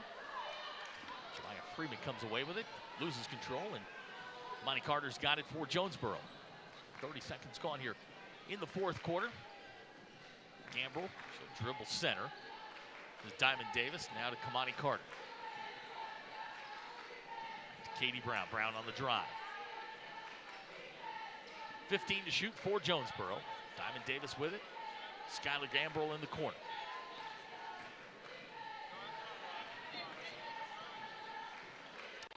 Five seconds to shoot. Gamble on the drive. Can't get it to go. Freeman with a rebound. Sanger. Now Mariah Jackson. Here's a three-pointer by Birdsong. That's short. Hall with a rebound. It's going to be ripped out of there by Kamani Carter. Jump ball. Possession arrow. It's going to go to Jonesboro. More changes for Northside. Eden Fields is checked in.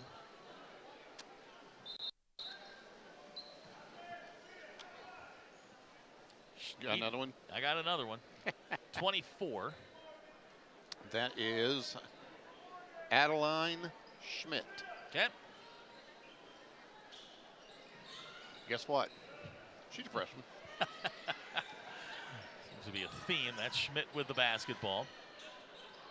Left-hand three-pointer out of the corner there by Fields. Here's Sanger. She's feeling it now. Let that one go. Hall can't get it to go. Ball's being knocked around and comes right back to Hall for two. That's Rashia Hall. That's her first basket. 5:40 to go here in the ball game.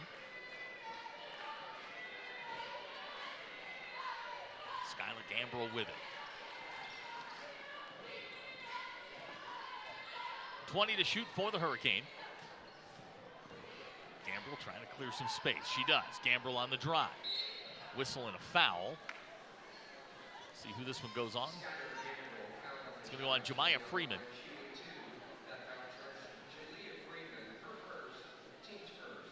Jalea Freeman, excuse me. It's her first personal foul.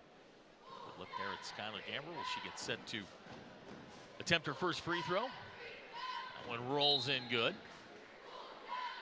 Tatiana Sang checking back in for Jonesboro. If you're Jonesboro, you look at this one as a learning experience. Take it for what it's worth, and you load up again for next year. Gambrell's second free throw, good. Nene Daniels coming back in for Jonesboro.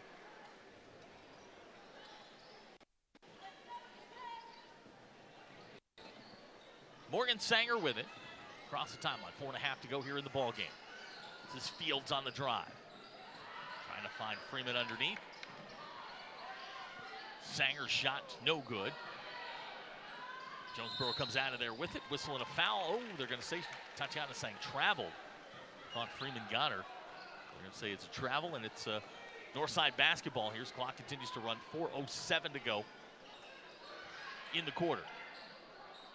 Three-pointer, no good. It's going to be batted out to center court. Fields will go track it down.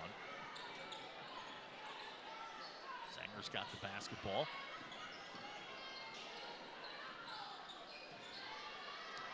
Adeline Schmidt will back it out. Need to shoot. Plenty of time for the Lady Bears. Shia Hall over to Schmidt. Now back to Hall. In the corner, Fields. Eden Fields three-pointer. That's no good.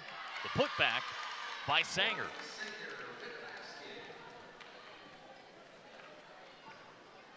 Nene Daniels with it. Here's Wright on the drive. Her pull-up jumper, a wedgie.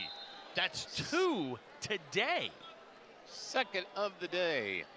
More changes coming for Northside. Both coming in the girls' game, by the way. Lonnie Lawrence is checking in. Nevaeh Smith is in. She's number 44. That one's wedged in there good. Yeah, that one's in there pretty darn good. He's like, what the heck? Wow, this is a poor display by our referee. I think we may have it here. There it is. There we go. And a round of applause, fans. I've got a 32 that's checked in. You got a 32 over there? I got a 32, and that is for Northside. That is Birdsong. That is Jakaya Birdsong. Jakaya, as opposed to Jiraiya. Got it. Jakaya Birdsong. Okay. All right, so we start again. Jonesboro to inbound. Right. Nice little up and under, trying to find Nene Daniels. Couldn't do it. Now, I didn't pay attention there. Did the clock continue to run during the wedgie? That I did not look at. I don't know if the rules were written for that. Nice play there underneath to Demaya Wright. She'll get the basket and one. I don't think it did because it took too long. I don't think we'd have any time left on the clock. Foul goes on Lanny Lawrence. I don't know if there's a specific rule for that. I think that's what they call an official timeout. There's Demaya Wright. Shot rolls off the rim, no good, and now we're going to get an official's timeout. 33 not in the book. Okay. And that is Laney Lawrence.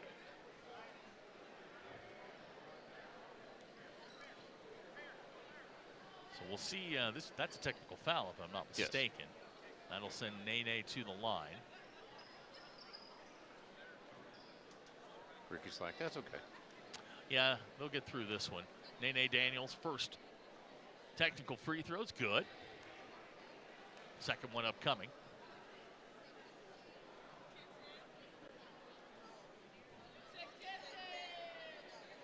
So Daniels will get both. Jonesboro will have the basketball with 2:32 to go. They did stop the clock on the technical. Left. I'm gonna officials timeout. So if it's an officials timeout, they stop the clock. I will. I'll pursue the. I would think that's where the wedgie came in. It's an official timeout for a wedgie. I happen to know a referee. I'll ask. Nene Daniels finds Chastity Rogers far side. Rogers traveled with the basketball. Eden Fields checking back in for north side. Lanny Lawrence is going to check out. She picks up the technical foul through no fault of her own. Yeah. Well, the fact of the matter is there's only 15 slots in the book. So that ball taken away by Wright. Jonesboro heading the other way. Here's Chastity Rogers. Rogers back to Nene Daniels. Final 1:45 of the ball game. Northside going to move on. Play Central. Game will take place on Friday night. Steal by Eden Fields. Fields. Adeline Schmidt couldn't control it. Northside's going to turn it over. Diamond Davis looking to get it back to Nene Daniels. Couldn't do it. And that will give Northside the basketball. This Adeline Schmidt to inbound. This is Aaliyah Hamilton. Ball poked away by Wright. Monty Wright all the way to the basket. Her shot no good. There's Nene Daniels. Her shot is good, and the foul. Nice play there by Nene Daniels. Great follow-up there. And again, I'm just impressed with Daniels, Yeah. with Wright, Demaya Wright. I think she's going to be a good ball player. I really do. They've got some pieces here. Yep. Just it's going to be time and experience. The young ladies here from Jonesboro. Second shot, or first shot is good. Nene Daniels come alive here. She's got 5 points here, all here in the fourth quarter. Final 43 seconds of the ball game. This is Adeline Schmidt with it. Leah Hamilton in the corner. Nevaeh Smith can't handle it. It'll be Jonesboro basketball. Shot clock's off. Final 30 seconds of the ball game. Northside going to move to 24-5 on the year. Jonesboro going to fall to 5-21. But as you said, JR, lots to like here, lots to work with as they go forward into 2025 and 26. Here's Chastity Rogers. Rogers with the spin. Rogers whistling a foul. It's going to go on Aaliyah Hamilton.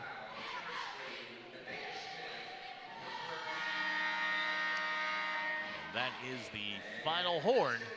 And our final score, Northside 55, Jonesboro 23. Northside's moving on. They will Little Rock Central. That game is scheduled for 7 p.m. on Friday. It is going to be a great day of basketball on Friday. It's going to be a great day of basketball on Thursday. And we've got one more to go here on Wednesday. Got Little Rock Southwest and Fayetteville coming up.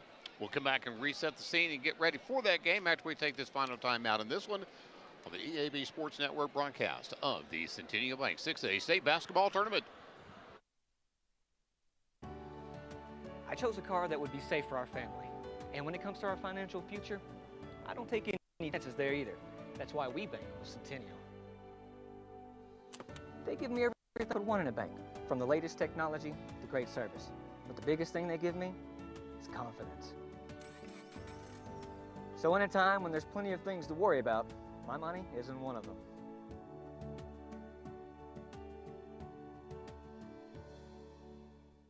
If you grew up playing basketball in this state, you recognize their names. Isaiah Joe, Bobby Portis, Malik Monk. They may be playing in the association now, but they got their start here. You want to find out who the next Shakina Strickland, Kristen Williams, or Austin Reeves is? Just tune in starting March 13th, and it runs all weekend long. For all the ways to watch, just log on to myarpbs.org/sports.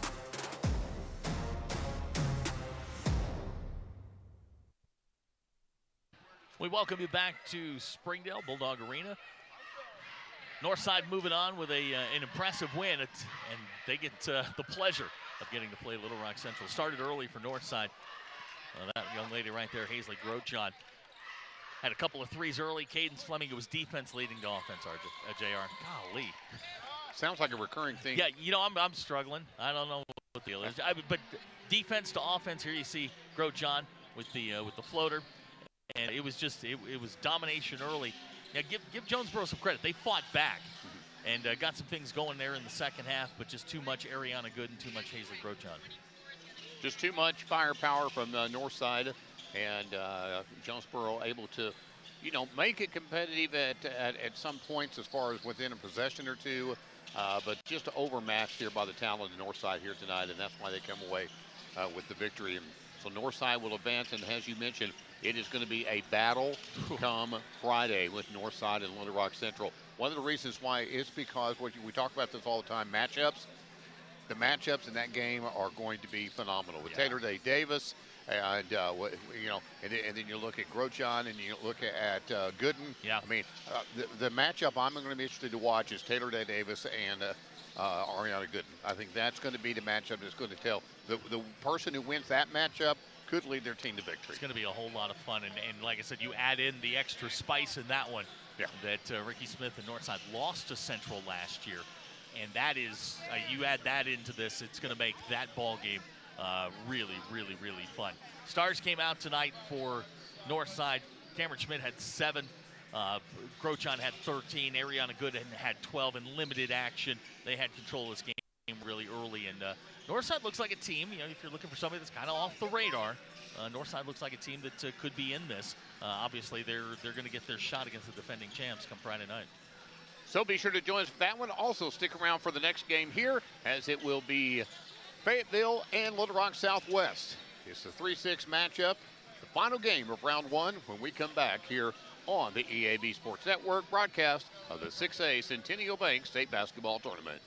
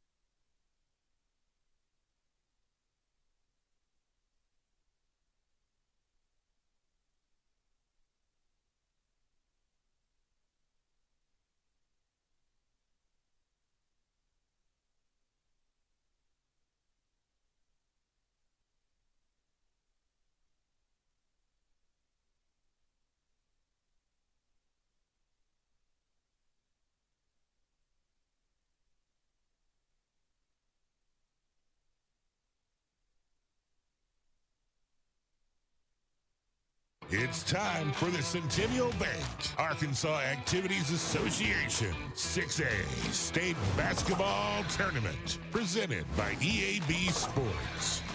Today's game is brought to you by Centennial Bank, Springdale Athletic Foundation, NEA Baptist, First Community Bank, the U.S. Navy, Ritter Communications, St. Bernard's, Air Today, the United States Air Force, and ASU Newport.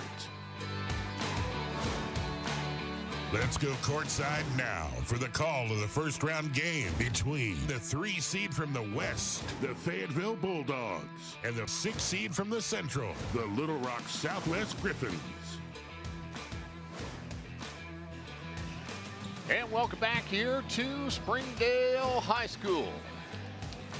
Game number 8. Final game of the first round here.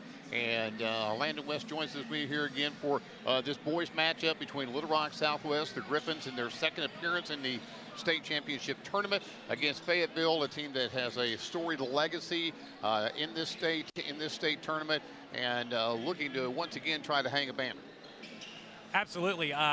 Fayetteville, if not for the town of Springdale, would have a little bit of a higher calling here in the tournament, but I'm sure the Springdale faithful, both Harbor and Springdale, are happy with how it turned out. Fayetteville, not so much. They are looking to blow into the quarterfinal round full speed ahead and make a run through this tournament. And for them, that starts tonight with this outfit from Little Rock Southwest and the Griffins, who, as you mentioned, their second appearance, looking to create a little bit of a buzz around this team, to gain some eyes, to gain some attention, and create their own story in that deep history of Little Rock hoops. Well, and Little Rock Southwest, it all goes through Montrell Martin. He's the big guy in the middle, the 6'4" senior, but it's not just his height that gives him, it's his mass. I mean, he just is a big presence. To try to work around him is a challenge, and he's got a head of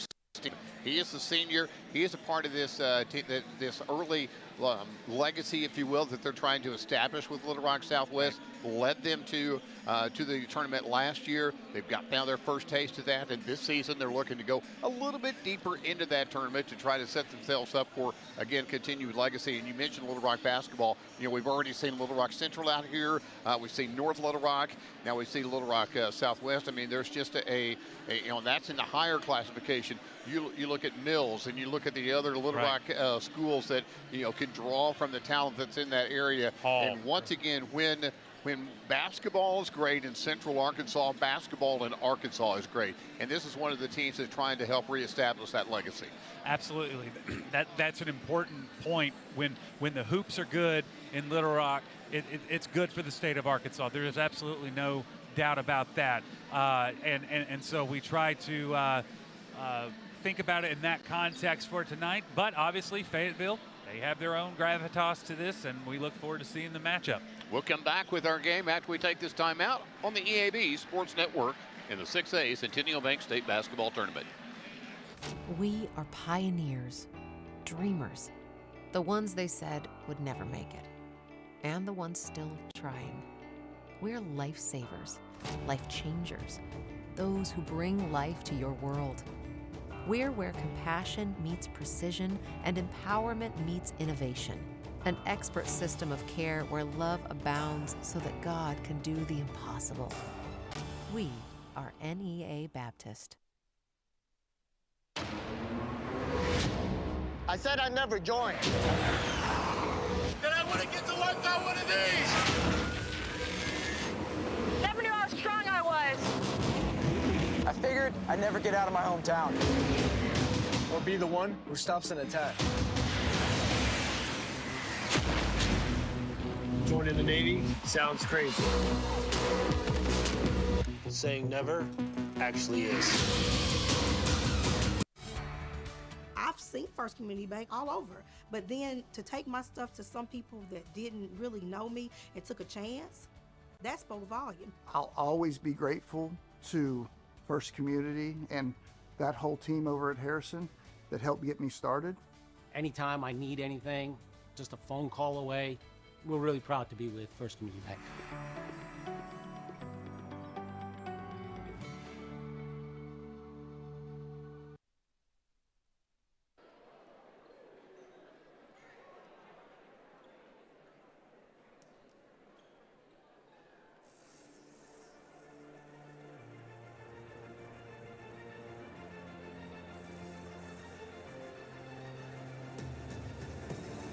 Welcome to Bulldog Arena for the 2025 Class 6A Arkansas Centennial Bank State Basketball Tournament. Congratulations to all the high schools participating in this prestigious event. This tournament has showcased exceptional talent and highlighted the competitive spirit in high school boys and girls basketball across the state of Arkansas.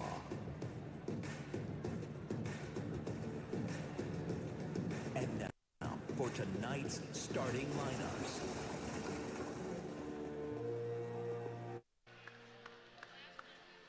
And welcome back here to Springdale High School, and a great display on the court here, and introduction here as we get ready for the introduction of starting lineups between these two schools in Little Rock Southwest and Fayetteville.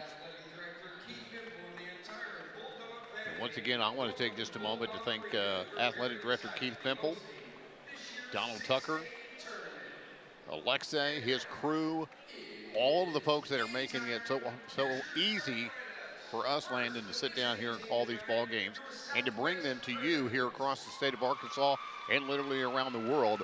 And we're glad to have everybody joining us here. Understand that there is some military families that have been able to catch some of these games, and you love that. And we're excited about those opportunities. Jonathan Hudson will get to start here for the Little Rock Southwest Griffins. Also starting will be Constant Gill, the 5'8" senior. Again, this will be a senior heavy lineup for Little Rock Southwest. Jeremy Criswell is the lone junior that will start here for Little Rock Southwest, and he's a fun player to watch. Also, number 23 is Chase Forte, the 6'1" senior, and number 33, the aforementioned Montel Martin.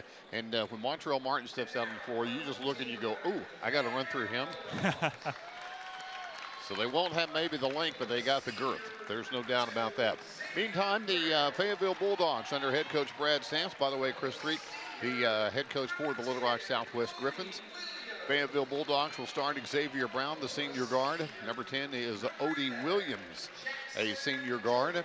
Number 11 is Jackson Jorgensen. He is also a senior guard. And number 13, Colson Crone, the senior forward. And number 21 is Quincy Branford, the senior guard. So this will be an up and down game. And I have a feeling that the team that gets the hot hand early could be the team that could dictate the pace of this ball game. Our officials are ready, and we're ready for the final first round game between the 3 seed out of the West, Fayetteville Bulldogs, and the 6 seed out of the Central, the Little Rock Southwest Griffins. The anticipatory music starts, and we are ready to get this game underway. Just waiting for Michael Jordan and the 90s Bulls to come out, right? Seriously? Oh, you see what I did there. Okay. All right. I'm not Allen, you're not Parsons.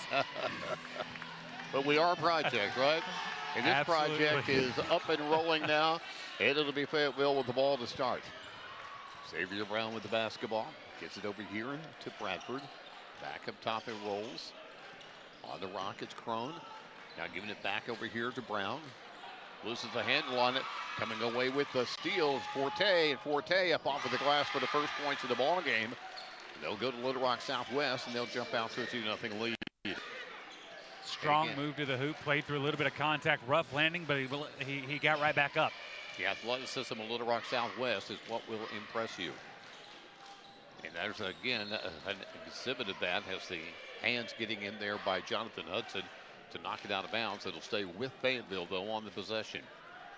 Just underway, 7:21 to go, first quarter, 2-0. Southwest with the lead.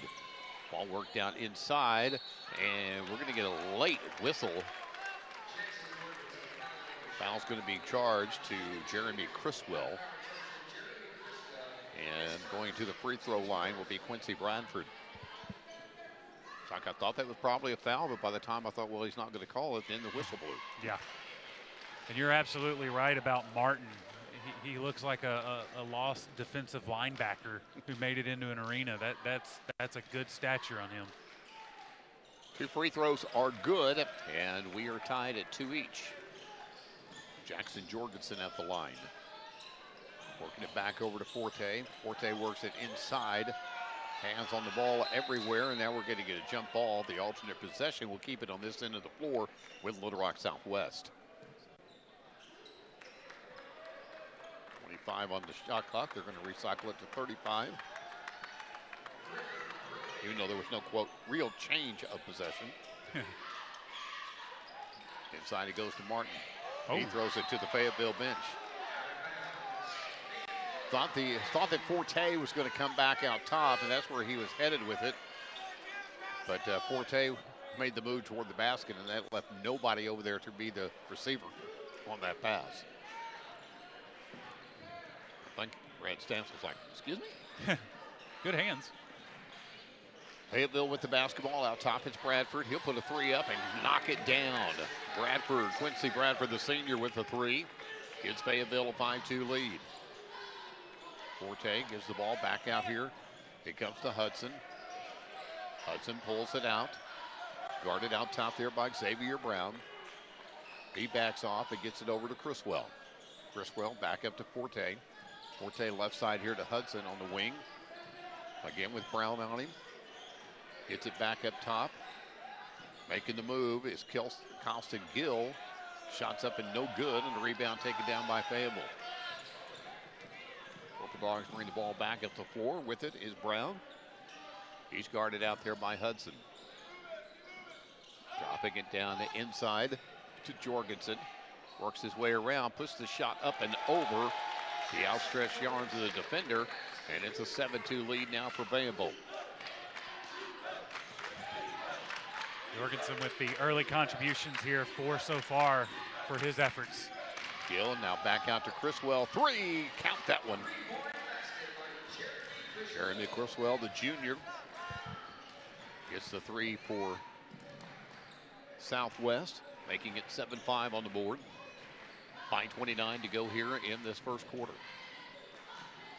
Ball rotation around. The shot from the elbow is up and no good that time by Bradford. Ball comes down. Fast break opportunity underneath the basket. Great ball handling, but can't get the shot to fall. Gill, I think that was just a little ahead of him, and he just was able just to put the ball up, not really with much control. Now that shot's up and no good, and the rebound goes back to Southwest, and that's intercepted that time by Jorgensen, and then throws it away on the far side. It'll come back to Southwest. You know, talking about Gill's fast break, it's almost as if he was too fast for his own good. And the breaks did not apply to get the layup in. So it will be Southwest basketball. A little shoe tying going on there for Jorgensen. Now we're ready to go. Equipment correction. Hudson with the basketball. Guarded out top here by Bradford. Work it down into the corner. The 3 ball is up and no good from the corner, and the rebound comes back away. Bradford with it. He'll give it up to Brown, who bring it back up the floor for Fayetteville. 7-5 again, our score. Taking into the paint. A little stutter step. Nice job by Odie Williams to extend the lead now to 9-5. Good move with the left hand there, driving with on the left-hand side of the lane. Very strong. Martin at the elbow, gets it back outside here to Gill. Colston Gill. Gill drops it down low inside to Forte. He puts the shot up, draws the contact, and will go to the line. The foul going to be called on number 13, Colson Crone.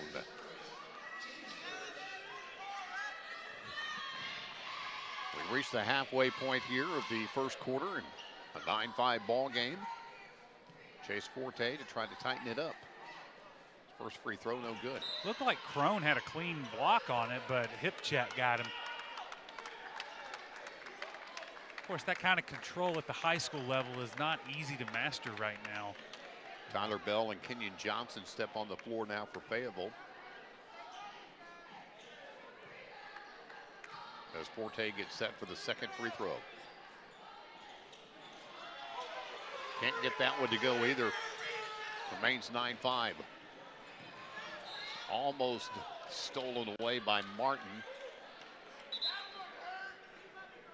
And I know it's a jeer from the student section, but you're right, that won't hurt.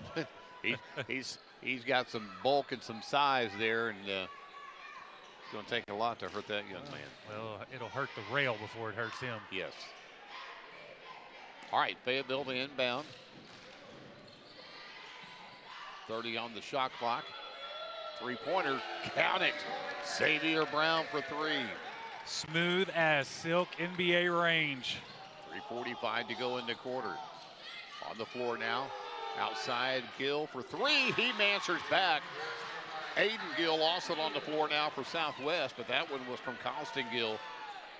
Tighten it back up to a 4-point game. Trying to answer back on this end is Fayetteville. That won't go. And then the ball is knocked free. And up and in for Kenyon Johnson. And that was one among four. Back the other end, Chris Wells three, no good. Martin with the rebound. Martin takes it up strong. He'll draw the contact.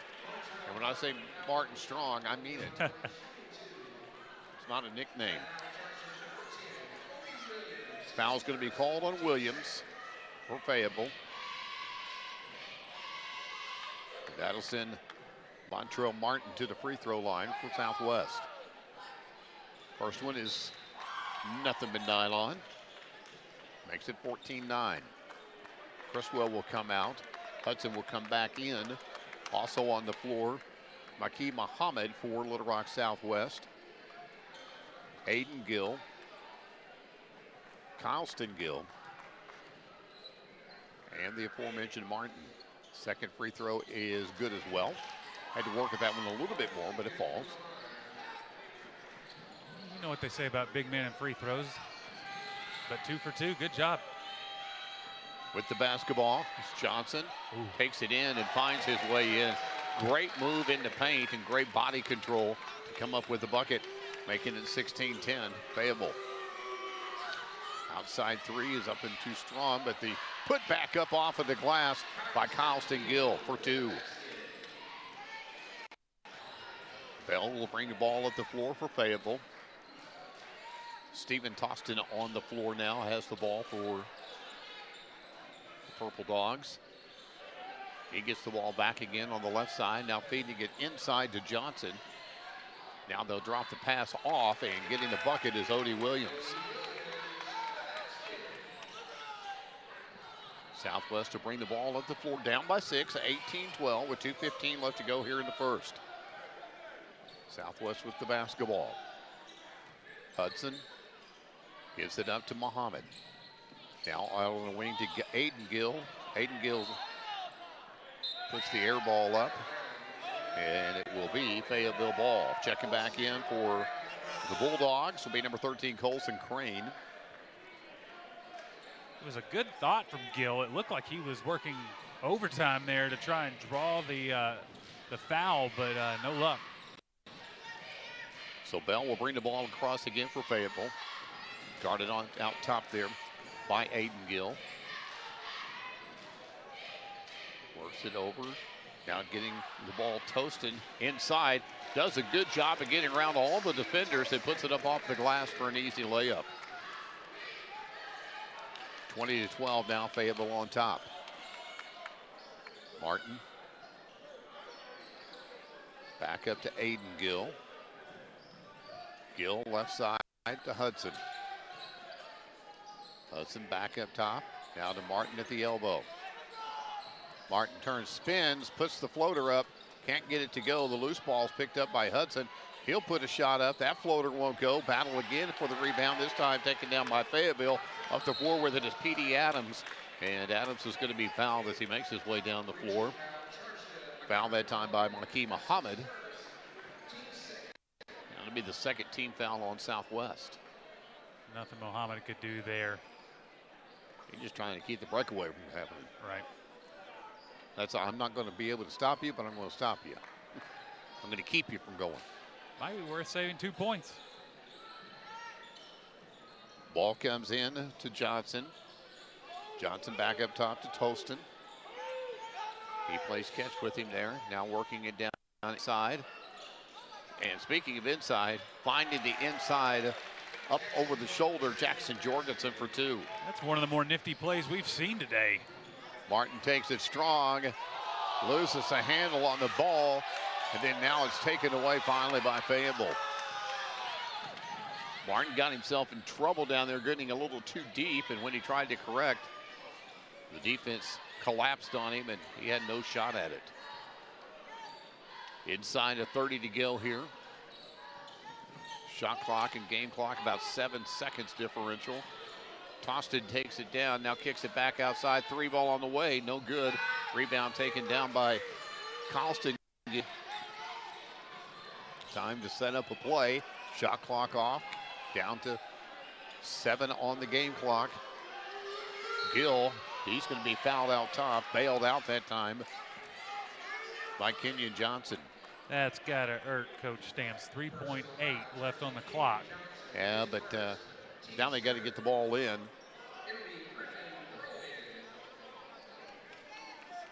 Does give Southwest time to set a play up here, but not much clock to work with. 3.8 seconds.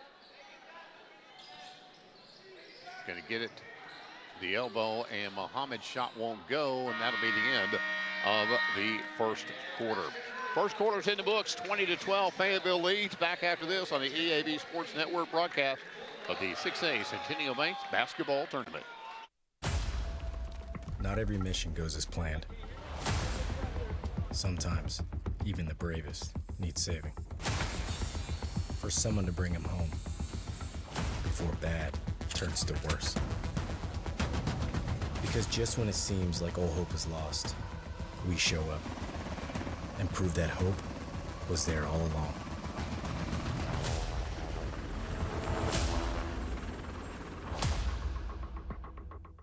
When you look at St. Bernard's today, you'll see history being made, day after day.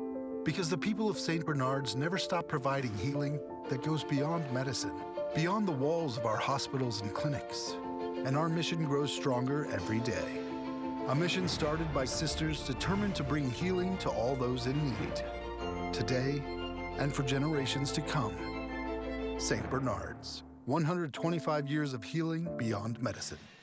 Welcome back courtside here for the final game of this second day of the Centennial Bank Arkansas Activities Association 6A State Championship Tournament. And 22-12 our score after the end of one. Fayetteville with the ball to start the second quarter. With it is Johnson, gets it back outside to toss, or excuse me, that was to Bradford, who's back on the floor for Fayetteville. And that 3 is off of the mark and comes short, and the rebound comes away to Southwest. And Hudson wants to go coast to coast, does. Then initiates and draws the contact. And he will go to the free throw line after the foul by Quincy Bradford. First quarter scoring, Mr. West. Jorgensen leads all scorers with 6. Gill from Southwest, second with 5. Significant contributions from Fayetteville include Johnson with 4 and Bradford with 3. And Criswell from Southwest also pumped in a 3-pointer. Hudson now in the book with his first on the first free throw. He'll get set for the second. James Toney checks in now for Little Rock Southwest. Second free throw good as well for Hudson. He's got 2. The game, the lead is 22-14. Brown takes it into the front court for Fayetteville. He pulls it back out, directs traffic, wants to open up a lane for himself. Now kicks it back outside. Good ball movement, but Southwest gets hands on it, but can't come away with the steal as Kyle Gill has the ball go off of him. It'll be Fayetteville's ball with 19 on the shot clock. Pass comes in up high to Crone. Crone gets it over there to Williams. Odie Williams with the rock. Back inside it goes to Brown.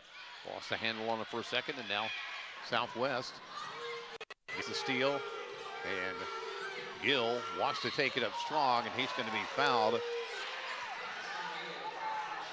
And the foul's going to go against number 2, Xavier Brown.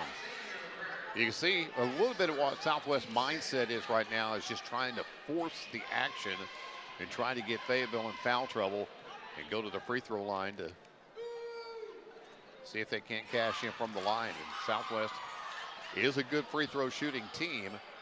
Costa Gill knocks down the first there. Well, I'll say they're successful at creating opportunities for Southwest. Problem is nobody has amassed more than 1 foul so far, so no trouble for Fayetteville. It's just quite a few fouls already. Second free throw good as well for Gill. 22-16 to score. Here's a three-pointer from the corner, up and good. Knocked down that time by Quinn Sanford. Good find as well. Criswell with the basketball. Right side it goes to Gill. He tries to answer and does. Second time in the ballgame he's answered a 3 from Fayetteville with 1 of his own. Now Brown with it for Fayetteville. 6:35 left to go in the half. Fayetteville on top, 25-19. Working around, the floater is up and in for Jackson Jorgensen. The senior guard extends the lead back out to 8, 27-19. Hudson looks to the bench, gets the play call. Yo-yos it, gets it over to Criswell. Criswell back over to Hudson. Hudson takes it in, puts the floater up, it's short. The rebound taken down by Criswell. And a fresh shot clock for the Griffins. Working it outside to Gill on the left side this time. Gill takes it in, has his shot blocked. Taken away there by Bradford and back the other way. Fayetteville. Bradford says, hey, I got 1, I can't get 2. The rebound comes away to Southwest. Tony with the rebound. Hudson with the basketball. Collects it over into the left side. Hayden Gill. Drops it off to the big fella. Martin looks to go one-on-one spin, does, and gets too far under the basket. Hits the underside of the basket, and Fayetteville comes back the other end and makes him pay for it with Odie Williams, and a timeout going to be called by Southwest. 29-19 to score, 5:16 left to go in the first half. We'll take the timeout as well. Back after this on the EAB Sports Network. You've got to have someone that understands what you are doing as a mission. Community bankers are important that way because they understand the community relationships that we have to form to be successful. I feel like First Community Bank and Myers Davis, our cultures are so similar. It is all about relationships. It's a real boon to our community to have a bank like First Community to be supportive of so many things. They're willing to take a chance on entrepreneurs, which is helpful to make the community grow.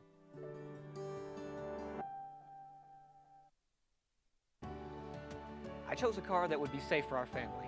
And when it comes to our financial future, I don't take any chances there either. That's why we bank with Centennial. They give me everything I could want in a bank, from the latest technology to great service. But the biggest thing they give me is confidence. So in a time when there's plenty of things to worry about, my money isn't one of them.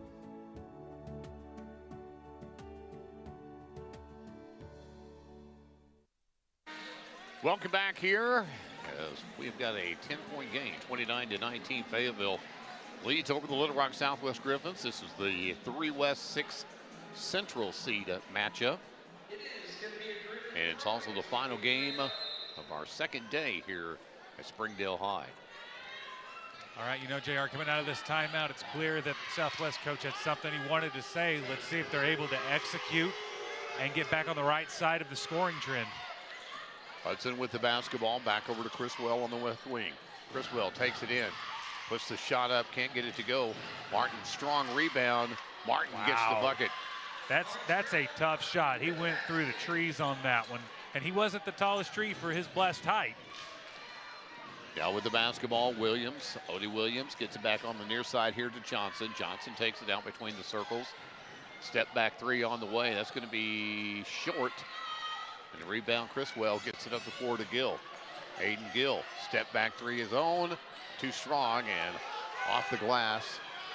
Rebound comes away to Fayetteville. They'll try to run numbers at the other end. Can't get the shot to go, and Martin with the rebound. On the miss, Hudson brings it up the floor. His shot is blocked that time by Bradford.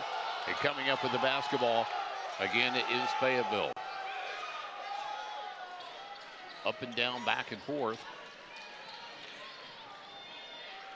And now Johnson will slow it down a bit. Gets it out to Jorgensen. Jorgensen at the elbow. Give and go.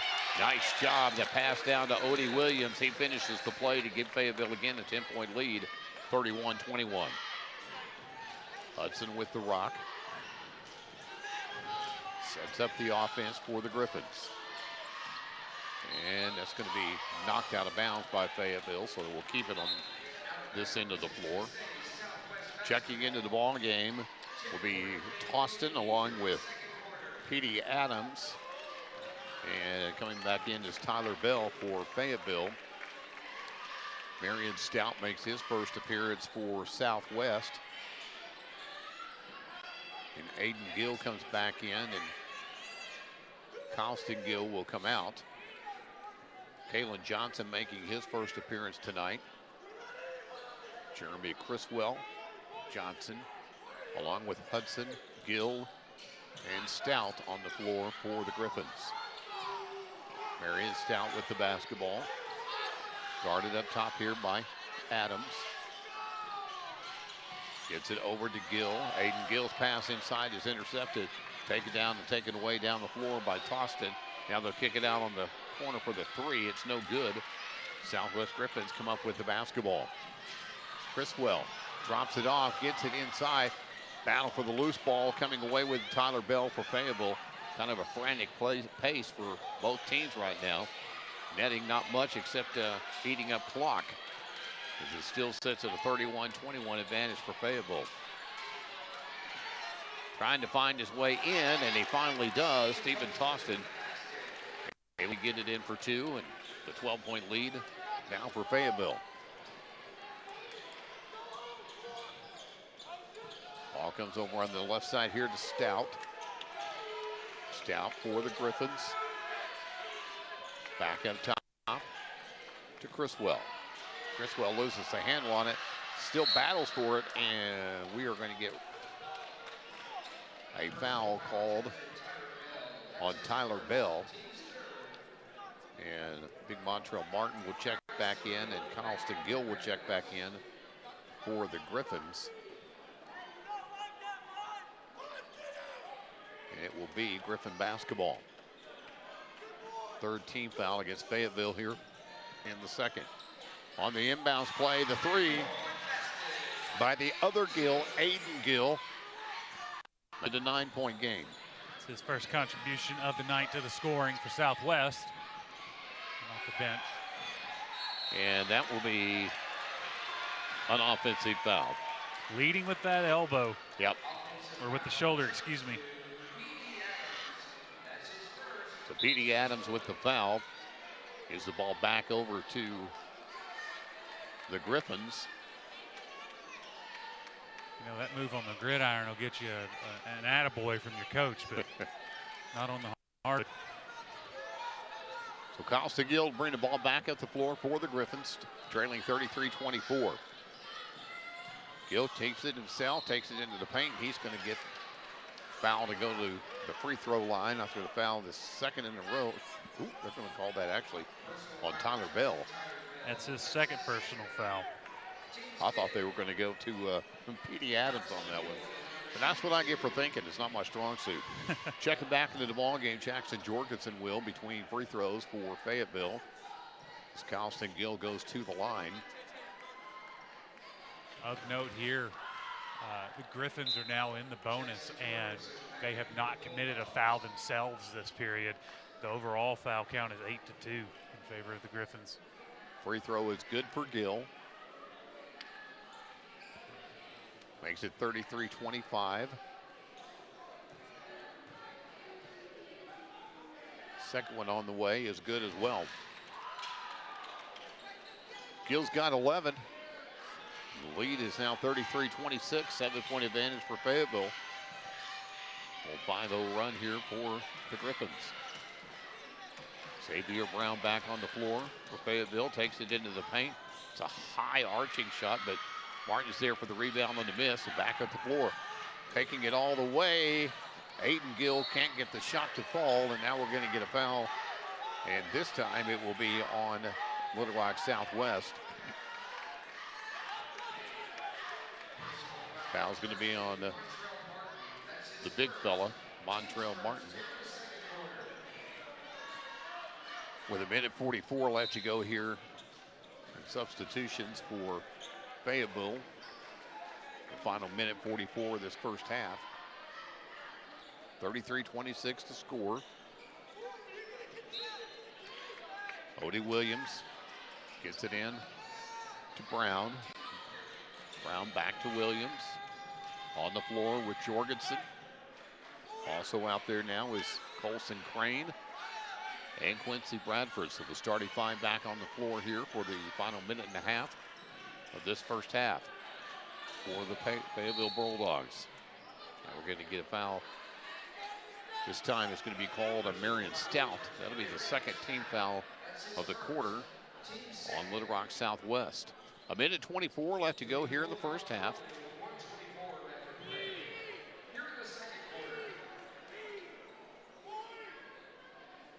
Inbounds pass at the elbow, back inside. Nice look, nice finish.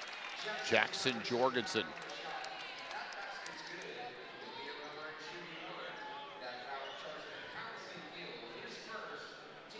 So now the fouls are starting to mount here for the Griffins. They're up to 3 in a matter of a couple of minutes. The and one is no good, and Martin pulls down the glass. We'll come back the other way.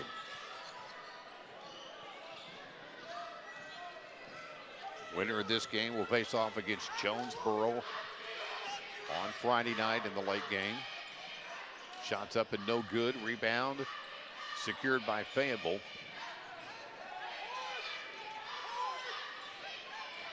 Slowing it down is Brown.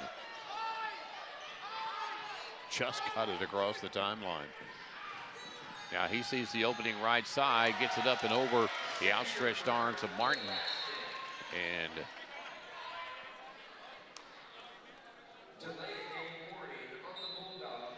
be a delay of game warning on Fayetteville. And Criswell will check in. Also checking in will be Aiden Gill for Little Rock Southwest. As Derek Vassar comes out after just basically coming on. So Stout on the floor with Colston Gill, Jeremy Criswell, Aiden Gill, and Colston Gill sees his shot knocked away. Those four on the floor with Montrell Martin for Little Rock Southwest. 37-26.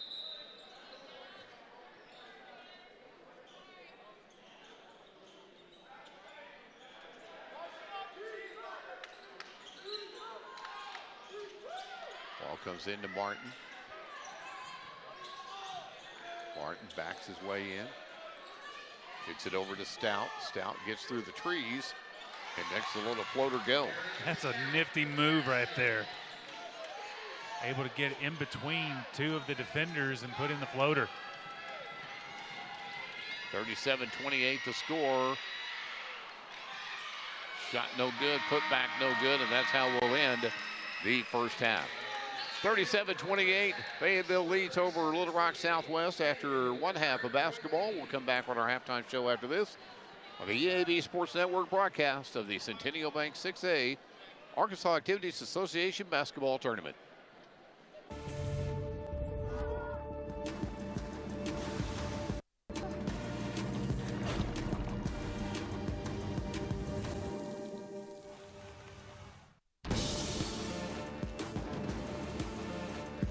Upgrade to a new Train home comfort system with Air Today and receive up to $2,500 in instant rebates and tax incentives. Special financing is available, subject to credit approval. Call Air Today, your trusted heat and air company. It's hard to stop a train.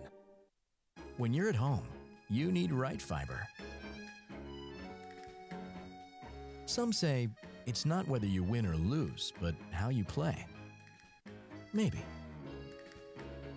But with right fiber's 100% fiber internet, you always win.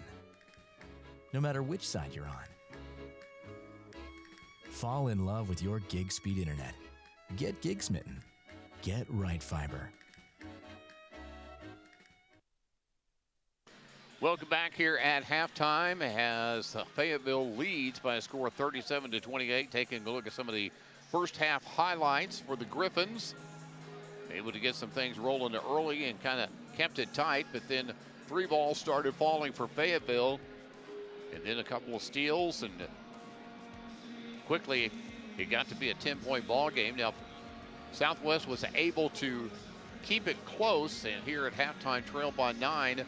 But again, it's been an inside-outside game. It's been a good battle and fairly clean game as far from the foul standpoint. And we really thought that maybe Southwest, that was what they were going to try to do, was try to create foul issues for Fayetteville, but they really haven't put them in that situation. And Fayetteville has continued to be able to get the shots to go from inside and again from outside. You see the exasperated look on the Southwest bench as that shot went up.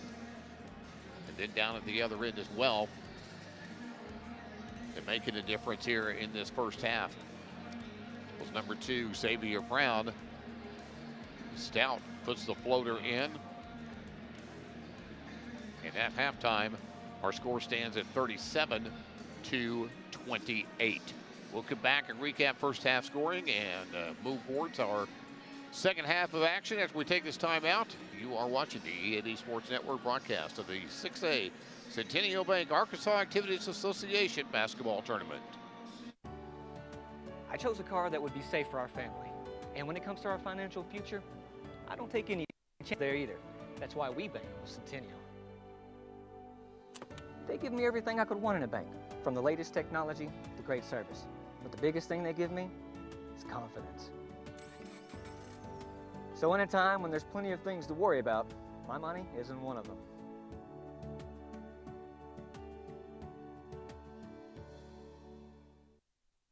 Looking for what comes next? For that moment when everything finally... 1 minute!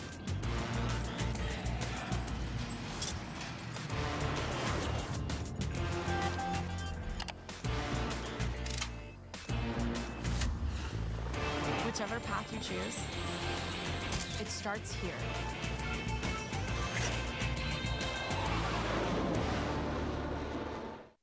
You need a job, a future. So what should you do? Where should you go? At ASU Newport, the answer is just down the road. With 3 campuses tailored to different skill sets, ready to set you soaring with in-demand skills and unlimited earning potential. Our Jonesboro campus features programs in welding, patient care technology, advanced manufacturing, and more.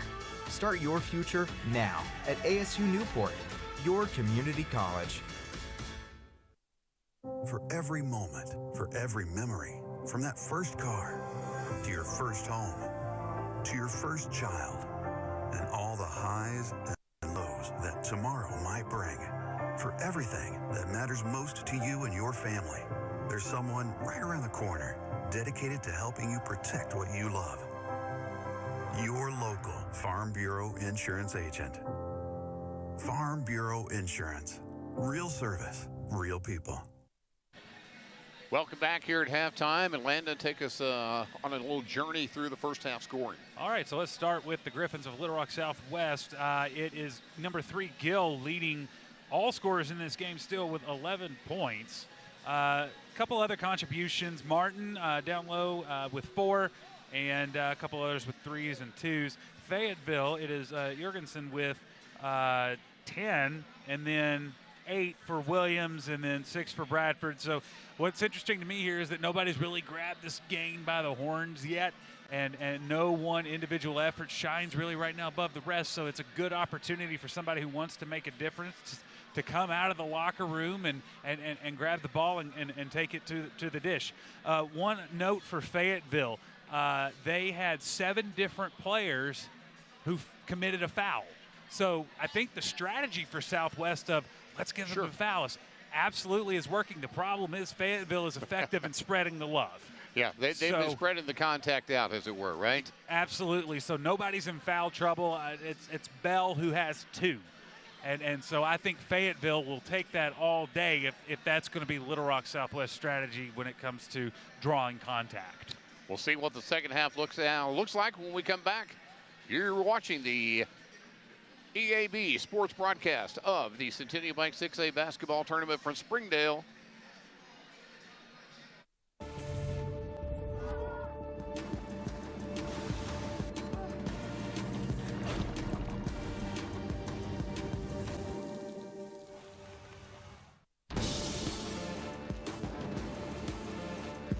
Upgrade to a new Train home comfort system with Air Today and receive up to $2,500 in instant rebates and tax incentives. Special financing is available, subject to credit approval. Call Air Today, your trusted heat and air company. It's hard to stop a train. When you're at home, you need right fiber. Some say it's not whether you win or lose, but how you play. Maybe. But with Right Fiber's 100% fiber internet, you always win. No matter which side you're on. Fall in love with your gig speed internet. Get gig smitten. Get Right Fiber. Attention sports enthusiasts. Get ready to be amazed by Summerwood Sports Complex, the new state-of-the-art facility in Bryan. Our facility offers up to 4 courts spread across 2 spacious gyms, conveniently located off Interstate 30 in Bryan. Whether you're a team seeking tournament glory or an individual looking to elevate your skills, Summerwood Sports has got you covered. Discover more about our cutting-edge facility and check availability at summerwoodsports.com. Hello and welcome. My name is Donald Tucker. In an effort to continue to provide for our students and connect families across the country, this year we are taking our efforts to a whole new level. Our commitment to the district's children is unwavering. We believe that athletics plays a vital role in the personal growth, character development, and overall well-being.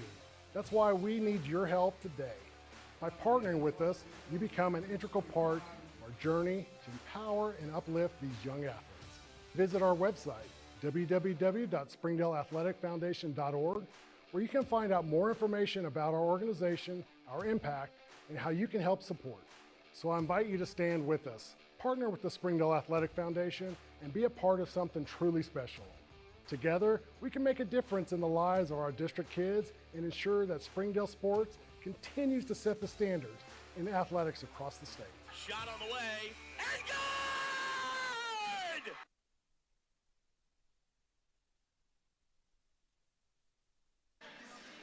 All right, welcome back. We are about a little more than a minute away from tipping off this second half. Be sure to join us because we've got the final half of basketball from the first round next here on the EAD Sports Network broadcast of the 6A Centennial Bank basketball tournament. I've seen First Community Bank all over, but then to take my stuff to some people that didn't really know me and took a chance, that spoke volume. I'll always be grateful to First Community and that whole team over at Harrison that helped get me started. Anytime I need anything, just a phone call away. We're really proud to be with First Community Bank.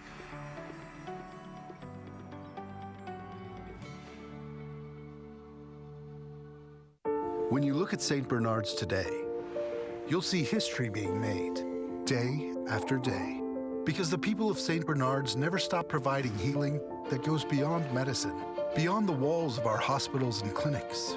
And our mission grows stronger every day.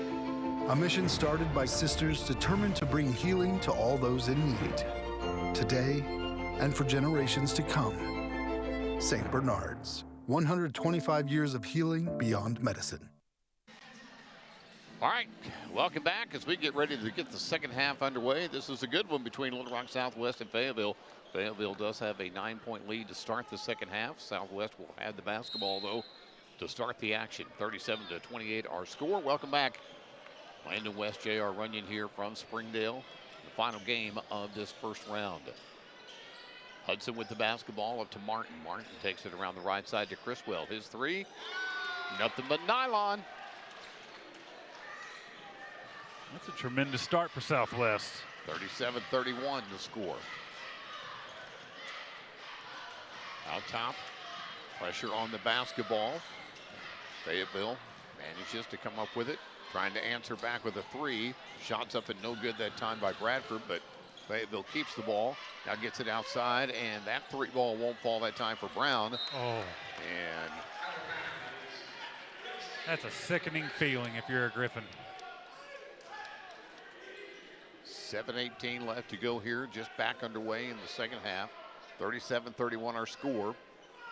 Fayetteville on top. Griffin's trying to advance to the second round for the first time ever. Pull off the upset here in Northwest Arkansas against Fayetteville.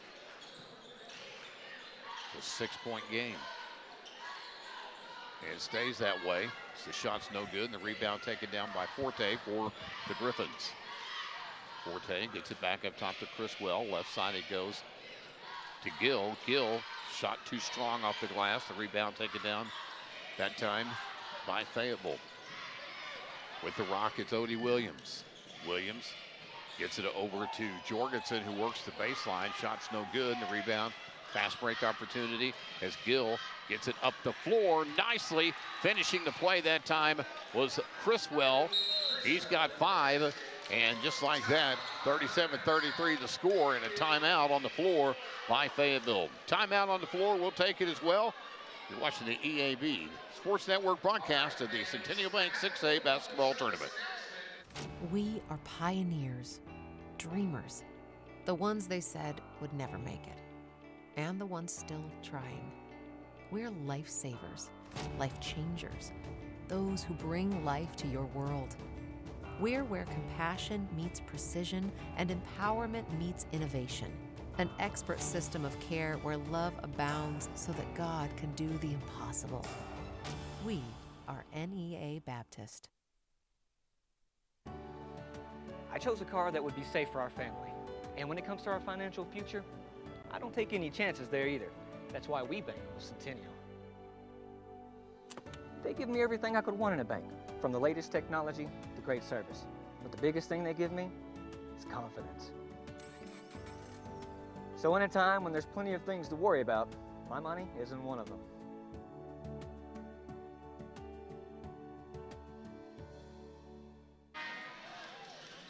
(37-33) our score.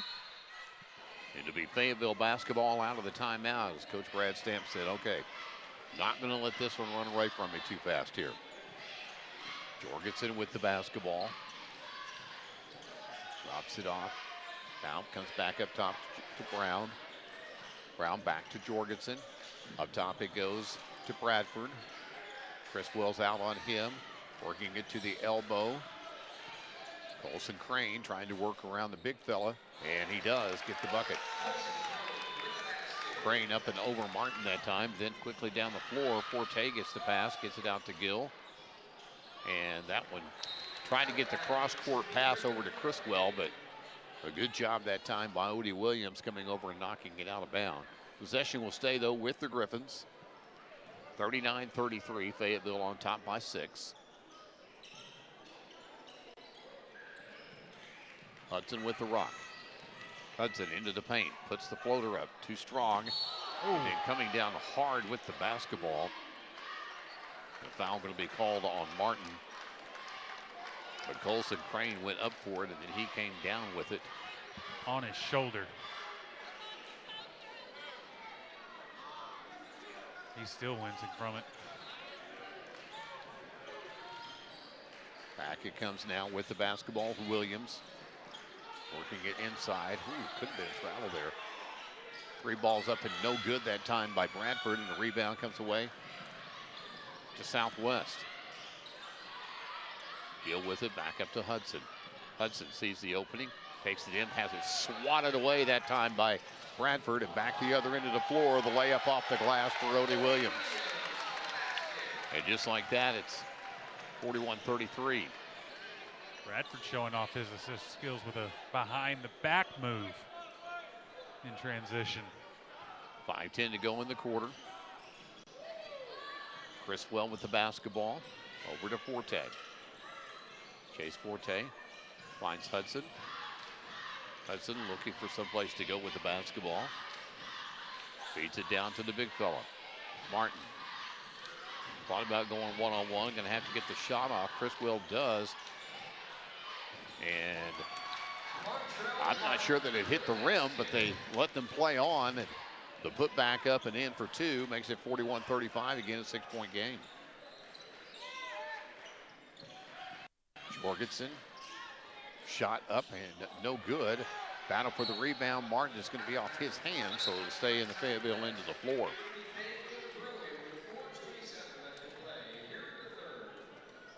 (41-35) our score. Forte and Hudson will get a breather. Aiden Gill comes out on the floor for Southwest, as does James Toney. Williams with the rock. To Bradford, gets it back to Williams. Williams can't get the shot to go. The rebound taken down by the Griffins. Chance to make this a two-possession game, and Martin does exactly that with a lay-in off the right side. 41-37 to score. Substitutions coming on the floor here for Fayetteville. That's back-to-back buckets for him down low. There's another three ball that won't fall for Williams, and then Criswell sees the opening, but the shot's too strong. Goes Chris Street, just like too quick on that possession.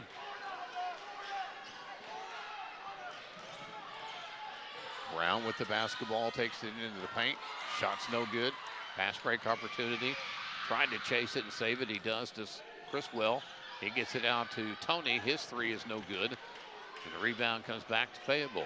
41-37, 4-point game with 3:24 left to go here in the third.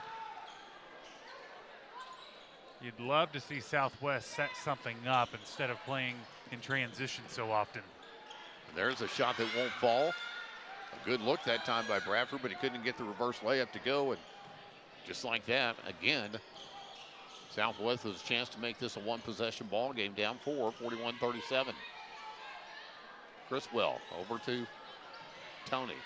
Back up top it comes. And the move, then kick it out to Gill for three on the way. No good. Had the good look he wanted. Yep. But couldn't get the shot to fall. Bradford with it now. Into the front court, through the defense. Foul going to be called. Foul's going to be called on Kylston Gill. That'll send Bradford to the free throw line to shoot two with 2:39 left to go here in the third quarter. Just two fouls whistled in this third quarter. Free throw for Bradford is up and good. Again, a 5-point lead, 42-37.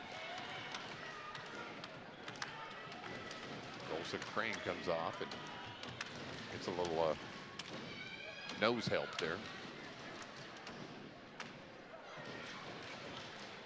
Criswell will come off the floor. Hudson back on the floor for the Griffins. Second free throw goes as well. 6-point game, 43-37. 2:37 left to go here in the third quarter. Griffins hanging with the Fayetteville Purple Dogs. Over in the corner. With it is Hudson. Hudson back up top to Gill. Gill kicks it back out to the other Gill. Now works it back down, inside outside pass. 6 on the shot clock, going to have to make a move towards the hole. And the shot won't go. And the rebound chased down and kept by Southwest. Hudson chases the loose ball down. He says, let's settle it down just a little bit here inside of 2 minutes to go. Southwest wants to make every possession count. And there's a high floater off of the glass that won't go. But picking up rebound is Toney. He gets the shot to fall and is fouled. Will go to the line for an and one. And just like that, it's 43-39. And at the free throw line, James Toney, the senior guard, can make this a one-possession game with 1:44 left to go in the third. And he does. 43-40. But coming back in is Marion Stout. as Carlston Gill will get a breather with 1:44 left to go in the third. Southwest puts pressure on full court, and going to get a foul called on Southwest to Aiden Gill. That's just the third of the quarter on Southwest.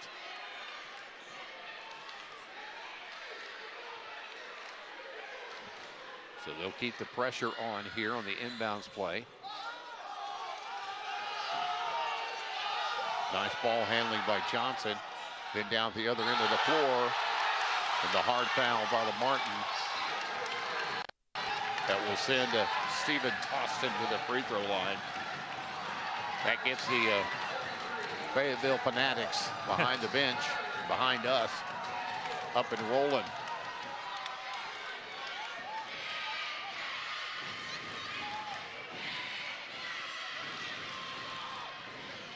That's Martin's third personal foul.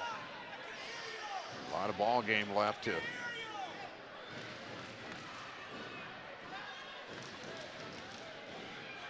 be playing with 3 fouls.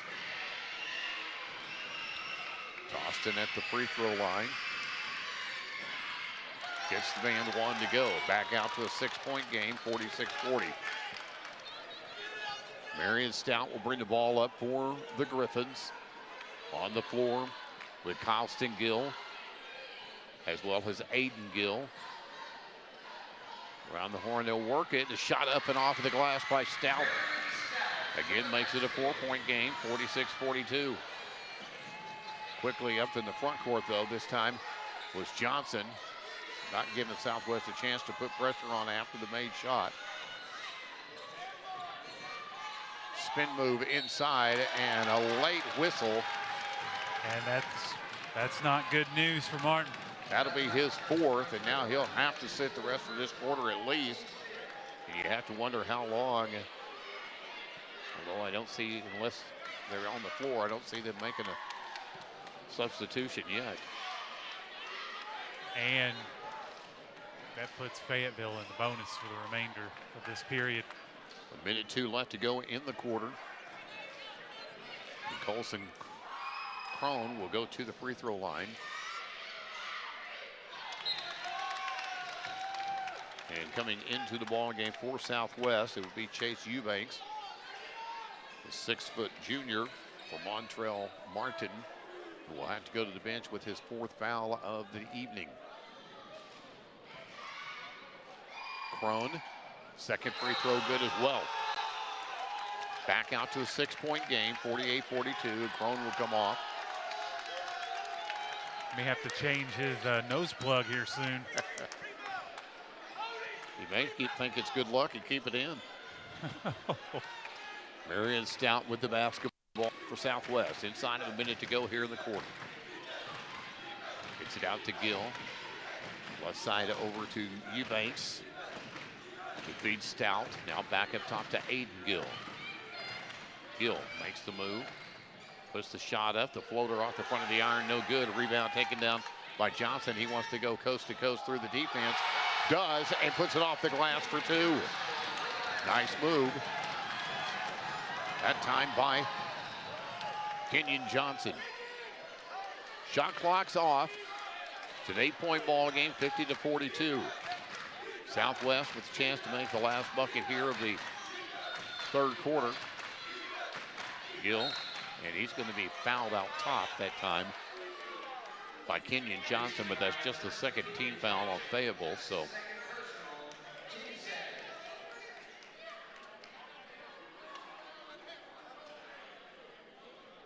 It will be Southwest ball, and we're going to get a substitution as Criswell will come in. He'll come in for Chase Eubanks. 50-42 our score. Criswell gets the pass into Hudson. Hudson puts it up off of the glass for 2. Nice inbound play. And there's a steal, and there's a bucket again by Hudson, 2 in a row, and that's how the quarter ends. And it will be a 4-point ball game when we come back for the fourth quarter.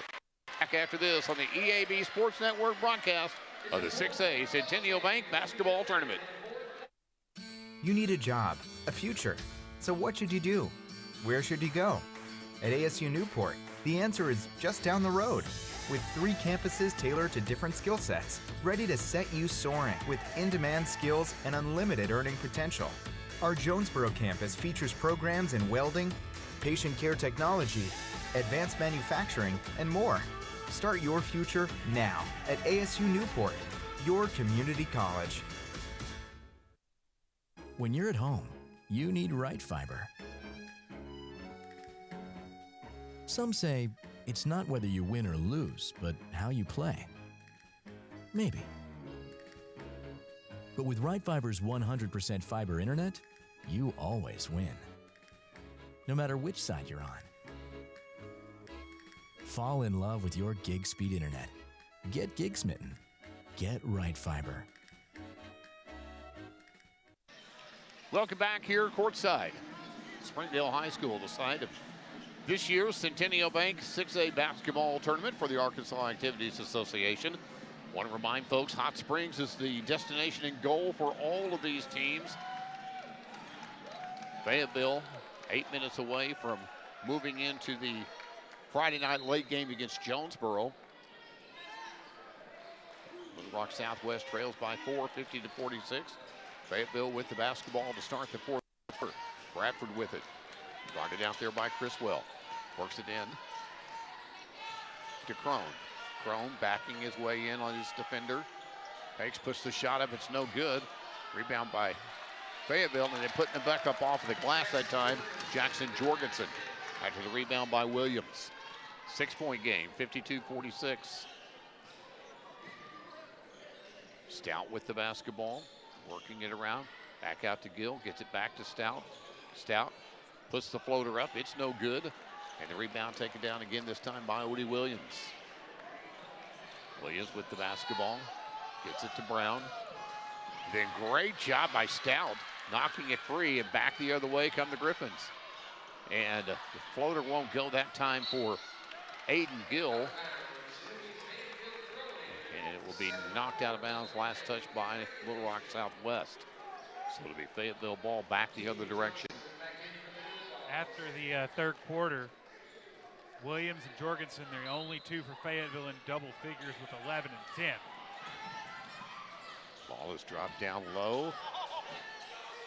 And nice move that time by Crone as he moves around the defense and puts it off the glass for 2.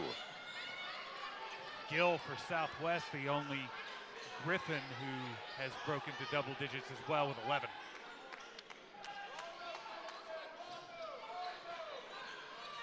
Outside with it is Hudson. On the dribble, takes it right side, gets underneath the basket. He's going to be fouled as he tried to put the reverse layup in. Foul going to be called on number 10, Odie Williams. It's only his second personal foul. First of the fourth quarter on either team. 8-point advantage for Fayetteville. Hudson trying to cut into that with free throws here.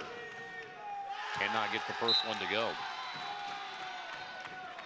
So with 6:33 left to go in the ball game, Montreal Martin re-emerges, playing with 4 fouls.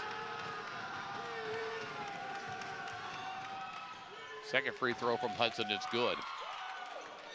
54-47, a 7-point game. Hudson will bring the ball up the floor here for Fayetteville. Working past Stout, now kicks it outside to Crone. Crone, and they'll say that's off of Southwest, so it'll stay with Fayetteville. 54-47, Fayetteville on top. Here in the fourth quarter, 6:21 left to go here in the nightcap. Ball comes in to Crone, who gets it to Williams. Odie Williams, side to Johnson, back to Odie Williams. Williams, free throw line, gets it back to Bradford. And there's a steal, and yes, they do end up with the basketball, but 1 among 3, and can't get the shot to go that time. Aiden Gill Gill rather. Now the ball's loose, and here's a fast break opportunity. Gill will have a little less traffic to deal with, and this time takes it up off the glass for two. And just like that, it's again a 5-point game, 54-49. Fayetteville on top. 5:40 to go here. Bradford with it. Working on the defense, drops it off there to Jorgensen. Jorgensen needing to get some help. Jorgensen, it's got to be a 3 seconds in the lane. You still call that? Well, when it's 3 minutes in the lane, yeah, they're going to call it. Well, I know there's always that one guy in the crowd yelling 3 seconds. But I didn't know they could still call it. Wow. All right, so the turnover gives the ball back to Southwest with a chance to make this again a one-possession game. Down by 5, 54-49. Southwest has not led in this ball game. Martin loses the handle on the basketball, battling for it. Finds Hudson. Hudson drops it in for two. And just like that, it's a 3-point game, 54-51. Bradford with it in the backcourt. Southwest comes out and puts pressure on it. There's a steal by Gill. Great steal. Can't get the shot to go. Still a battle for the basketball, and we're going to get a whistle on this end of the floor, and it's going to be a timeout called by Fayetteville. So great effort that time by Southwest, and when we come back, we will have a 3-point ball game and 4:46 left to go in the ball game. Back after this on the EAB Sports Network broadcast of the Centennial Bank Arkansas Activities Association State Basketball Tournament. I said I'd never join. Then I wouldn't get to work on one of these. Never knew how strong I was. I figured I'd never get out of my hometown. Or be the one who stops an attack. Joining the Navy sounds crazy. Saying never actually is. Welcome back. 54-51 our score. Fayetteville and Little Rock Southwest, and Landon West joining me here again. I think this is what we hoped to see and thought we might see in this ball game, and that's a battle. Absolutely. It's going to take a large effort from Southwest to overcome that, because unfortunately Martin is one mistake away from fouling out, and that might take a lot with them. So, you know, he's playing very, very carefully. However, Fayetteville, still nobody in foul trouble on their behalf, so they've got the pedal to the metal. Luckily for Southwest, it seems like they're able to capitalize on some of their mental miscues that are happening on these inbound plays and in the backcourt, especially Hudson taking advantage. A little trouble getting the ball in this time, but able to make it happen with the basketball. Again, that's Brown. He's back out on the floor for Fayetteville. Odie Williams with the ball, gets it up here again to Johnson, to Brown. Fayetteville content to just kind of run some clock here. Shot clock's down in, approaching 5. Wow. And a good job of working the shot clock, then getting the shot you want from Xavier Brown to extend the lead back out to 5. Three-pointer won't fall, and the rebound comes away to Fayetteville. And again, let's see if they employ that same tactic of burning some clock here as we reach the halfway point of the fourth quarter. It looks like they will be very deliberate in their ball handling here. Kenyon Johnson with the ball. Gets it back up here to Brown, who slows the pace down again. Then looks to blow past the defense, and Brown, second trip down the floor in a row, and increases the lead. Now back out to 7. And timeout called by Little Rock Southwest. Timeout called by Little Rock Southwest. We'll take it as well and be back after this on the EAB Sports Network broadcast of the 6A Centennial Bank Basketball Tournament. I chose a car that would be safe for our family. And when it comes to our financial future, I don't take any chances there either. That's why we bank with Centennial. They give me everything I could want in a bank, from the latest technology to great service. But the biggest thing they give me is confidence. So in a time when there's plenty of things to worry about, my money isn't one of them.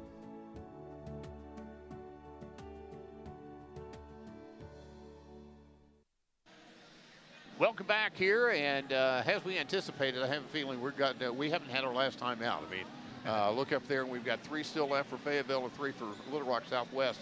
You can't take them with them into tomorrow or the Hot Springs, so I have a feeling both of these teams are going to feel the need to use them. Absolutely, and again, Little Rock Southwest still kind of playing gingerly with Martin and his 4 fouls. So right there, a good opportunity for the Griffins to settle in, realize that, yeah, they just gave up 4 to Brown from Fayetteville, but they're still in this 3.5 minutes to go, and only about a 3-possession game here. So use the timeouts to keep your guys focused, and obviously late in the day here, might see a little bit of attrition. Ball comes into Martin. Now he has the ability, I was just starting to say, to make that shot, does not get the 3 to fall, and the ball comes away to Southwest, or to Fayetteville. Southwest hounding the ball. And that frustrates Fayetteville. They start playing chase in the backcourt, and all of a sudden you might get a 10-second call if you're Southwest. Once again, Brown with the basketball. Shot clock working down to 10 seconds. Again, he looks to go right side. This time the foul's going to reset the shot clock, and foul's going to be on Kenyon Johnson. Or excuse me, foul's going to be on Aiden Gill. Colston Gill. I had my Gills backwards and I had my jerseys backwards. Well, whichever one, it's his 3rd personal, I can tell you that. That's right. Xavier Brown with it, out top. Directing traffic, takes it left side now. Pulls it back out on top. Being guarded out here by Tony. Sees the opening again. He gets into that block and then sees the opening and lays it up off the glass. 3 straight trips down to the floor, and Brown has come up with buckets. Yeah, he doubled his point total for the night just in those 3 trips. 60-51. Southwest got it down to 1 possession, and now they're battling back, trying to keep it alive here. The battle for the basketball. Martin eventually going to come up with it is Colston Gill. Gill gets through the defense, has it stripped away by Brown, and Brown's going to bring it back up the floor and slow the pace as we approach the 2-minute mark in this one. And that might have been the last best chance for Southwest, although that's going to be out of bounds and it's going to come back to Southwest. You know, I see my life flash before my eyes a few more times calling the game down here than I do up top. But you're not in the heat of the action. That's true.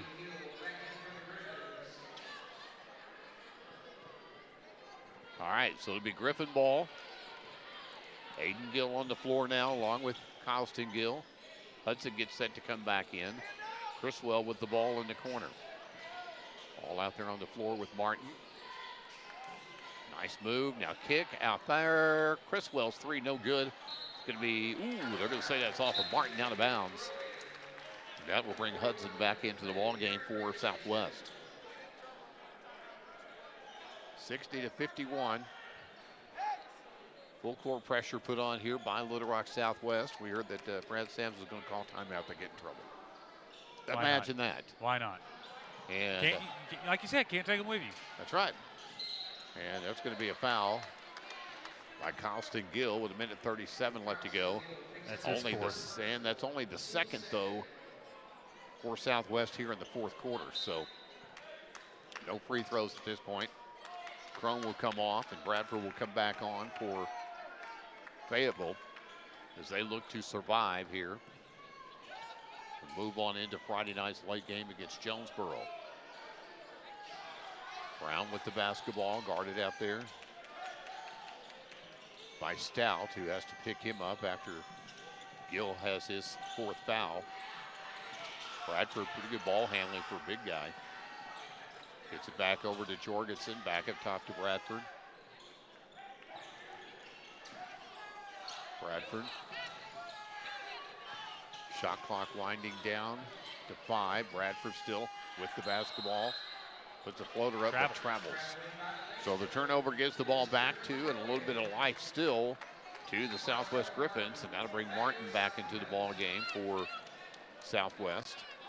And Stout will come out.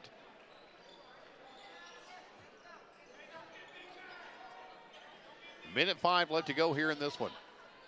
60-51 Fayetteville. They've led the entire way of this ball game. Hudson's shot won't go, but he is fouled and will go to the free throw line with 58.5 seconds left to go, and the foul going to be called on Odie Williams.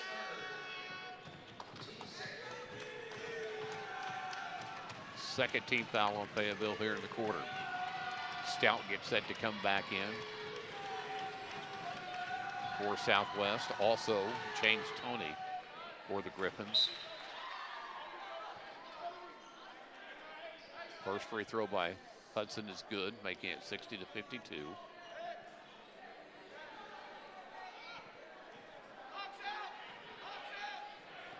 Hudson gets set for the second free throw. Gets the roll on that one, 60-53. 7-point game. Ball comes in to Brown, and he's forced to call the quick timeout.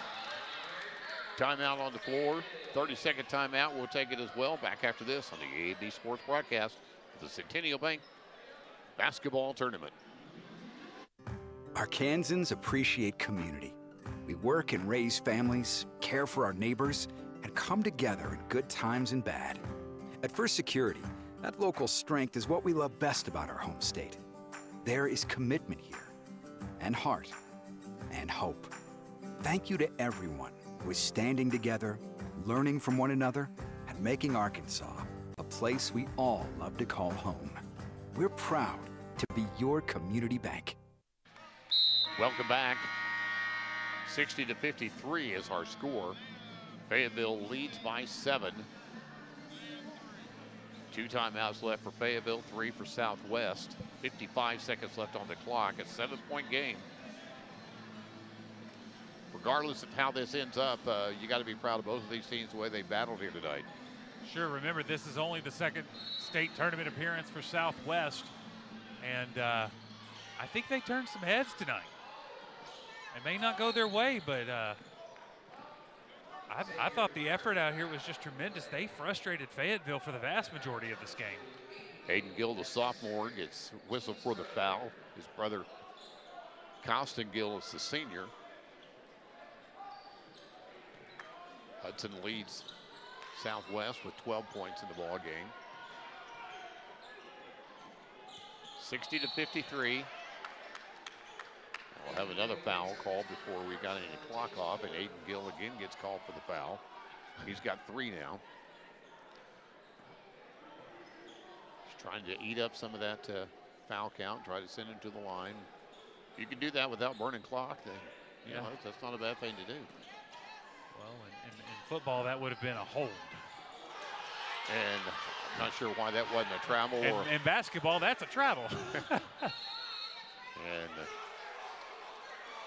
now we'll get a foul on the floor. I think it's a timeout.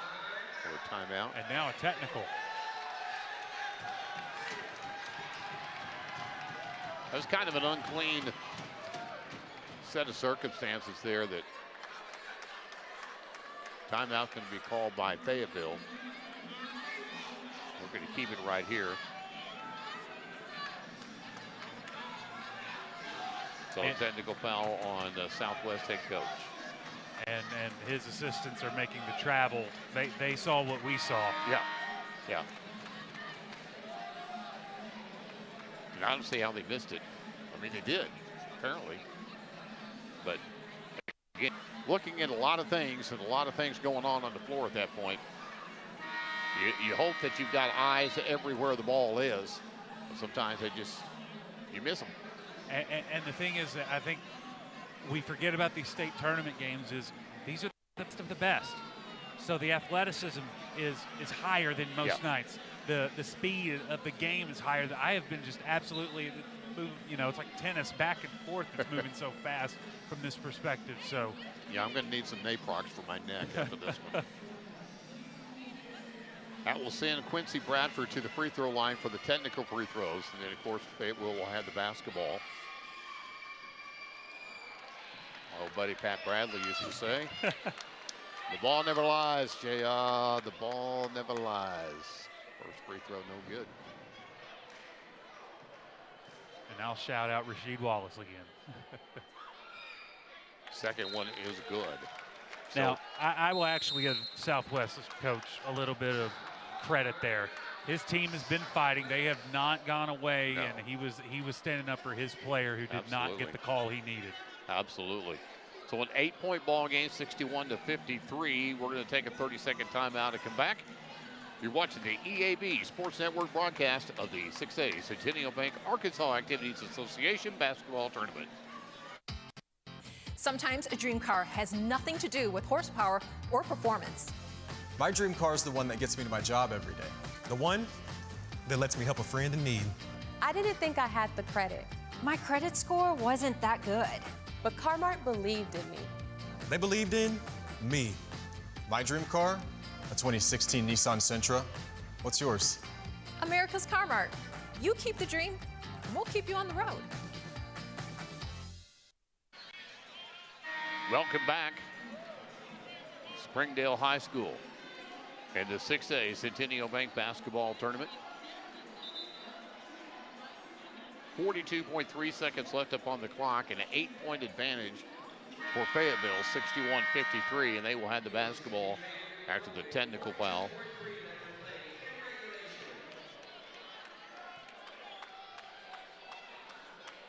Coach Street is going to be forced to sit with the technical for the balance of this ball game.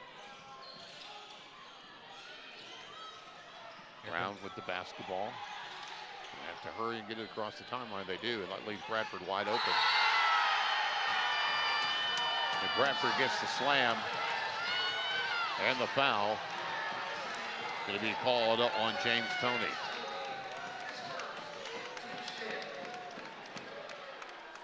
So Bradford will go to the line for the and one. You may look at the score at the end of this one, and you see the replay there. Great work by our camera crew on the slam. 63-53, not able to convert on the free throw, but then picking it up, and Brown will take it coast to coast, and he'll lay it off of the glass for two.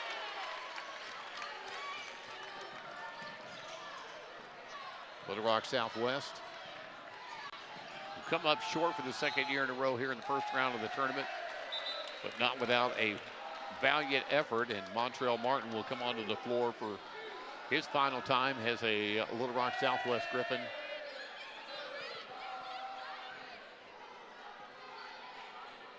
(65-53).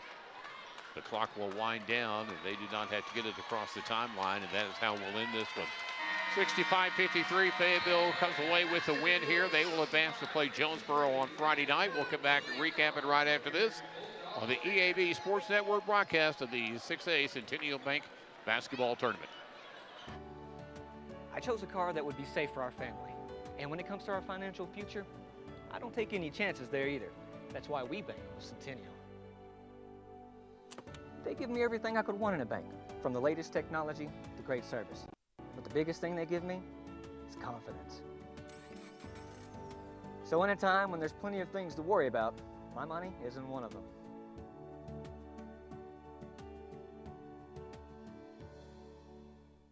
If you grew up playing basketball in this state, you recognize their names. Isaiah Joe, Bobby Portis, Malik Monk. They may be playing in the association now, but they got their start here. You want to find out who the next Shakina Strickland, Kristen Williams, or Austin Reeves is? Just tune in starting March 13th, and it runs all weekend long. For all the ways to watch, just log on to myarpbs.org/sports.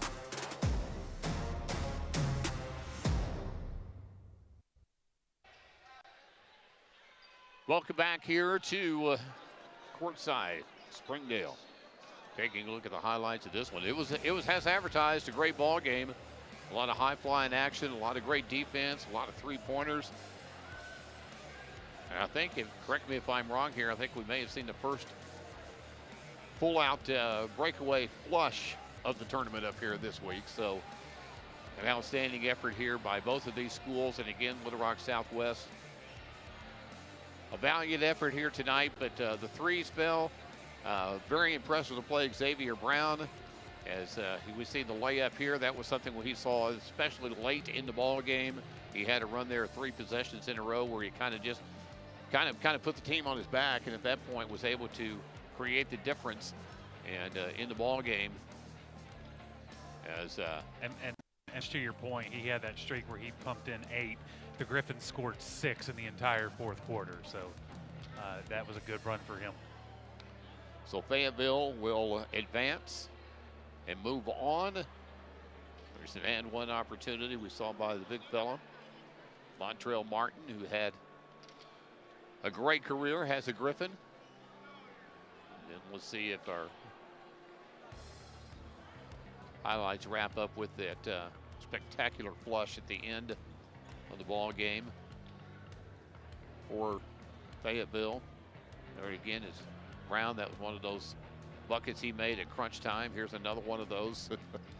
And he just seemed to be able to just set it up. And again, 3 in a row right there. You see, that's just what he was able to do here tonight. And then here, the final highlight, that flush that time by Bradford. So, outstanding effort by our technical crew. We appreciate Alexei and all of his crew for doing a fantastic job of helping us bring these games to you across the state here on the EAB Sports Network in conjunction with the Arkansas Activities Association and Centennial Bank. We appreciate all their sponsorship and all of our sponsors who help make it possible here. The U.S. Navy, First Community Bank, as well as the U.S. Air Force, St. Bernard's, Air Today, Ritter, Right Fiber Communications, ASU Newport. And again, we thank all of those folks for making it possible in our great partnership this week with the Springdale Athletic Foundation.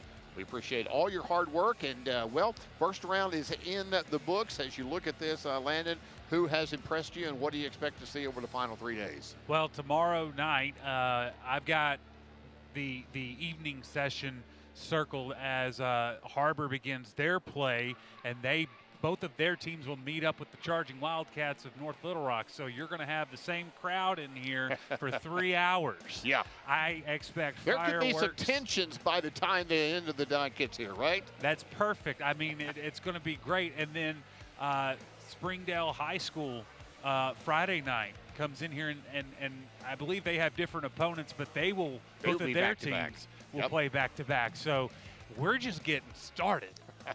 I love it. I mean, everything. This has all been almost preliminary to get to the quarterfinals, obviously. So, hey, we're glad you're watching. Come on down. This is a blast. Absolutely. And, you know, the crazy thing is we've seen some great basketball already, but we haven't seen the top 2 seeds in either the boys or the girls yet. So come back tomorrow, come back Friday. We'll see all that action. Then, of course, on Saturday, we'll have the semifinals with the winners of those games going to the finals in Hot Springs. So thanks again for joining us. Thanks for joining us here. And we will see you tomorrow as we begin round 2 right here from Springdale High School. I'm J.R. Runyon. He's Landon West. Thank you so much for joining us on the EAB Sports Network broadcast of the 6A Centennial Bank Arkansas Activities Association basketball tournament.